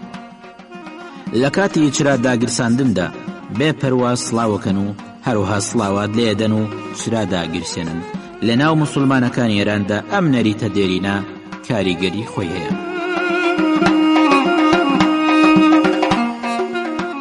ئاگر لە لای زەردەشتەکانی ئێستا. زەردەشتەکان هەروەکو باو باپیرانی خۆیان ڕێزێکی زۆر لە ئاگرەگرن و لە ئاگردانەکاندا ئاگر هەمیشە کراوە و گردارە و چاودێریەکرێت. ئەمڕۆکەش زەردەشتەکان هەروەک ڕابردوو لە پرزگاکانیاندا فو لە ئاگر ناکەن. موبدەکان لە کاتی سرود خوێندنەوەی ئاوێستادا لە بەرامبەر ئاگردانەکاندا دەمامک لە دەمیان هەڵەبەستن کە بریتیە لە پارچەیەکی چوارگۆشە کە موبدان بە دەمیەوە ئەبەستێت. زیاد لە ئاگری ئاگردانەکان و ئەو ئاگرە ئاساییانی کە لە ماڵەکاندا بۆ چێژلێنان و کاری دیکە بەکاردێن خاوەنی ڕێزن و هیچ کاتێک پیسی ناکەن بە پاکی ڕایگرن. ئاگر پەرستی. موسڵمانە ئێرانیەکان لەبەرەوەی کە زەردەشتیەکان ڕێز لە ئاگرەگرن پێیان ئەڵێن ئاگر پەرست. لە کاتێکدا کە زەردەشتیەکان بە ناونیشانی خوددا تەماشای ئاگر ناکەن، بەڵکو بە هەمان شێوە کە پەیکەر و خاچی حەزرەتی مەسیح یان حەزرەتی مریەم کە مەسیحیەکان ستایشیانەکەن، زەردەشتیەکانیش بە هەمان شێوە ڕێز لە ئاگر ئەگرن و ستایشیەکەن، نەک بە تەنها ئاگر بەڵکو هەر چوار تخمەکە ئاو و خاک و باو ئاگر ڕێزیان لێگرن و ستایشیانەکەن. ئەلبومەعالی دانەری کتێبی بەیان الئەدیان ئەڵێت مەزهەبی زەردەشتیەکان لە ئاگرپەرستیدا هەر ئەوەندە بووە کە مەزهەبی بتپەرستەکانی عەرەب سەبارەت بە بت هەیان بووە. فەرهەنگنووسان نووسیویانە زەردەشتیان چونکە توخمەکان و ئەستێرەیان ستایش کردووە و هەمیشە خەریکی ئاگرکردنەوەی ئاتەشگەتەکانیان بوون، نەشارەزاکان بە ئاگرپەرستیان ئەزانن. ستایشی ئاگر لە ڕووی فەلسەفیەوە. لە حکمتدا شەوقی ڕووناکی هۆی ڕاستی بوونەوەرە کە خۆشەویستی و میهر و هەموو سۆزەکانی دیکە لە ڕووناکی و جمۆجۆڵ زادەی ڕووناکین. مەین و بەستن زادەی تاریکین. لە فەلسەفەی ئەشراق داڵێت نور الئەنوار گەوهەری ڕووناکیەکان خوای دروستکەری ئاسمان و زەویە، لەسەر ڕووی زەوی نوێنەری هەیە. پیرۆزبوونی ئاگر لە نێو هەموو نەتەوە دێرینەکاندا بە تایبەتی لە ناو ئاریاییەکاندا هاوبەشە و هەمیشە جێگەی ستایشکردنێکی تایبەتی بووە، چونکە ئاگر دۆست و هاودەمی مرۆڤ بووە و ئاگر لە وەجاخی بنەماڵەکاندا قەرەبووی گەرمی خۆریە کرد. ئاگر لە پەرزگاکاندا هۆ بووە بۆ پەیوەندیکردن بە جیهانی میتافیزیکی ڕۆحانیەوە و نزا و دوعاکانی مرۆڤی لەگەڵ گڕ و گڵپەی خۆیان بەرەو ئاسمانە برد. زیاد لەم هۆیانش چونکە بە باوەڕی ئێرانیەکان ئاگر دەستکردی ئاهورا مەزدایە و هەر شتێک کە دەستکردی ئاهورا مەزدا بێ ئەبێت ڕێزی بگیرێت و ستایشی بکرێت. لەبەر ئەمە ئاگر ڕێزی لێگیراوە و ستایشی کراوە و بەلای ئاریەکانەوە پیرۆز بووە. ئاتەشگەدەکان لای ئێرانیەکان ئاگر بەخششێکی یەزدانیە و بۆ پشتیوانی مرۆڤ لە ئاسمانەوە بۆ سەرزەوی هاتۆتە خوارەوە، چونکە مرۆڤ بۆ سێ دەستەی زانایان، پێشەوەیان، جەنگاوەران و سوپایەکان و گەشتیاران دابەش بوون و بۆ پشتیوانی لەم سێ دەستەیە سێ ئاتەشگەدە کرایەوە و هەر یەکێک لەو پەرستگانە چاودێریکەر و سەرپەرشتیکەری یەکێک لەم دەستانە بوون. لەبەرەمە سێ ئاگرگای گەورە دروست کران. یەکەم ئاتەشگەدەی ئازەرفرنیخ کە چاودێریکەری پێشەوەیان و زانایان و نووسرانە. جێگەکەی لە کاویان ناوچەی لارستانی ئەمڕۆکەدا لە خاکی فارسدا کرایەوە و هێشتاکە کەلاوە ڕووخاوەکانی لە نزیک لارستان بەرچاوەکەوێ. دووەم ئاتەشگەدەی ئازر کشنسب کە چاودێریکەری هەموو گەورە پیاوانی سوپایی و نەجیبزادەکان بوو. ئاگری شاهنشاهیشی ناو بووە و لە ناوچەی ئازەربایجاندا بووە. ئەم ئاتەشگەدەیە خاوەنی گەنجینێکی گەورە بوو، زیاد لە هەموو ئاتەشگەدەکان لە نووسراوەکاندا ناویبراوە. سێم ئاتەشگەدەی ئازەر بەرزینمیهرە کە چاودێریکەری جوتیاران و کشتیارانە و لە ناوچەی خۆراسان بووە لە نەیشاپور. ئێرانیان ئەم سێ ئاتەشگەدەیان لە نێو هەزاران ئاتەشگەدە کە لە سەراسەر ئێراندا کرابوونەوە گەلێک بە گەورەتردانە. سەبارەت بە شێوەی چۆنێتی خانووی ئاتەشگەدەکانی ئێرانی دێرین کریستنسن ئەنووسێ نەخشە یا شێوەی چۆنێتی خانووی ئاتەشگەدەکان لە هەموو شوێنێکدا وەکو یەکوا بوو. ئاگردان لە ناوەڕاستی پەرستگادا بوو، هەمیشە ئاگری پیرۆزی تیاکراوە بوو، وەکو باو بوو هەر ئاتەشگەدەیەک هەشت دەرگا و چەند ژووری هەشت گۆشە واتە هەژلای هەبوو. نمونەیەکی ئەم جۆرە خانوانە ئێستا لە شاری یەزدا هەیە. مەراسیمی ئامادەکردنی ئاگر.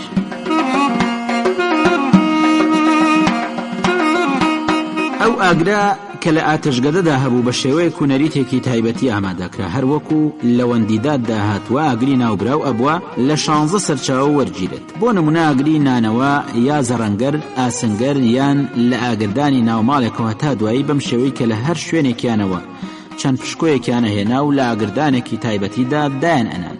لە دواییدا چەند لەقەدارێکی سندلیان لە ناو دەفرێکدا لەسەر یەکێک لە ئاگرەکان دانا تاکو بە گەرمای ئاگری ژێر دەفرەکە دارە سەندەلەکانی ناو دەفرەکە داگیرسن. لە دوای سووتانی دارە سەندەلەکان لە دەفرێکی پڕ لە داری سەندەلی دیکەدا بە هەمان شێوە لەسەر ئەو دەفرەی پێشوو دائەنە تاوەکو دارەکانی ئەوانیش داگیرسان و گڕیانەگرت. ئەم کاریان 9 جار دووبارە کردەوە. لە دوای تەواوبوونی ئەم کارە سەبارەت بە یەک ئاگر ئەم ئاهەنگیان لەبارەی ئاگرەکانی دیکەشەوە ئەنجامەدا. لە دواییدا هەموو ئەو ئاگرا پاڵاوتەکەیان لە مەقەڵێکی گەورەدا کۆ کردەوە و لە ئاتەشگەدەدا دایان ئەنا.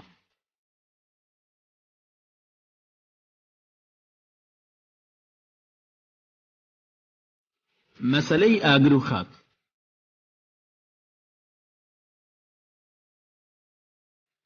لە دوای گەشەسەندنی ئیسلام لە ئێران و ڕووخاندنی ئاتەشگەدەکان ڕێز و پیرۆزی ئاگر لە ناو ئێرانیەکاندا لاواز بوو، بەڵام گرنگی ئاگر تا ئێستاش هەرماوەتەوە. فردەوسی کە ئاگری بە نوێنەری تێشکی ئێزدانا و بە قیبلە واتە ڕووگەی ئێرانیەکانی پێناسە کردووە. بە بیرروباوەڕی ئەو ئاگری یەکەم هێوێنی دروستبوونی جیهانی جەستەییە و هەموو گەوهرەکانی شەو گردون لە ئاگر دروستراوە، بەڵام بە پێچەوانەی ئەو ئەسەدی شاعر ئاگر بە سوک ئەژمێرێ. ناوبراو بەهۆی دەمارگیری ئاینیەوە لە هەموو شوێنێکدا زەوی لە هەموو تۆخمەکانی دیکە بە گەورەتر و بە تایبەتی لە ئاگر بە پیرۆستری دانێ، تەنانەت لە نەفرەتکردن لە ئاگر خۆی نەئەپاراست. جەژنەکانی ئاگر. بەهۆی ئەوە کە لە ئاینی زەردەشدا و لە ناو ئێرانیەکانی دێریندا زیاد لە هەموو ئاینزاکان و نەتەوەکانی دیکە ڕێزێکی گەوریان لە ئاگرەگرت، شتێکی سروشتی بوو کە بۆ ئاگری سودبەخش چەند جەژنێک بەرپاکەن. لە ناو ئەم جەژنانەدا هەندێکیان تەنها جەژنی ئاینی و نەتەوەیی بوون. ناسراوترین جەژنیان جەژنی سەدە بوو کە نەک تەنها لە ڕووی مەزەبیەوە گەلێک گرنگ بوو، بەڵکو لە ناو کۆمەڵانی خەڵکا گرنگیەکی زیادیان پێدا و ئێستاش لە لای زەردەشتیەکان هەروەکو جاران بەڕێز و شکۆمەندە. ئەم جەژنە لە ڕۆژی دێمی ڕێبەنداندا بوو، بە ئاهەنگێکی شکۆدار ئەنجامدرا. جەژنەکانی دیکە بریتین لە ئازرچشن جەژنی ئاگر کە لە مانگی سەرماوەزدا بووە، جەژنی شەهری ئۆرگان کە لە ڕۆژی چوارەمی مانگی خەرماناندا بوو، جەژنێکی دیکەش لە شەوی چوارشەمەی کۆتایی ساڵ یانی مانگی ڕەشەمێدا بوو. ئاتەشگەدە گەورەکان لەم سەردەمەدا گەورەترین و کۆنترین ئاتەشگەدەی وەهرامی زەردەشتیان لەدەی ئۆدڤادە لە ئەیالەتی گوجراتە کە لە کەناری خۆراوەی هیندستانە و ئاگرەکەی بەناوی ئاگری ئێرانشا ناسراوە و زیارەتگای زەردەشتیەکانە. ئەو ئاگرە کە لە ئاتەشگەدەی وەرهرامدایە لە ڕۆژگارانی دێریندا کە مێژوەکەی بەتەواوی نازانین، هەمیشە لە ژوورێکی تایبەتیدا لەلایەنی فەرماندەری گەورەی زەردەشتیانی یەزد پارێزگاری لێکرێت تاکو بەردەستی دوژمنانی زەردەشتی نەکەوێت و لە ناو نەچێت. ئەم دۆخە تا سەردەمی نەسرەدین شا درێژەی کێشا لە ساڵی 1853 زاینی واتە 1233 کۆچی هەتاوی لە شاری بۆمبای ئەنجومەنێک بەناوی ئەنجومەنی چاکسازی بارودۆخی زەردەشتیەکانی ئێران پێکات و لەلایەنی ئەو ئەنجومەنە و کەسایەتیەک بۆ سەرپەرشتیکردنی زەردەشتیەکانی ئێران کە لەو ڕۆژگارەدا لەژێر گوشاردا بوون هات بۆ ئێران و بە یارمەتی دارایی زەردەشتیەکانی گەڕەکی دەستورانی یەزد ئاگری وەرهرامی بەرپا کرد. چەند ساڵێک دوایەوە کە باڵەخانەی ئاتەشگەدەی وەرهرام ڕوە و وێرانی ئەچوو، ئاتەشگەدەیەکی دیکەی وەرهرام بە یارمەتی زەردەشتیەکان لە شەقامی وەلیعەهدی یەزد لە تەنیشت گەڕەکی دەستوران کرایەوە. لە تاران بە زۆربوونی ژمارەی زەردەشتیەکان ئەنجومەنی زەردەشتیان لە ساڵی 1286 هەتاوی ئاتەشگەدەیەکیان کردەوە، ئادریان کە پەرستگای زەردەشتیەکانی تارانە لە شەقامی ئەستالیندایە بەرامبەر کڵێسای ئەرمەنیەکان.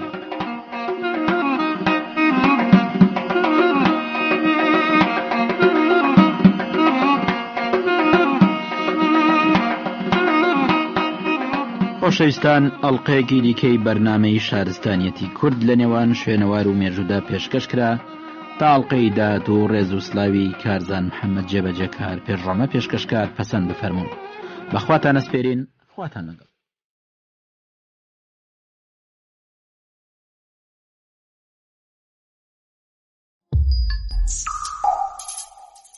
شارستانێتی کورد لە نێوان شوێنەوار و مێژوودا.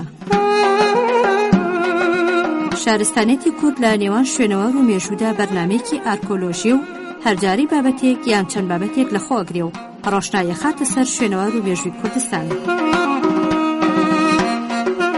شارستانێتی کورد لە نێوان شوێنەوار و مێژوودا و شارستانێتی دێرینی پرشنگداری گەلی کورد و ڕۆڵی لە ڕێوڕەوەی گەشەپێدانی شارستانێتی مرۆڤایەتی و وابەستەی کورد بە خاکەکەی کوردستان بەدەرەخات. شارستانێتی کورد لە نێوان شوێنەوار و مێژوودا ئامادەکردنی مامۆستا کەمال نووری معروفە و پێشکەشکردنی پێشڕۆ عومەرە. شارستانێتی کورد لە نێوان شوێنەوار و مێژوودا. خۆشەویستان، خۆشحاڵین دێنەوە خزمەتتان بۆ پێشکەشکردنی ئەڵقەیەکی دیکەی بەرنامەی شارستانیەتی کورد لە نێوان شوێنەوار و مێژوودا ئاواتەخوازین جێگەی سوود و کەڵکی هەموو بێت. ئەسکەندەری گەورە لە مێژوودا بەشی دووەم و کۆتایی. ئەسکەندەری مەکەدۆنی و دەسەڵاتی ئەسکەندەر پێش مردنی باوکی بەدیارکەوت کاتێ فلیپی باوکی لە دەرەوەی مەکەدۆنیا خەریکی کپکردنەوەی شۆڕش بوو. لەو کاتەدا هەندێک لە هۆزەکانی باکوور لە دەسەڵات دەرچوون. ئەسکەندەر سوپایەکی ئامادە کرد و توانی لە شەڕێکدا بەسەریاندا سەرکەوێت. لەلایەکی تر ئەسکەندەر سەرکەوتنێکی گەورەی بەدەستێنا لە شەڕی خەیرونیا سەرکردایەتی سوپاکەی وەرگرت لە ساڵی 338 پێشزاین کاتێ ئەسکەندەر تەمەنی 20 ساڵ بوو کاتێ باوکی کوژرا. بەر لە مردنی فلیپ هەموو پێویستێکی بۆ کوڕەکەی ئامادە کردبوو. بێگومان ئەسکەندەریش هەر لە مناڵیەوە لەژێر چاودێری ئەرستۆدا بوو شارەزاییەکی باشی لە کاروباری جەنگی پەیدا کردبوو. کاتێکاتە دنیاوە دەوڵەتێکی بەهێز لەلایەن فلیپی باوکیەوە لە مەکەدۆنیا بۆی دامەزرا بوو. لەگەڵەوەی ماوەی فەرمانڕەوەی ئەسکەندەر زۆر کورد بوو، بەڵام توانی سەرکەوتن بەدەست بێنێ بە تایبەتی پاژەوەی ئەو شۆڕشانەی لە دوای مردنی باوکی لە یۆنان سەری هەڵدا بوو لە ناوی برد.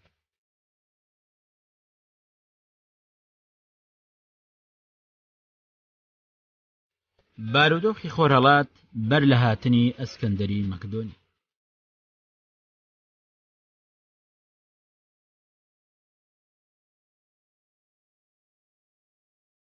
هاخامنشیەکان لە ساڵی 550 پێش زاین زۆربەی ناوچەکانی خۆراوە خۆرەڵاتی کۆنیان لەژێر دەستدا بوو لە سەردەمی کۆرشی گەورە کە ئەم ئیمپراتۆریەتە دامەزرا. بۆیە گەر بمانێ باز لە خۆرەڵاتی کۆن بکەین، زیاتر ناوچەکە ژێردەستی ئیمپراتۆریەتی هاخامنش ئەگرێتەوە. هەر لە ناوچەکانی سند و هند و بابل و میسر و لیدیا لەژێر دەسەڵاتیان بوو. بۆیە زۆربەی ڕووداوەکان پەیوەستە بەو ئیمپراتۆریەتە. سەبارەت بە بارودۆخی خۆرەڵات لە ڕووی سیاسیەوە زۆر شڵەژا بوو، بە تایبەتی لە دوای وەرگرتنی دەسەڵات لەلایەن دارای دووەم لە ساڵی 424 پێش زاین. ناکۆکی لە نێو بنەماڵەی هاخامنیشدا ڕوویدا لە پێناو گەیشتن بوو بە دەسەڵات و پلەپایە. ئەمەش بۆ هۆی بڵاوبوونەوەی گەندەڵی و تێکچوونی بارودۆخی ڕۆژ بە ڕۆژ بەرەو خراپیە ڕۆیشت. دوای مردنی دارای دووەم، ئەرتەحشتای دووەم لە ساڵی 404 پێش زاین بووە پاشا و ئەویش ناکۆک بوو لەگەڵ براکەی. ئەم بارودۆخەمایەوە تا ساڵی 361 پێش زاین کوڕەکەی شۆڕشی کرد و دژی باوکی ئەرتەحشتا کۆرشی کوشت. بەم شێوەیە وردە وردە بارودۆخ بەرەو خراپی ڕۆی. لە هەرێمەکان و ناوچەکان شۆڕش ڕوویدا. ئەوە بوو میسر لە وڵاتی هاخامنیش جیابەوە. هەندێک لە فەرمانڕەوەکانی جابوونەوە و لە میسر پاشەخشیان کرد، چوونە سووریا و کێشە دروست بوو. دواتر ئەرتەحشتای دووەم کە دەسەڵاتی گرتەدە زنجیرەی هێرشی سەربازیان جامدا بۆ ئەو هەرێمانەی کە جیاببوونەوە بە تایبەتی لە میسر. نەخشەی سیاسی میسری گۆڕی بۆ ماوەی 6 ساڵ لە ئیمپراتۆریەتی هاخامنیش جیابەوە. ئەم داگیرکاریە بەگشتی کۆنتترۆلی لایەنەکانی ژیانی کرد، بە تایبەت لە وڵاتی بابل. ئەمەش بەهۆی ئەم خراپەکاری لە دەسەڵات ڕوویدا. ئەرتەحشتای سێم لە ساڵی 359 پێش زاین کە دەسەڵاتی گرتە دەست، توانی کۆنتترۆلی ئیمپراتۆریەتی هاخامنیش بۆ هەموو ئەو ناوچانەی کە دابڕابوون بگەڕێنێتەوە، بە تایبەتی شۆڕشی میرنشینەکانی ئاسیای بچوو کە توانی هەمویان یەک بخە. هەروەها هاوپەیمانەتی ئاشتی کرد لەگەڵ مەکدۆنیا دوای ئەوەی دەستی بەسەر هەردوو دورگەی قوبرس و سیدۆندا گرت. بە داگیرکردنی میسر سەروەری بۆ ئیمپراتۆریەتی هاخامنیش گەڕاندەوە. سەلماندی کاتوانێ فەرمان ڕەوایی بکە. پیاوانی کۆشک کە زانیان ئەو ها بەهێزە ژەهر خواردیان کرد. لە ڕاستیدا توانین وای وەسف بکەین کە ئەم ئیمپراتۆریەتی لە داڕمان ڕزگار کرد. ئارسیس کوڕی ئەرتەحشتای سێم لە دوای باوکی دەسەڵاتی وەرگرت. باجواس لە ساڵی 338 پێش زاین یەکێک بوو لە سەرکردەکانی هاخامنیش برای ئارسیسی کوشت بۆ ئەوەی کەس نەمێنێ پێشبڕکەی دەسەڵات کە. باجواس لە پاشا تووڕە بوو، بۆیە پاشا خۆی و مناڵەکانی کوشت. هەموو ئەو کوشتارەی ڕوویدا لەسەر دەسەڵات زۆر ئاسان بوو. ئەو کاتە ئایانویست کورسی دەسەڵات وەربگرن، بۆیە هیچ جێنشینێکی شەرعی نەما لە بنەماڵەی هاخامنیش. لە ساڵی 338 پێش زاین هەل بۆ دارایی سێم ڕەخسا. ڕاستەوخۆ داوای کورسی دەسەڵاتی نەکرد، تاکو ئارسیس کوژرا. کە ئارسیس لە ماوەی فەرمانڕەواییکردنی وەک یاریەک بوو بەدەستی باجواس.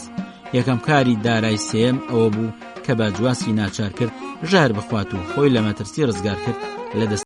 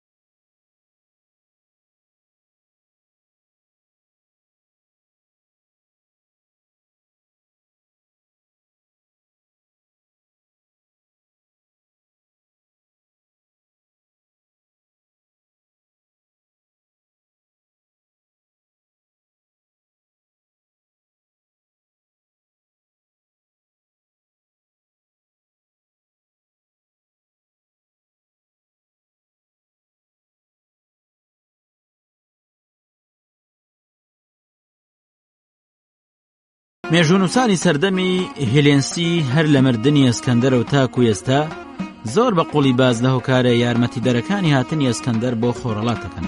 هەروەها لێکۆڵینەوەی زۆریان لەبارەیەوە کردووە بۆشی کردنەوە و لێکدانەوەی ژیان و کارەکانی ئەو کەسایەتیە ناودارە. بۆچوونی جیاوازێ بێگومان پێش باسکردنی ئەو داگیرکاریەی ئەسکەندەر کردی پێویستە ئاماژە بە هەندێک لایەن بدەین کە پاڵنەر بوو بۆ پاشایەکی ڕۆژاوا بە سوپایەکی تا ڕادەیەک بچووک هەڵسێ بە گەورەترین داگیرکاری بۆ یەکەم جار لە مێژوودا بەرەو ڕۆژهەڵات. ململانێ و شەڕ و شۆڕەیەک لە دواییەکەکانی نێوان ئەسینا و ئسپارتە کە ماوەی زیاتر لە 30 ساڵی خایەن هۆکارێک بوو بۆ خراپبوونی باری ئابووری، هەروەها زیادبوونی ژمارەی دانیشتوان بە ڕێژەیەکی زۆر، بڵاوبوونەوەی بێکاری، ئەمەش بۆ هۆی ئەوەی خەڵکەکە بەرەو ناوچەی تر بڕۆن و نیشتە جێبن. ئەو شۆرشە ئابووریانەی ڕوویەدا بەهۆی نەبوونی خۆراک بوو، چونکە وڵاتی یۆنان گەنمیان لە ناوچەی ئەفریقا و ئاسیای بچووک و میسر و سەقلیە و ئۆکرانی ئاهێنا، زیویشیان بە ڕێژەیەکی زۆر لە وڵاتی هاخامنشی ئەهێنا. ئەم بازرگانیکردنە زیانێکی زۆری هەبوو بۆ یۆنان، چونکە یۆنان تەنها فەخاریاتی هەبوو. هەروها ئەو خۆراکەی لە ناوخۆی وڵاتە بوو بەشی ئەو هەموو ژمارە زۆرەی خەڵکی ناکرد. لە هەموو وڵاتێک ئابووری کۆڵەگەی بنەڕەتی وڵاتە، بۆیە وڵاتی یۆنان هەوڵی داوە لە ڕێگەیەکی تر ئەم کەم و کوڕیانە پڕبکاتەوە، ئەویش پەلهاویشتن بوو بۆ خۆرهەڵات بۆ هێنانی سەروەت و سامان و خێروبەری ئەو وڵاتە. ئێزوقرات باز لەوە کە ژمارێکی زۆر خەڵک بێکار بوو، ئەمەش بوو بەهۆی ئەوەی گەنجان ببن بە چەتەی دەریایی و ڕێگر و بەکرێگیراوی بێگانە. بارودۆخە کاریگەری زۆری هەبوو لەسەر لایەنی کۆمەڵایەتی کۆمەڵگەی گریکی. سیستەمی کۆمەڵایەتی هەر کۆمەڵگەیەک هەیەتە ژێرباری منزومەیەکی یاساییەوە، گەر پەیوەندی تاکەکان چ لە نێوان خۆیاندا و چ لە نێوانیان لەگەڵ دەوڵەتدا دائەنرێ.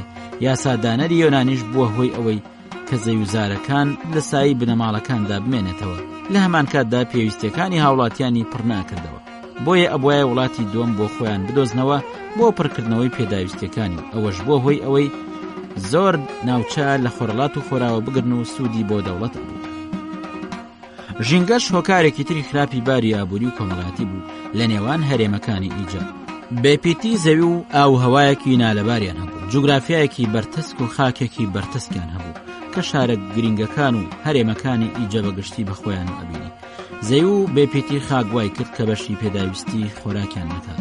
ئەم داگیرکاریە هەموو لایەنەکانی شارستانیەتی کۆمەڵگەی گرتەوە، بووە هۆی ململانەی شارستانیەتێکی گشتگیر. ئەو ناکۆکیانەی لە ناوڕاستی سەدەی 4 سەری هەڵدا، دواتریشە بینین ڕێگێکی مێژووی سیاسیە کاری کردە سەر لایەنی دەرونی هاوڵاتی گریک، نەک تەنها دەسەڵاتدارەکانی سیاسی یان مرۆڤێکی ئاسایی، بەڵکو کاری کردە سەر ئەو بەشە ڕۆشنبیرە لە فەیلسوف و بیرمەندان لە دنیای گریک. هەروەها بارودۆخی سیاسی لە وڵاتی یۆنان بوو بەهۆی زۆری قەیرانەکان و زۆری دەسەڵاتی چینی ئەرستۆکراتەکان لەسەر بارودۆخی ئابووری و دروستبوونی ناکۆکی لە نێوانیاندا کە بۆ هۆی دروستبوونی شەڕ و ناکۆکی لە نێوان شارەکاندا. ئەمەش هاندەر بوو بۆەوەی خەڵک کۆچ بکا بۆ دەرەوەی وڵات. بێگومان ئەرستۆ ڕۆڵێکی گرنگی هەبوو، هەستی بەلایانی زیرەکی و ژیری ئەسکەندەر کردبوو، ئەمەش بوو بە پاڵنەرێکی تر بۆ هێرشەکەی بۆ سەر ڕۆژهەڵات.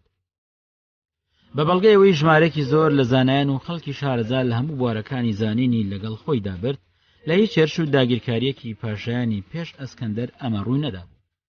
هەندێک لە مێژوونووسان پێیان وایە ئەرستۆ نەهاتبوو ئەسکەندەر هان بدا بۆ هێرش و داگیرکاری ئاوا گەورە، بە بەڵگەی ئەوەی ئەو داگیرکاری ئەسکەندەر کردی دژی بیر و باوەڕی ئەرستۆ بوو. ئەرستۆ نەیویست دەوڵەتێکی وا دروست بکرێت، لەگەڵ ئەوەی ئەرستۆ پەیامێکی وای پێ نەبوو بۆ ئەسکەندەر بۆ داگیرکردنی وڵاتی هاخامنشی، کەچی ئەم شەڕەی بە شەڕێکی ڕاست دەزانی. هۆکارێکی تر کاریگەری خۆی هەبوو لەسەر ئەم هێرشاویش هۆکارێکی مێژووی دەرونی بوو، کاریگەری دیاری هەبوو لەلایەن یۆنانیەکانەوە بۆ هێرشکردن بۆ خۆرهەڵات.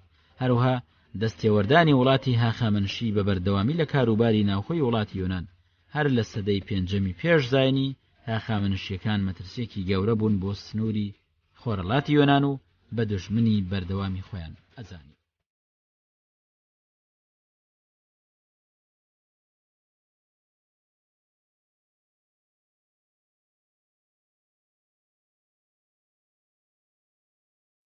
خۆشەویستان، ئەڵقەیەکی دیکەی بەرنامەی شارستانیەتی کورد لە نێوان شوێنەوار و مێژوودا پێشکەش کرا. تا ئەڵقەی داهات و ڕێز و سڵاوی ڕێبوار ڕەشید جەبەجێکار پێشڕۆمە پێشکەشکار پەسەند بفەرمونون. بەخواتان ئەسپێرین، خواتان ئەگەڕێ.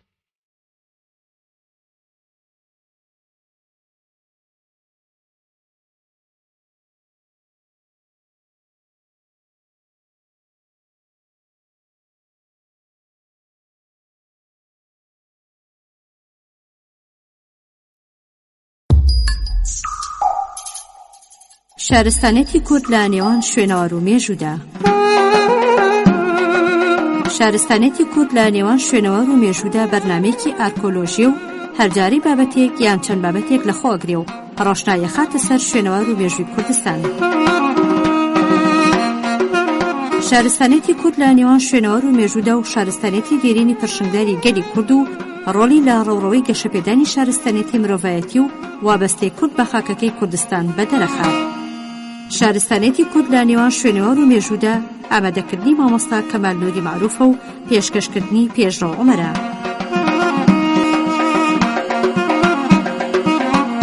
شارستانێتی کورد لە نێوان شوێنەوار و مێژوودا.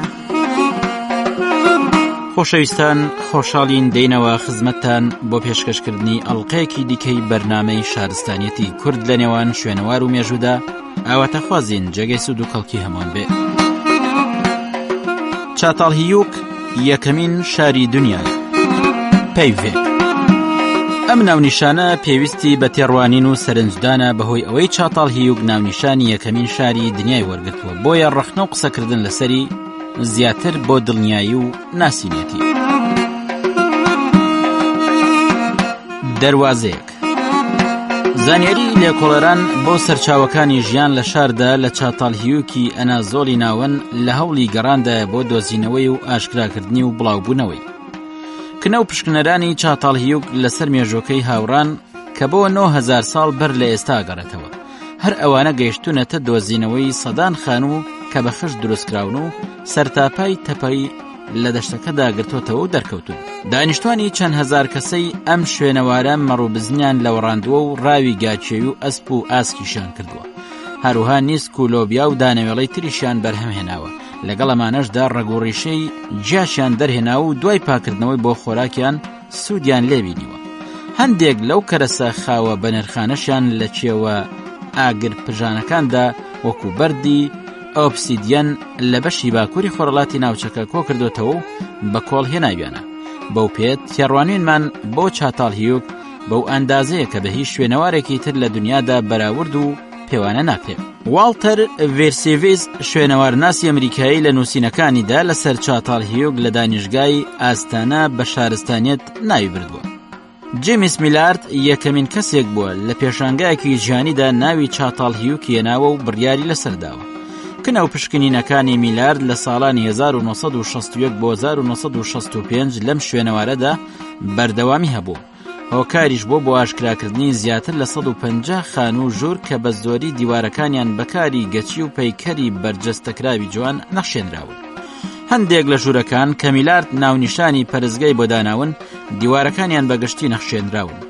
لەم نەخشانەدا کەسانێک دیارن کە لە شێوەی زمان دەرهێناندان لە گاچێوی و ئاسکینێرە بەرامبەر بەوە ژنان و پیاوانیش کە لە دوای ئاژەڵەکانەوە چاودێریەکەن باڵدارن.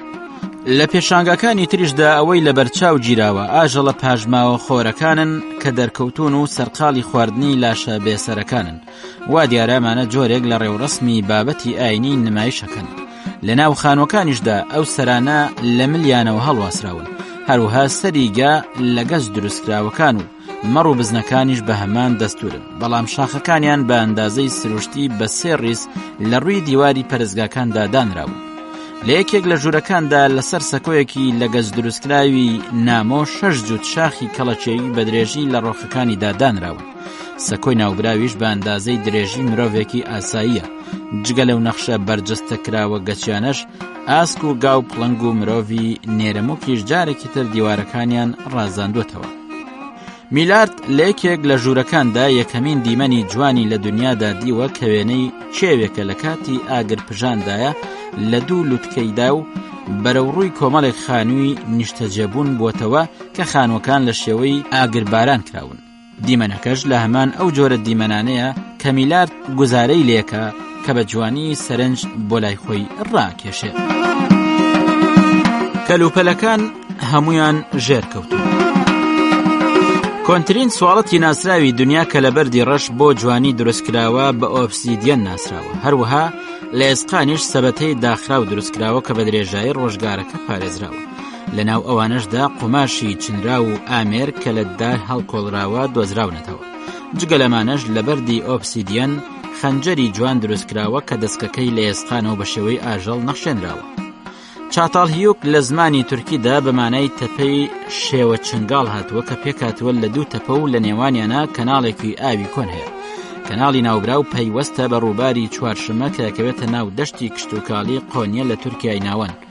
تەپە گەورەکان چاتاڵهیوکی خۆرەڵات پەیوەستە بە چاخی بەردێنی نوێ و چینە نیشتوەکانیشی لە نێوان 9000 بۆ 7500 ساڵ پێش زاین دیاری کراوە. میلارد کە کەمتر لە سەدا چواری کاری کنەوپشکنینی لە چاتاڵهیوکی خۆرەڵاتدا ئەنجام داوە، هەر بەو قوارێش شوێنی نیشتەجێبوونی لە بیناو کاری هونەری تێدا دیاری کردبووە. لەبارەی کارەکەی بەو جۆرا بوویت. چاتاڵهیوک شوێنەوارێکی شورادراوی گرنگە، مرۆڤ بۆ ژیانی تێیدا سەرقاڵی کشتوکاڵ بوو پێی بەڕێوە چووە. یەکەمین شاریشە کە بەو جۆرە ناسرابێت.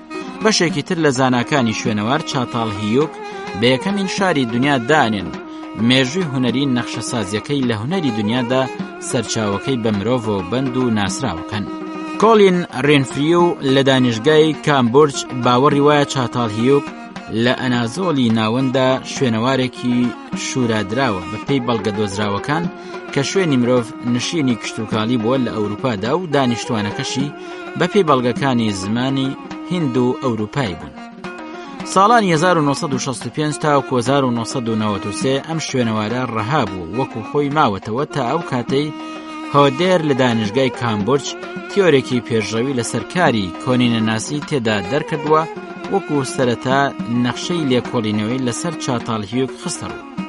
هۆدێر بە هاوکاری دامەزراوی کۆنینەناسی بەناوی ماکدۆناڵد لە کامبورج و دامەزراوی ئینگلیزی کۆنینەناسی لە ئەنکەرە 5 ساڵ لە بەرنامەی 25 ساڵی خۆیان بەکاری کنەوپشکنین و خوێندنەوەی ئەنجامەکانی شوێنەوارەکە ڕایان لەسەردا. دیارەکاری نێوان گەلانیش لەسەر شوێنەوارەکە لە چەندوانەیەکدا ئەنجامی ڕەسەنی خۆی پێکا. 1. قۆڵبوونەوە لەسەر لێکۆڵینەوەی دێریناسی شوێنەوارە شورادراوەکە. 2. چاکردنەوەی بینا و نەخشی دیوارەکانی کە بەدەست دروستکراون و دەرکەوتون و پاژماوەی مرۆڤایەتین. 3. بەڕێوەبەرەتی کارکردن لە شوێنەوارەکەدا بەرنامەکانی بۆ لێکۆڵینەوەی زانستی لەسەر ئەنجامە دەرکەوتوەکانی شوێنەوارەکە بووە. ئەمە ژەگەڕێتەوە بۆ گرنگی زیاتر بە پاراستنی شوێنەوارەکە بدرێت. لەسەر و ئەمەشەوە دەستگایەکی کنەوپشکنین هەستا بە تاقیکردنەوەکانی لە باکووری چاتاڵهیوکی خۆرەڵات بۆ دەرخستنی گەنجینەکانی زەخیرە و شوێنی دانیشتن و مانەوە تێیدا و شوێنی نەخشەکانی. بۆ ئەم کارەش سەنتەرێکی لێپرسینەوە دروست بوو بۆ نوێکردنەوەیان. یەکێک لە جۆڵێنەرەکانی نەخشە سازدراوەکانی پەیوەندی نوێی ڕوبەڕووی لە نێوان کنەوپشکنەران و پسپۆڕەکاندا بەوریاییەوە دروست کرد. ئەو تاقیکردنەوەی لە شوێنی کارەکەدا لەلایەن هەردوو لاوە ئەنجامیاندا لە ڕێگەی تۆڕێکەوە بوو. ڕۆژانە لە پەیوەندی و کۆمەک بەیەکردن بوون بۆ جێبەجێکردنی قۆناغە نمونەیەکانی لەسەر نەخشە سازیەکەی. ئەمەش لە ڕاستیدا جۆرێک تەرازۆکەی هاوشان هێنایەوە لە نێوان هەردوو لای شوێنەوارەکەدا.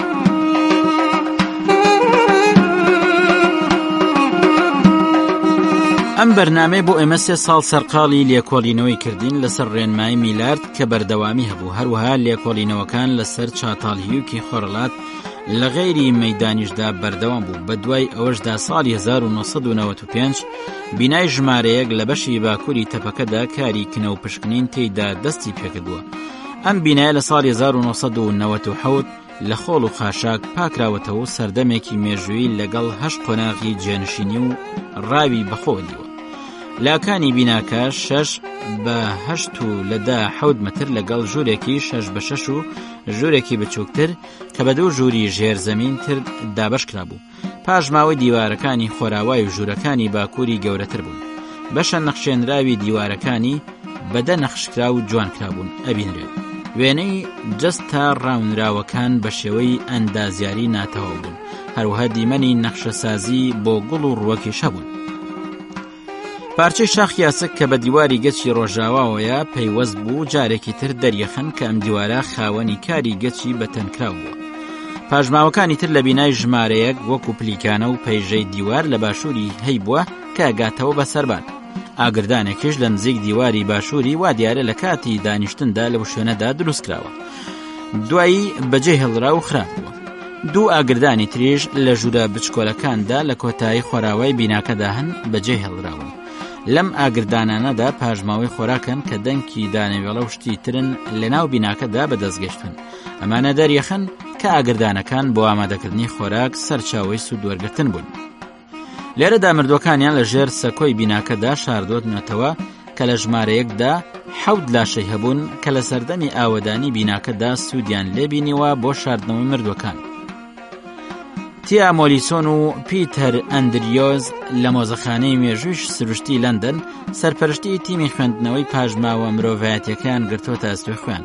ئەم پاژماوەنە بەگشتی جەستەی پیا و ژنن لە هەموو تەمەن و ساڵیان تێدا هەیە. لە مناڵ تاوکو و گەورە تەمەن لە ناویانە کەسێک مردووە پیاوە تەمەنی لە 6 ساڵیدا بوو. ئەم جەستانە لە ناوچاڵدان و لە یەکترەوە نزیکن و شاردراونەتەوە داپۆشراون. بینای ناوبراو هی هەمان ڕۆژگارە کە جەستەی مردوەکان شاردراونەتەوە واتە لەو کاتەوەی تێیدا دانیشتون و ئەم چاڵە قوڵانە بۆ شاردنەوەیان بەکارهێنراون.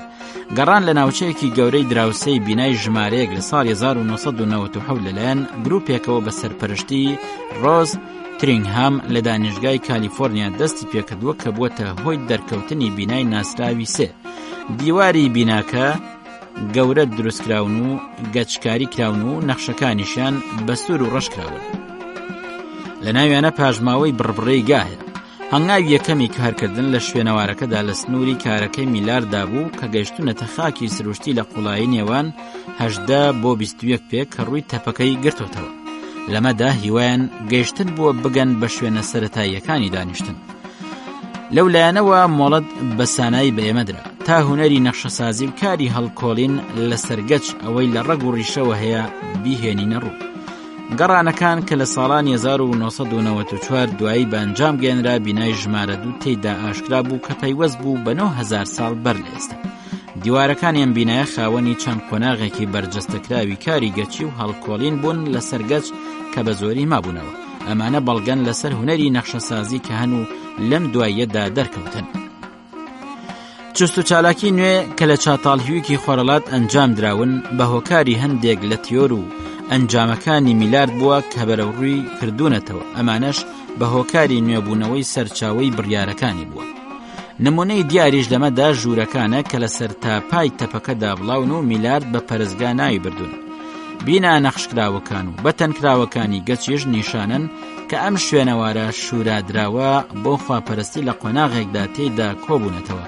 تەکنیکی پێشکەوتوی ئەمڕۆ کە لە ڕۆژگاری میلاردا نەبۆ جارێکی تر زانیاری و زانستی ئەمەی لەم شوێنە دێرینەدا فرەتر کردووە. یەکێک لەو تەکنیکانە میکرۆمۆرفۆلۆژیە یان خوێندنەوەی خاک و ئەو دانیشتوانەیە کە لە بەشەناسکەکانی ژێر میکرۆسکۆپدا هەن. ئەم کارش بەڕێگای ویندی ماثویس ئەنجامی وەرگرت. زانیاریەک دەربارەی بەرژەوەندی بینای خشتە قوڕەکان، بەشەکانی و لایەنەکانی تری گەچی و نەخشەی دانراوی ئاگردانەکان و کورەی ناوبیناکان کە ڕایان لەسەر هەن. بەدابەشکردن و شیکردنەوەی ئەو کەرەسانەی لە ناوژوورەکاندا بەکارهێنراونیان هەن. ئەمانە لەگەڵ ئەو چالاکیانەی کە هەن نمونەن بۆ خوێندنەوەی ئەوانەی لە کاری کنە و پشکنیندا دەرکەوتون کە شوێن پێی وڵاخن و میلارد بڕیاری لێداوە و بەو ئەنجامە گەیشتووە کە لەو شوێنەدا پاژماوەی کودی ئاژەڵی و حەسیر هەن. پێوانەی ئەم کەرەسانە هاوشێون بە پاژماوەی ئاسەواری تەویلەکان. بەو جۆرەشی تاڵ و شیکردنەوەیان و پێدانی کاتی زیاتر پێیان بەگەیشتن بە هەڵسەنگاندنی تیۆرەکانی میلارد دەربارەی ژوورە نەخشکرا و بەرجەستە و کاری هەڵکۆڵین و کارەکانی گەچی بەڵگەن بۆ بوونی پەرزگا لەو شوێنەدا بە هۆکاریەوەی نەخشەکانی ناسکە بۆیە پێویستە پارێزگاری لە دیوارەکانی بکەن بۆ چاکردنەوەی بیناکانی چاتاڵهیوگ لە دیواری خشتی و گەچکاری سافکراوی و نەخشە بەرجەستەکراوەکانی لەبەرەوەی گرنگن. دیوارەکانی لەناو بەشە بەتەنکراوەکانی لە ژوور و سەکۆی بچکۆلە و سەکۆیتر کە لە بەشە جیاکانیدا هەن ئەمانە بەڕەنگی ئاڵتونی و لە چەند مەودایەکدا داپۆشراون کە دیمەنێکی جوان ئەبەخشن. نمونەی گەچی ساڵی 1995 لەمانە کۆکرایەوە کە 68 جوود بوون و بۆی ئاڵتونی کرابوون. کاری قسەکردن و لێکۆڵینەوە لەسەریان بە سەرپەرشتی فرانک ماتیرۆی سەرۆکی توێژینەوەی کۆنینەناسی بوو لە دانیشگای پێنسیلڤانیا ئەنجامدرا. ئەوەی ویستی لێکۆڵینەوەی لەسەرکردن بە ئامانجی جیاکردنەوەی نەخشەگەچیەکان و گوێزانەوەیان یەکێک لە بەشە گرنگەکانی پرۆژێ بەرهەمێنانەکە دانانی شوێنی دێرینی کۆتایی چاخی بەردینی سەر و بەردینی نوێ بوو، واتە 15,000 ساڵ پێشداین لە دەشتی قۆنیە کە لە ڕێگەی داگلاسبێرد لە دانیشگای لیڤەرپۆڵ پشکنینی بۆ کرد. هۆکاری نەخشەیەوە بەرهێنانەکە بۆ دیاریکردنی چەند شوێنێکی سەرەتایی بوو کە بە ڕێگەی نیشتوەکانی ڕووباری کارسانبا لە ژێریەوە ئەنجامدرا.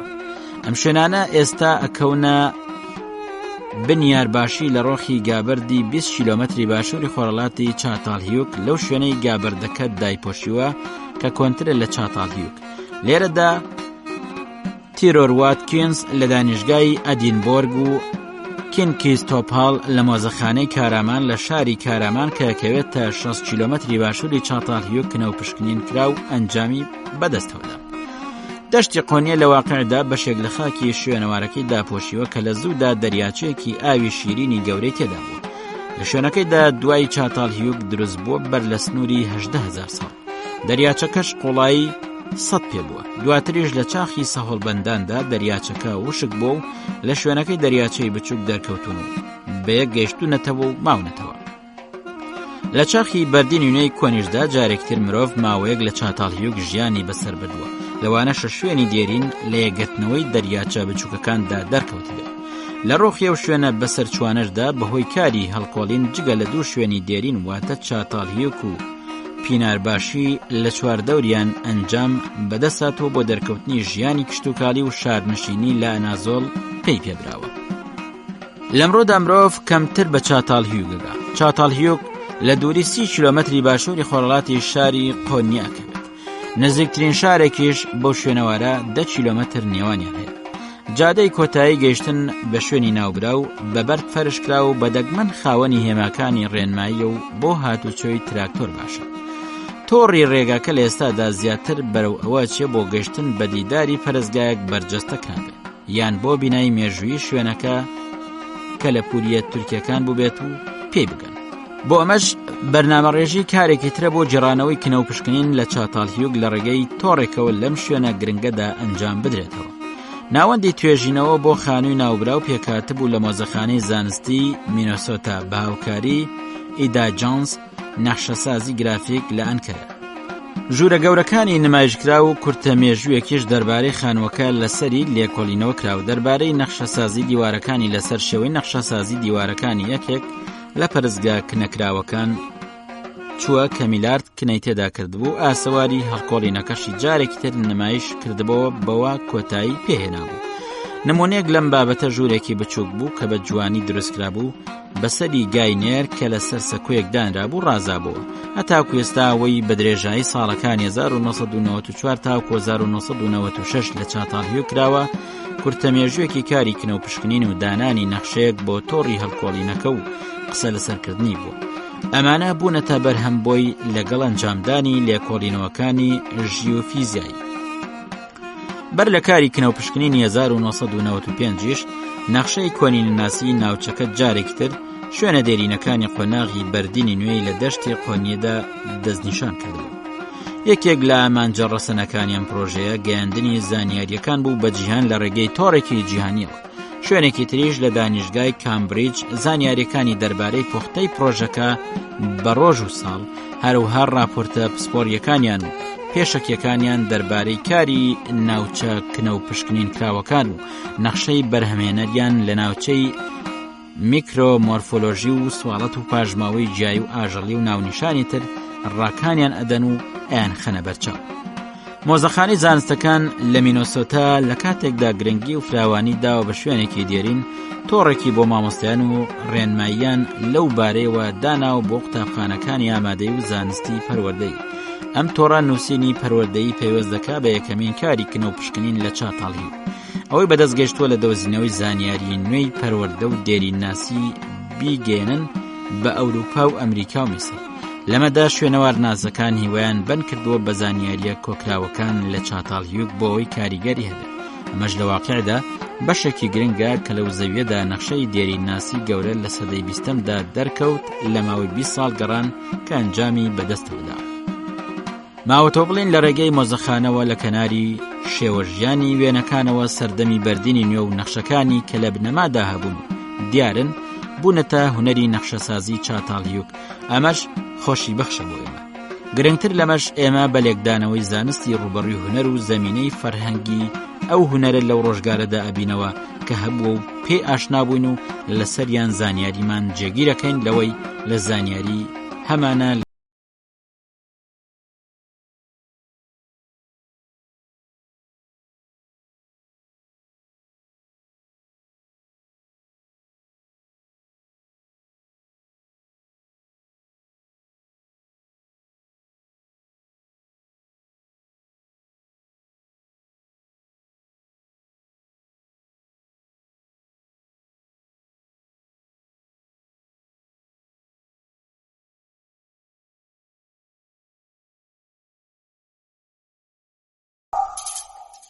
شارستانێتی کورد لە نێوان شوێنەوار و مێژوودا. شارستانێتی کورد لە نێوان شوێنەوار و مێژوودا بەرنامەیەکی ئارکۆلۆژی و هەرجاری بابەتێک یان چەند بابەتێک لە خۆگرێ و ڕۆشنایە خاتە سەر شوێنەوار و مێژووی کوردستان.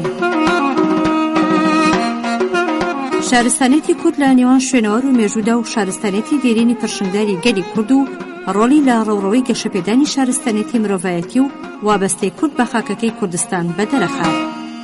شارستانێتی کورد لە نێوان شوێنەوار و مێژوودا ئامادەکردنی مامۆستا کەمال نووری معروفە و پێشکەشکردنی پێشڕۆ عومەرە.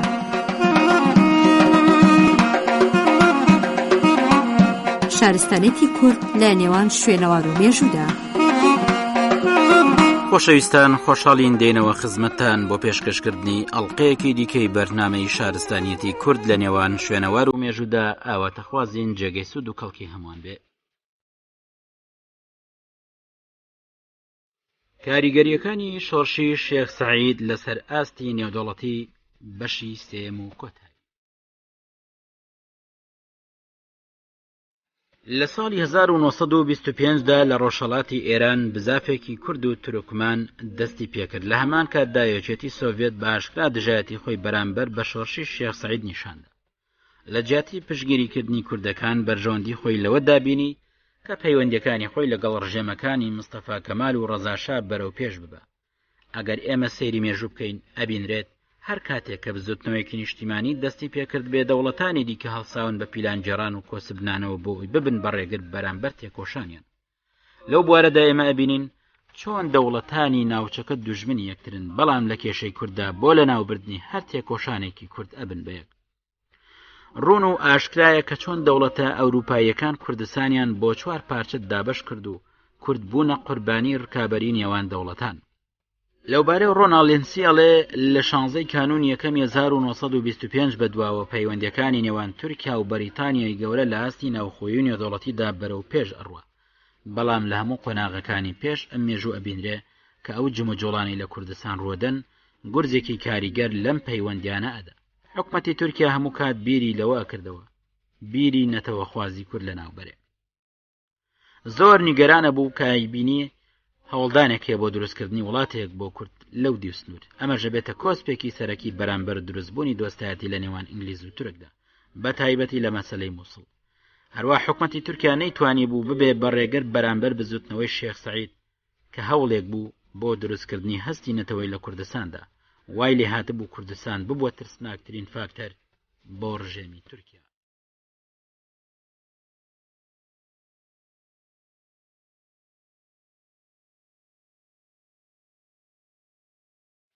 لە لای خۆیەوە لێنسی تەئەکی لەسەر هەستی نەتەوەی کورد دەکات کە بووە بە ترسناکترین فاکتەر بۆ حکومەتی تورکیا. هەروها لێنسی بڕوای تەواوی هەبوو کە پەیوەندیەکانی نێوان تورکیا و بەریتانیا لە داهاتوویەکی نزیکدا ئەکەونە قۆناغێکی باشتر. بناغی ئەم پەیوەندیە لە ئەنجومەنی بیرکردنەوەی سیاسی دانرا بوو. سەرڕای ئەوەش چەند مەسەلەیەکی گرنگ هەبوو لەسەر تورکیا پێویست بوو بە شێوازێکی هەستیار ڕەفتاریان دەرهەق بکە. یەکێک لەو مەسەلە گرنگانە مەسەلەی کوردستان بوو. بەریتانیا لە نزیکەوە چاودێری سیاسەتی پاکتاوکردنی کوردی لە لای مستەفا کەمالەوە کرد. لەلایەکی دیکە و بەریتانیا خۆی بۆ دانی ئۆتۆنۆمی بە کوردی عێراق ئامادە کرد. جێبەجێکردنی شتێکی ئاوەها کاریگەری خۆی خاتە سەر کوردی تورکیا. وای لێکە کە کوردەکانی تورکیا بیر لەوە بکەنەوە ڕۆژێک لە ڕۆژان لەگەڵ براکانیە لە عێراق یەکتر بگرنەوە. ئەمەش بەمانای ئەوە دێ کە تورکیا هەم لەباری دانیشتوان هەم لەباری خاک بەشێکی لەدەستدەدا.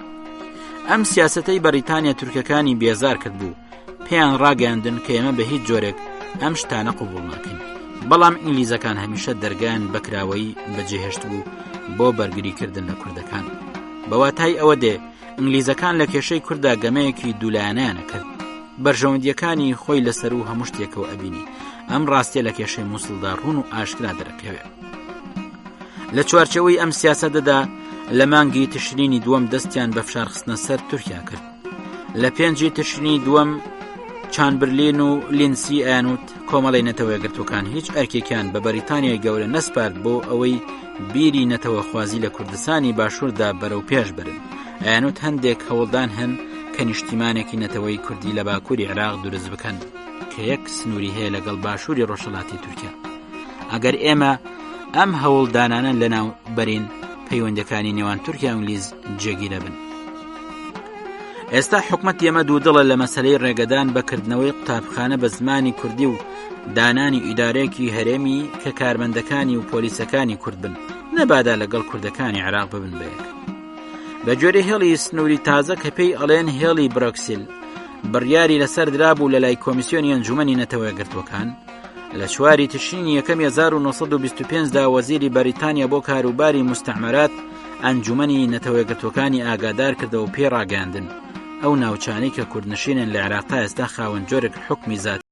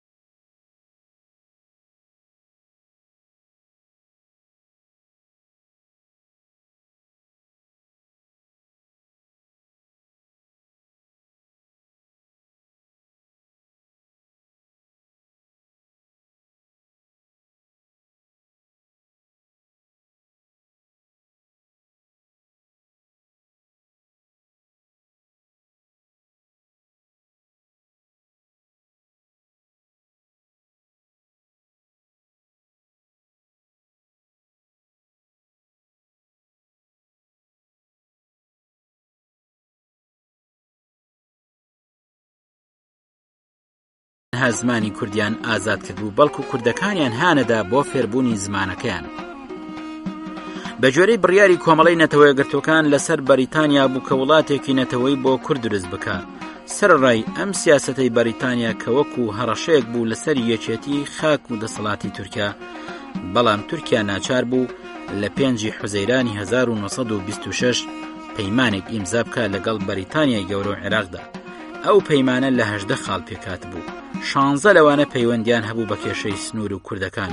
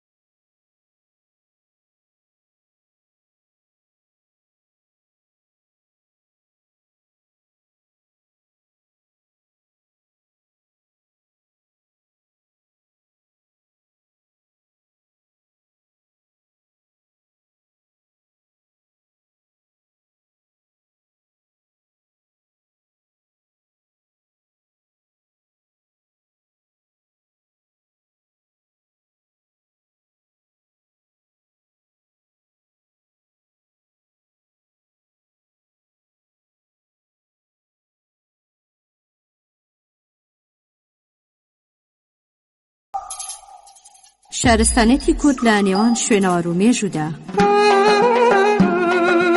شارستانێتی کورد لە نێوان شوێنەوار و مێژوودا بەرنامەیەکی ئارکۆلۆژی و هەرجاری بابەتێک یان چەند بابەتێک لە خۆگرێ و ڕۆشنایە خاتە سەر شوێنەوار و مێژووی کوردستان.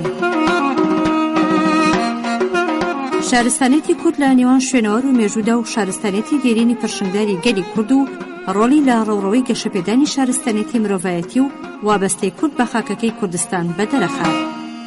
شارستانێتی کورد لە نێوان شوێنەوار و مێژوودا ئامادەکردنی مامۆستا کەمال نووری معروفە و پێشکەشکردنی پێشڕۆ عومەرە.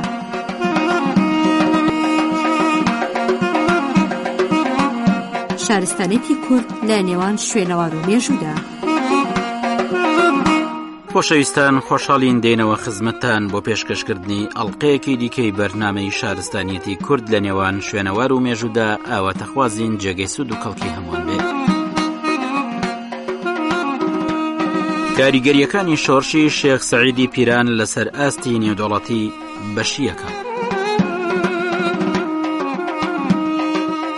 ئینگلیزەکان پێشبینی ئەوەیانە کرد کە ئەگەری ئەوە هەیە شۆڕشی کورد لە تورکیا ڕووبدا، بەڵام لە کۆتایی وەرزی پاییزی 1921 بەشی ڕۆژهەڵاتی ناوەڕاست لە وەزارەتی شەڕ و وەزارەتی هەواڵگری ئینگلیز ناڕەزایەکی هاوبەشیان پێشکەش بە حکومەتەکە کرد بۆ ئەوەی ئینگلیزەکان هیچ یارمەتیەک پێشکەش بە کوردەکان نەکەن. ناوەڕۆکی ئەم ناڕەزاییە لە کاتی شۆڕشی شێخ سەعید پەیڕۆکە بە بەهانەی ئەم ئەگەرانی خوارەوە.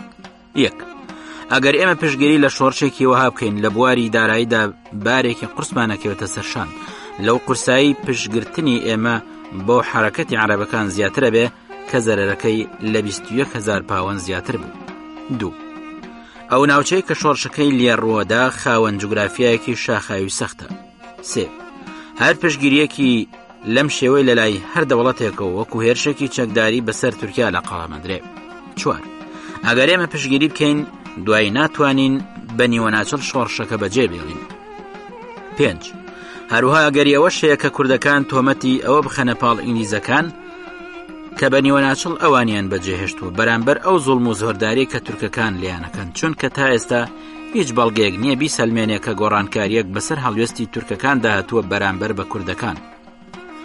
هەر چەندە کێشەی مووسڵ لە نێوان بەریتانیای گەورە و تورکیادا کۆتایی پێهاتبوو گەیشت بووە چارەسەرێک، بەڵام شۆڕشەکەی شێخ سەعید هەر بەردەوام بوو.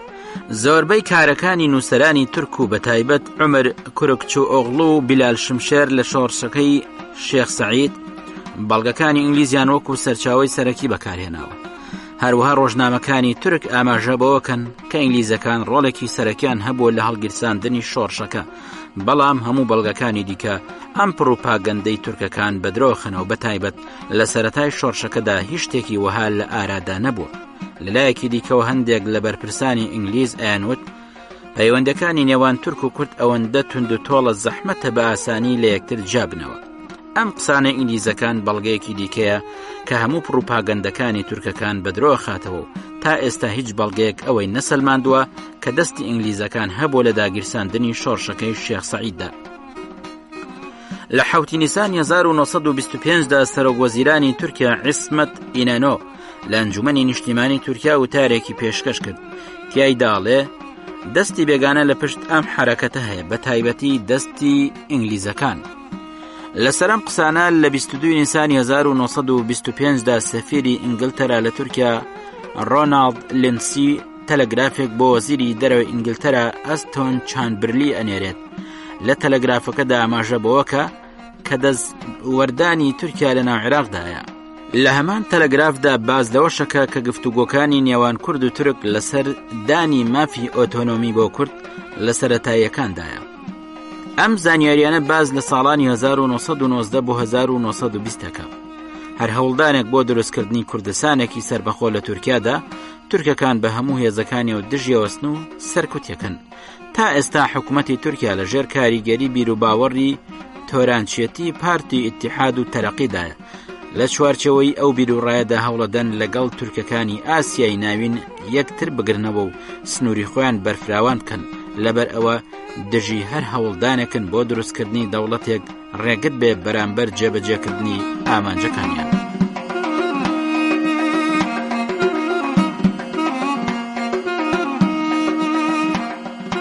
دکتۆر ئۆسبۆرنو کە کارمەندێکی پایەبەرزی وەزارەتی دەرەوەی ئینگلیزاڵێ پێویستە ئێمە ئەو ئەگەرانەی کە مۆرگان ئاماژەی پێکە لەبەرچاو بگرین، هەروەها بە پێچوانەی بیرروڕایەکانی کارمەندانی سەربازی و هەواڵگری فەڕەنساییەکان ئەڵێم ئەم بزوتنەوەیەکی ئاوا سادە و کاتی نییە لەبەر ئەم هۆیانەی خوارەوە.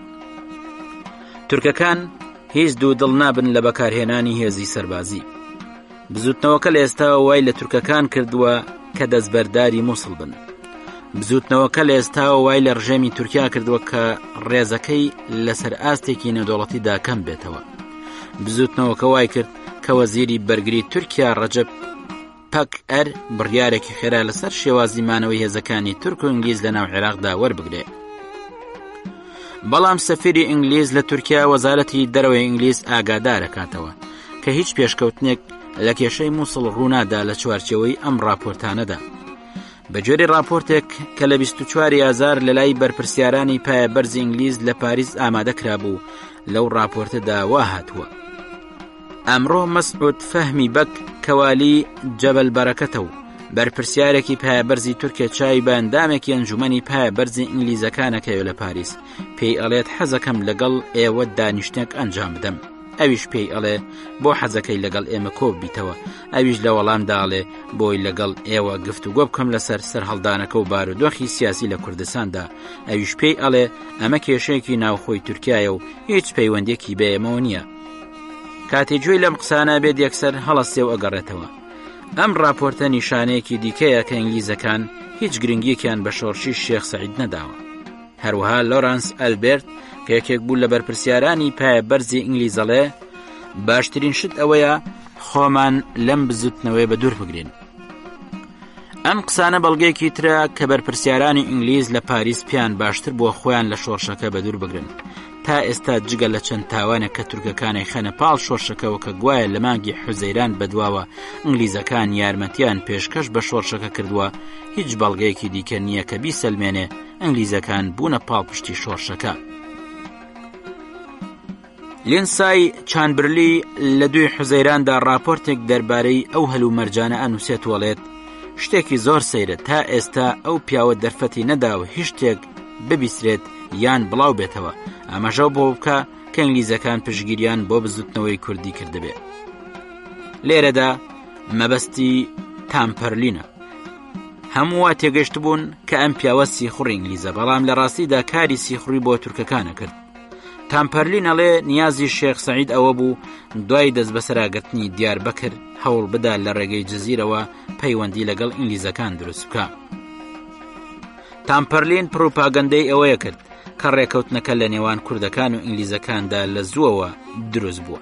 ئەم زانیاریانە ئەوە نیشانەدا کە ئەم پیاوە بە ڕێگەی یەکێک لە سیخوڕەکانی بە ناوی کۆرسادی پەیوەندی زانیاری بەدەستخستنی لەگەڵ سەعید عەبدولقادر دروست کردبوو. هەروەها لینسای ئاماژە بۆوە کە تامپەرلین و شەریکەکەی هۆڵز هەموو کاتێک ئارەزویان هەبووە ئیشی سیخوڕی بۆ بێگانە و ئینگلیزەکان بکەن و بە چاوێکی گومانەوە سەیانەکردن.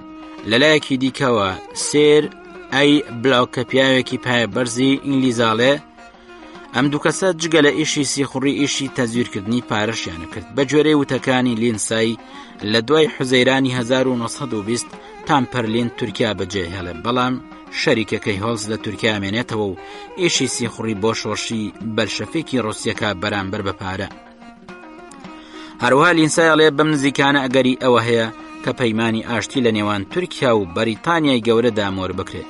لەو ماوەیەدا چانبەرلین لەگەڵ عیسمەت ئینەنۆ چاوپێکەوتنێک پێگەهێنێت و بە عیسمەت ئینەنۆ ئەڵێ ئەگەر نیازمان هەبوایە لە تورکیا کێشە دروست بکەین، توانای ئەوەمان هەبوو لە سەرانسەری تورکیا ئاژا و تێکدەری دروست بکەین، بەڵام حەزەکەم تۆ بزانی کە ئێمە شتێکی وەهامان نەکرد. لەبیرتان نەچێت لە ئازاری 1925دا کاتێ شۆڕشەکەی شێخ سەعید لە لووتکەدا بوو، چاودێرێکم نارد بۆلاتان بۆ ئەوەی دڵنیاتان بکەینەوە کە لە توانای تورکیادایە لە ماوەیەکی کووردا هەموو سەرکردەکانی شۆڕشەکەی شێخ سەعید دەستگیر بکەن و بیان دەنە دادگا. لە ڕاستیدا وا دەرچوو. لەبەرەوە بە دڵنیایەوە پێ دەڵێن کە هیچ بەڵگەیەک نییە بیسەلمێنێکە ئینگلیزەکان یارمەتیان پێشکەش بە بزوتنەوەکە کردووە. عیسمەت ئینەنۆ بەرامبەر ئەم قسانەی لینسی تووشی شڵەژانە بێ. ئەمە بەڵگەیەکی دیکەیە ئەوە ئەسەلمێنێ کە ئینگلیزەکان پاڵپشتی شۆڕشی کورد نەبوون لە ساڵی 1925دا.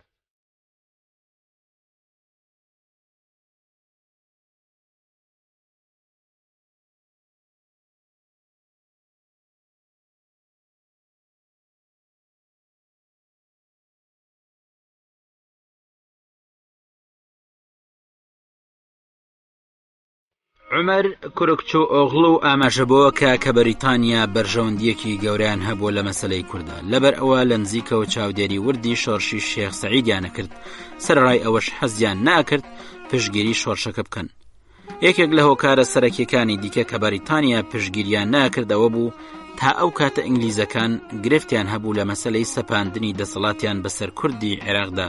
باشترین نمونەش کێشەی شێخ مەحموودە. لەلایەکی دیکەوە سیاسەتی بەریتانیا هەنگاو بە هەنگاو بەرەو گۆڕان ئەڕۆیشت بەرامبەر بە کۆماری تورکیا. لەوە ئەترسا ئەگەر فشار بخەنە سەر تورکیا ترسی ئەوە هەیە کە جارێکی دیکە تورکیا بچێتە ناو باوەشی یەکێتی سۆڤێتەوە. کوردستانێکی گرێدراو بە بەریتانیاوە تا ڕادەیەکی زۆر ئەبێتە هۆکاری پاراستنی ئاسایشی بەریتانیا لە ڕۆژهەڵاتی ناوەڕاستدا، بەڵام ئەگەر شتێکی وەها ڕووی بدایە ئەبوو هۆکاری ئەوەی کە جارێکی دیکە پەیوەندیەکانی نێوان تورک و سۆڤێت خۆش ببێ. ئەمەش بەمانای ئەوە دێ کە بەرژەوەندەکانی بەریتانیا لە دەواازەکاندا بکەونە ناو مەترسیەوە. لەبەرەوە بەریتانیا ناچار بوو پەیوەندی دۆستانە لەگەڵ تورکیا پێش بخات و بەم شێوازە بەرژەوەندەکانی لە دەواازەکان و ڕۆژهەڵاتی ناوەڕاست بپارێزێ. کوڕکچۆ ئۆغڵ هەمان بیرڕای هەیە کە ئامانجەکانی ئینگلیز ئەو خاڵانەی سەرەوە بوون، بەڵام سەرڕای ئەوەش هەمیشە بەریتانیا بیری لەوە کردوتەوە کە هەر جموجۆڵێک یان تێکۆشانێک لە تورکیا ڕووبدا لە بەرژەوەندی ئەودایە. لە درێژەی مانەوەی کێشەی مووسڵ و دیاریکردنی هێڵی سنووری نێوان تورکیا و عێراق بە شێوازێکی هەڵواسرا و لە ڕاستیدا شۆڕشەکە ببووە ئامڕازێک و پاڵپشتێکی گەورە بۆ ئینگلیزەکان و لەسەر مێزی گفتوگۆ وەکو فشارێک بەرامبەر بە تورکیا بەکاریان ئێنا بۆ بەدەستخستنی قازانجی تازە بەرامبەر بە تورکیا لە کێشەی مووسڵدا. سەرڕای ئەوەش ئینگلیزەکان هیچ کاتێک نیازیان نەبووە پشتگیری لە تێکۆشانێکی کوردی بکەن کە ئامانجەکەی سەر بەخۆی کوردستان بێ. ئینگلیزەکان بیریان لەوە کردەوە کە کورد و تورکەکان لە تورکیادا ناتوانن پێکەوە لە ئاشتیدا بژین. ئەمەش ئەبێتە هۆکارێک کە داخوازیەکانی تورکیا لەسەر ویلایەتی مووسڵ کە زۆربیان کوردن لاواز بێتەوە. سەرڕای ئەوەی کە 50,000 سەربازی تورک لە حاڵەتی ئامادەباشیدا بوون لەسەر سنووری نێوان تورکیا و عێراق، بەڵام ئینگلیزەکان ئەیانزانی کە تورکەکان خۆیان بە دوورەگرن لە ڕوبەڕووبوونەوەی سەربازی لە کاتێکدا کە تورکیا لە شەڕێکی دژواردایە لەگەڵ بزوتنەوەکەی شێخ سەعید. تەنها مەبەستی لەو لەشکرکێشانە بۆ سەر سنوور بۆ ئەوە بوو بەهێزبوونی خۆی نیشان بدات و فشارێک دروست بکات لە گفتوگۆکانی کێشەی مووسڵدا. کوڕکچۆ ئۆغڵ ئەڵێت چۆن لە ساڵانی سەرەتای شەڕی سربەخۆی تورکەکاندا ئومێدێک بۆ کوردەکان دروست ببوو، ئێستاش لە بزوتنەوەی شێخ سەعیددا بەریتانیەکان ئومێدێک و فرسەتێکی دیکە بۆ کوردەکان دروست دەکەن. بەڵام دوای دەستپێکردنی شۆڕشەکەی شێخ سەعید ئینگلیزەکان هیچ یارمەتێکیان پێشکەش بە کوردەکان نەکرد.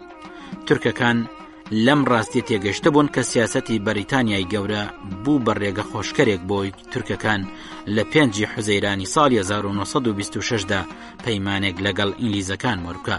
بەڵام یەکێک لە مەرجە سەرەکیەکانی تورکەکان بۆ ئەوەی کێشەی مووسڵ کۆتایی پێبهێنن لەگەڵ بەریتانیادا ئەوە بوو کە ئینگلیزەکان هیچ یارمەتیەک پێشکەش بە شۆڕشی شێخ سەعید نەکەن. لێرەدا ئەوە دەرەکەوێ کە شۆڕشی شێخ سەعید بابەتێکی سەرەکی بووە لە گفتوگۆکانی کێشەی مووسڵدا.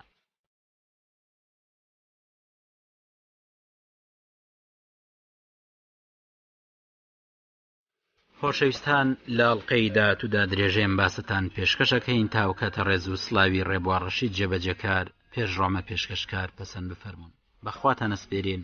خواتان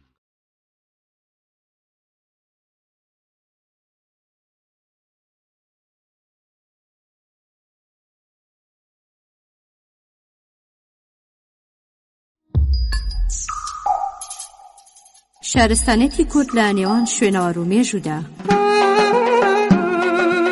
شارستانێتی کورد لە نێوان شوێنەوار و مێژوودا بەرنامەیەکی ئارکۆلۆژی و هەرجاری بابەتێک یان چەند بابەتێک لە خۆگرێ و ڕۆشنایە خاتە سەر شوێنەوار و مێژووی کوردستان.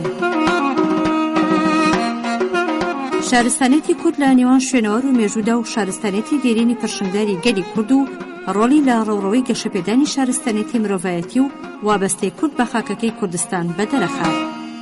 شارستانێتی کورد لە نێوان شوێنەوار و مێژوودا ئامادەکردنی مامۆستا کەمال نووری معروفە و پێشکەشکردنی پێشڕۆ عومەرە.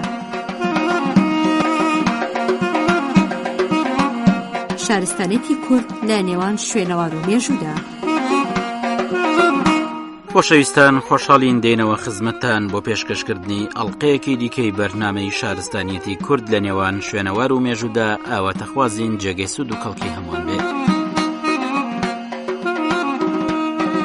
کاریگەریەکانی شۆڕشی شێخ سەعید لەسەر ئاستی نێودەوڵەتی بەشی دووە.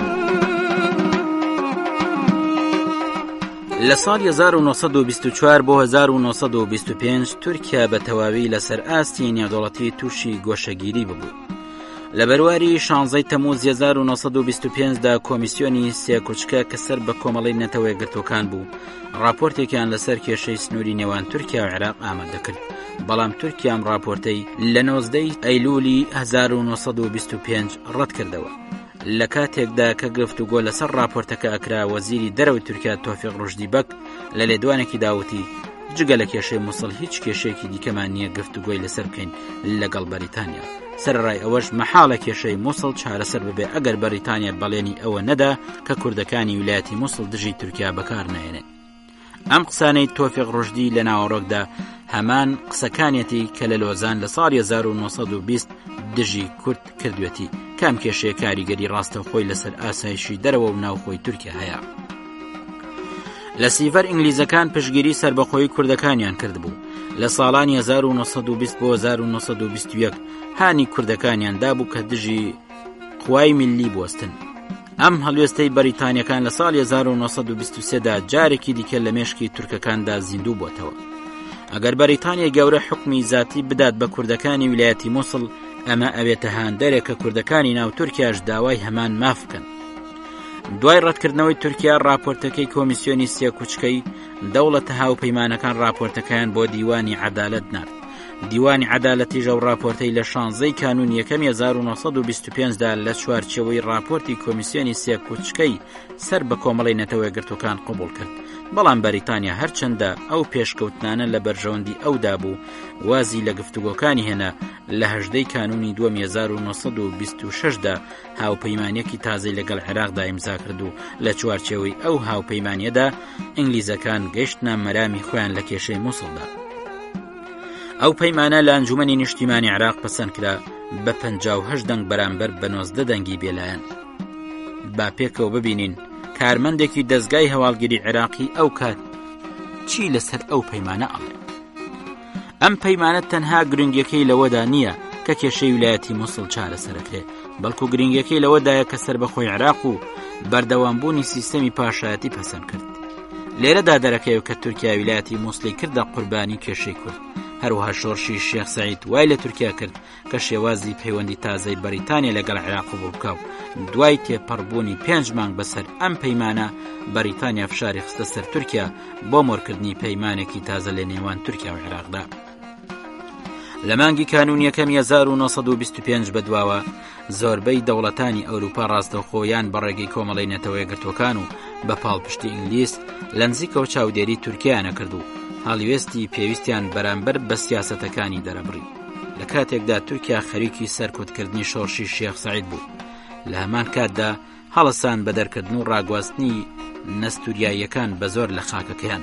ئەم هەڵوێستەی تورکیا ناڕەزایەکی گەورەی لەلایەن دەوڵەتە ئەوروپاییەکان بەرامبەر بە تورکیا دروست کرد و هەوڵیاندا بەڕێگەی کۆمەڵی نەتەوە یەکگرتوەکان فشارێکی گەورە بخەنە سەر تورکیا و بە تەواوی لە جیهاندا گۆشەگیریان کەن. ئەم هەڵوێستەی ئەوروپاییەکان ترسێکی وهای خستە ناو دڵی تورکەکان کە چۆن لە ساڵی 1970 ئیتالیاکان کەوتنە جمۆجۆڵ دژی تورکیا، بە هەمان شێوە بەریتانیەکان لەگەڵ دەستپێکردنی شۆڕشی شێخ سەعید جارێکی دیکە کەوتنە جمۆجۆڵێکی لەم شێوەیە.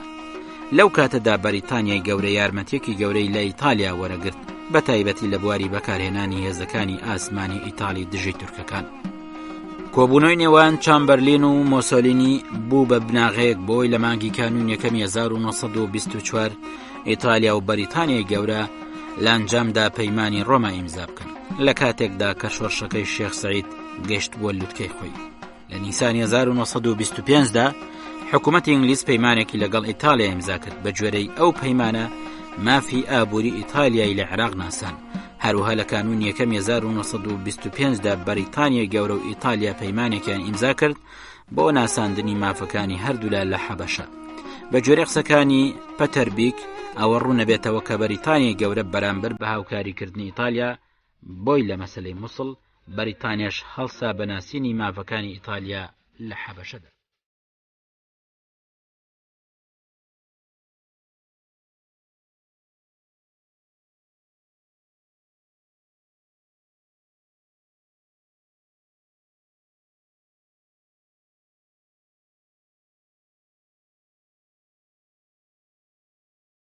لە چوارچەوەی ئەو پێشکەوتانەدا ئینگلیزەکان لە نزیکەوە چاودێری گواستنەوەی هێزەکانی تورکیان بەڕێگەی هێڵی شەمەندەفەری بۆزانتی نووسەیبین و بەو جەمە جۆڵانەی تورکیا ناڕەحەت بوون.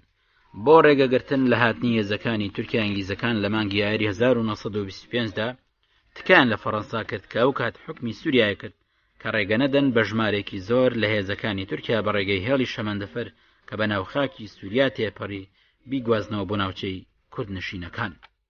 لەسەر ئەو داواکاریە وەزیری دەرەوەی فەڕەنسا ئارست دەبرێند بە تەواوی هاتنی هێزەکانی تورکیای بەڕێگەی شەمەندەفەر بەرەو ناوچەکە وەستاند و تەنها ڕێگەیەدا بەو سەربازانە کە تەسریح بن بگەڕێنەوە بۆ ناو کەسوکاریان لە ڕۆژاوای تورکیا.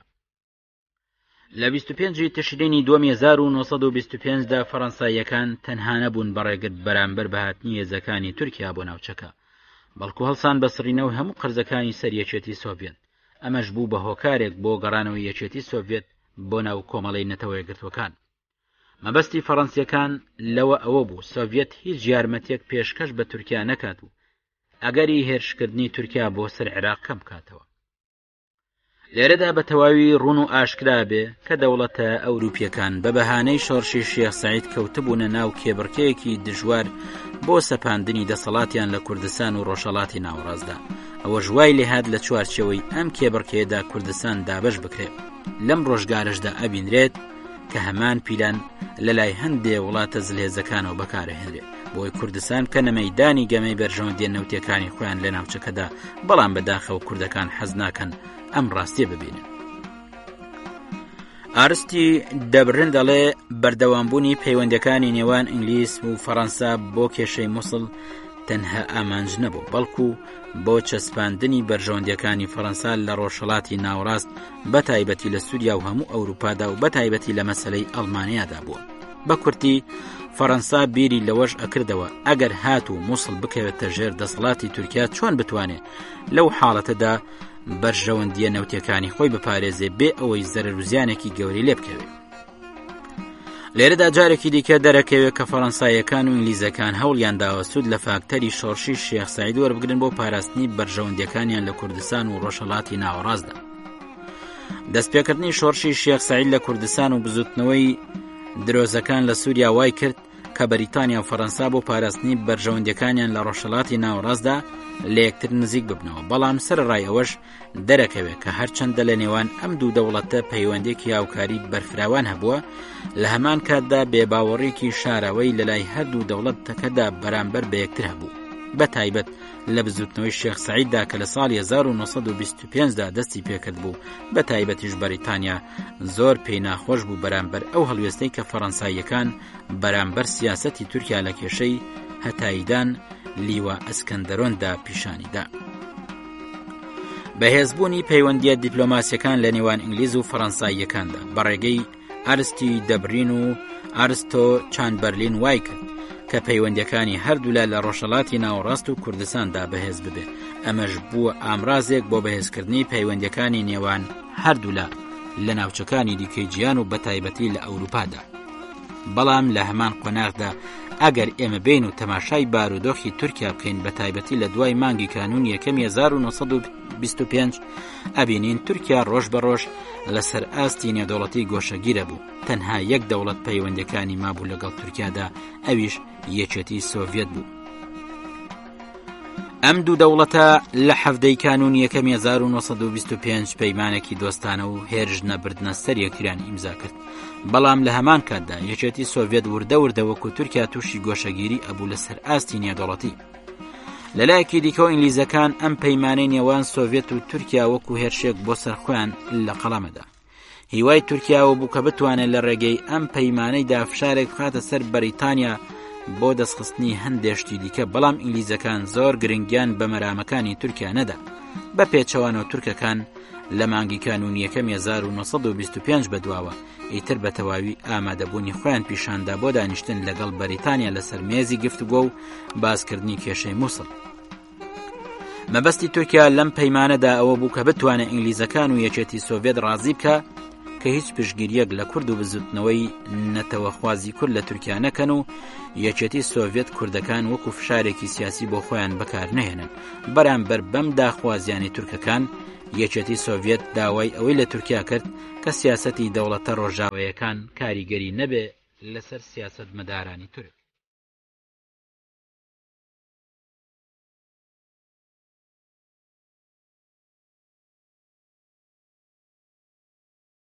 لە بەهاری ساڵی 1926دا ئیتر تورکیا ئامادەکاری خۆی بۆ ئیمزاکردنی پەیمانێکی دۆستانە لەگەڵ بەریتانیا نیشاندا.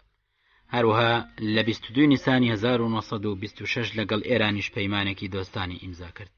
سەفیری ئینگلیز لە ئێران مستەر پەریلۆرین لەسەر ئەو پەیمانە بەم شێوەیە دووە. لە کاتی خۆیدا تورکیا زۆر نیگەران بوو بەرامبەر سیاسەتی ڕەزاشا سەبارەت بە کوردستان، لەبەرەوەی ڕەزاشا ڕەفتارێکی هاندەری هەبوو بەرامبەر بە ئیسماعیل ئاغا سمکۆ و بەنیاز بوو دەوڵەتێکی کوردی ئۆتۆنۆمی هەموو کوردەکانی تورکیا و ئێران و عێراق بگرێتە خۆ، بەڵام لە ژێر چەتری ئێراندا بێت. بەڵام دوای ئیمزاکردنی پەیمانەکە لەگەڵ تورکیا، حکوومەتی ئێران یەکسەر لە بیرۆکەی دروستکردنی دەوڵەتێکی ئۆتۆنۆمی کوردی پاشەخشەیەکا و هەڵوێست بەرامبەر هەر بیرڕایەکی لەم جۆرە وەرەگرێت.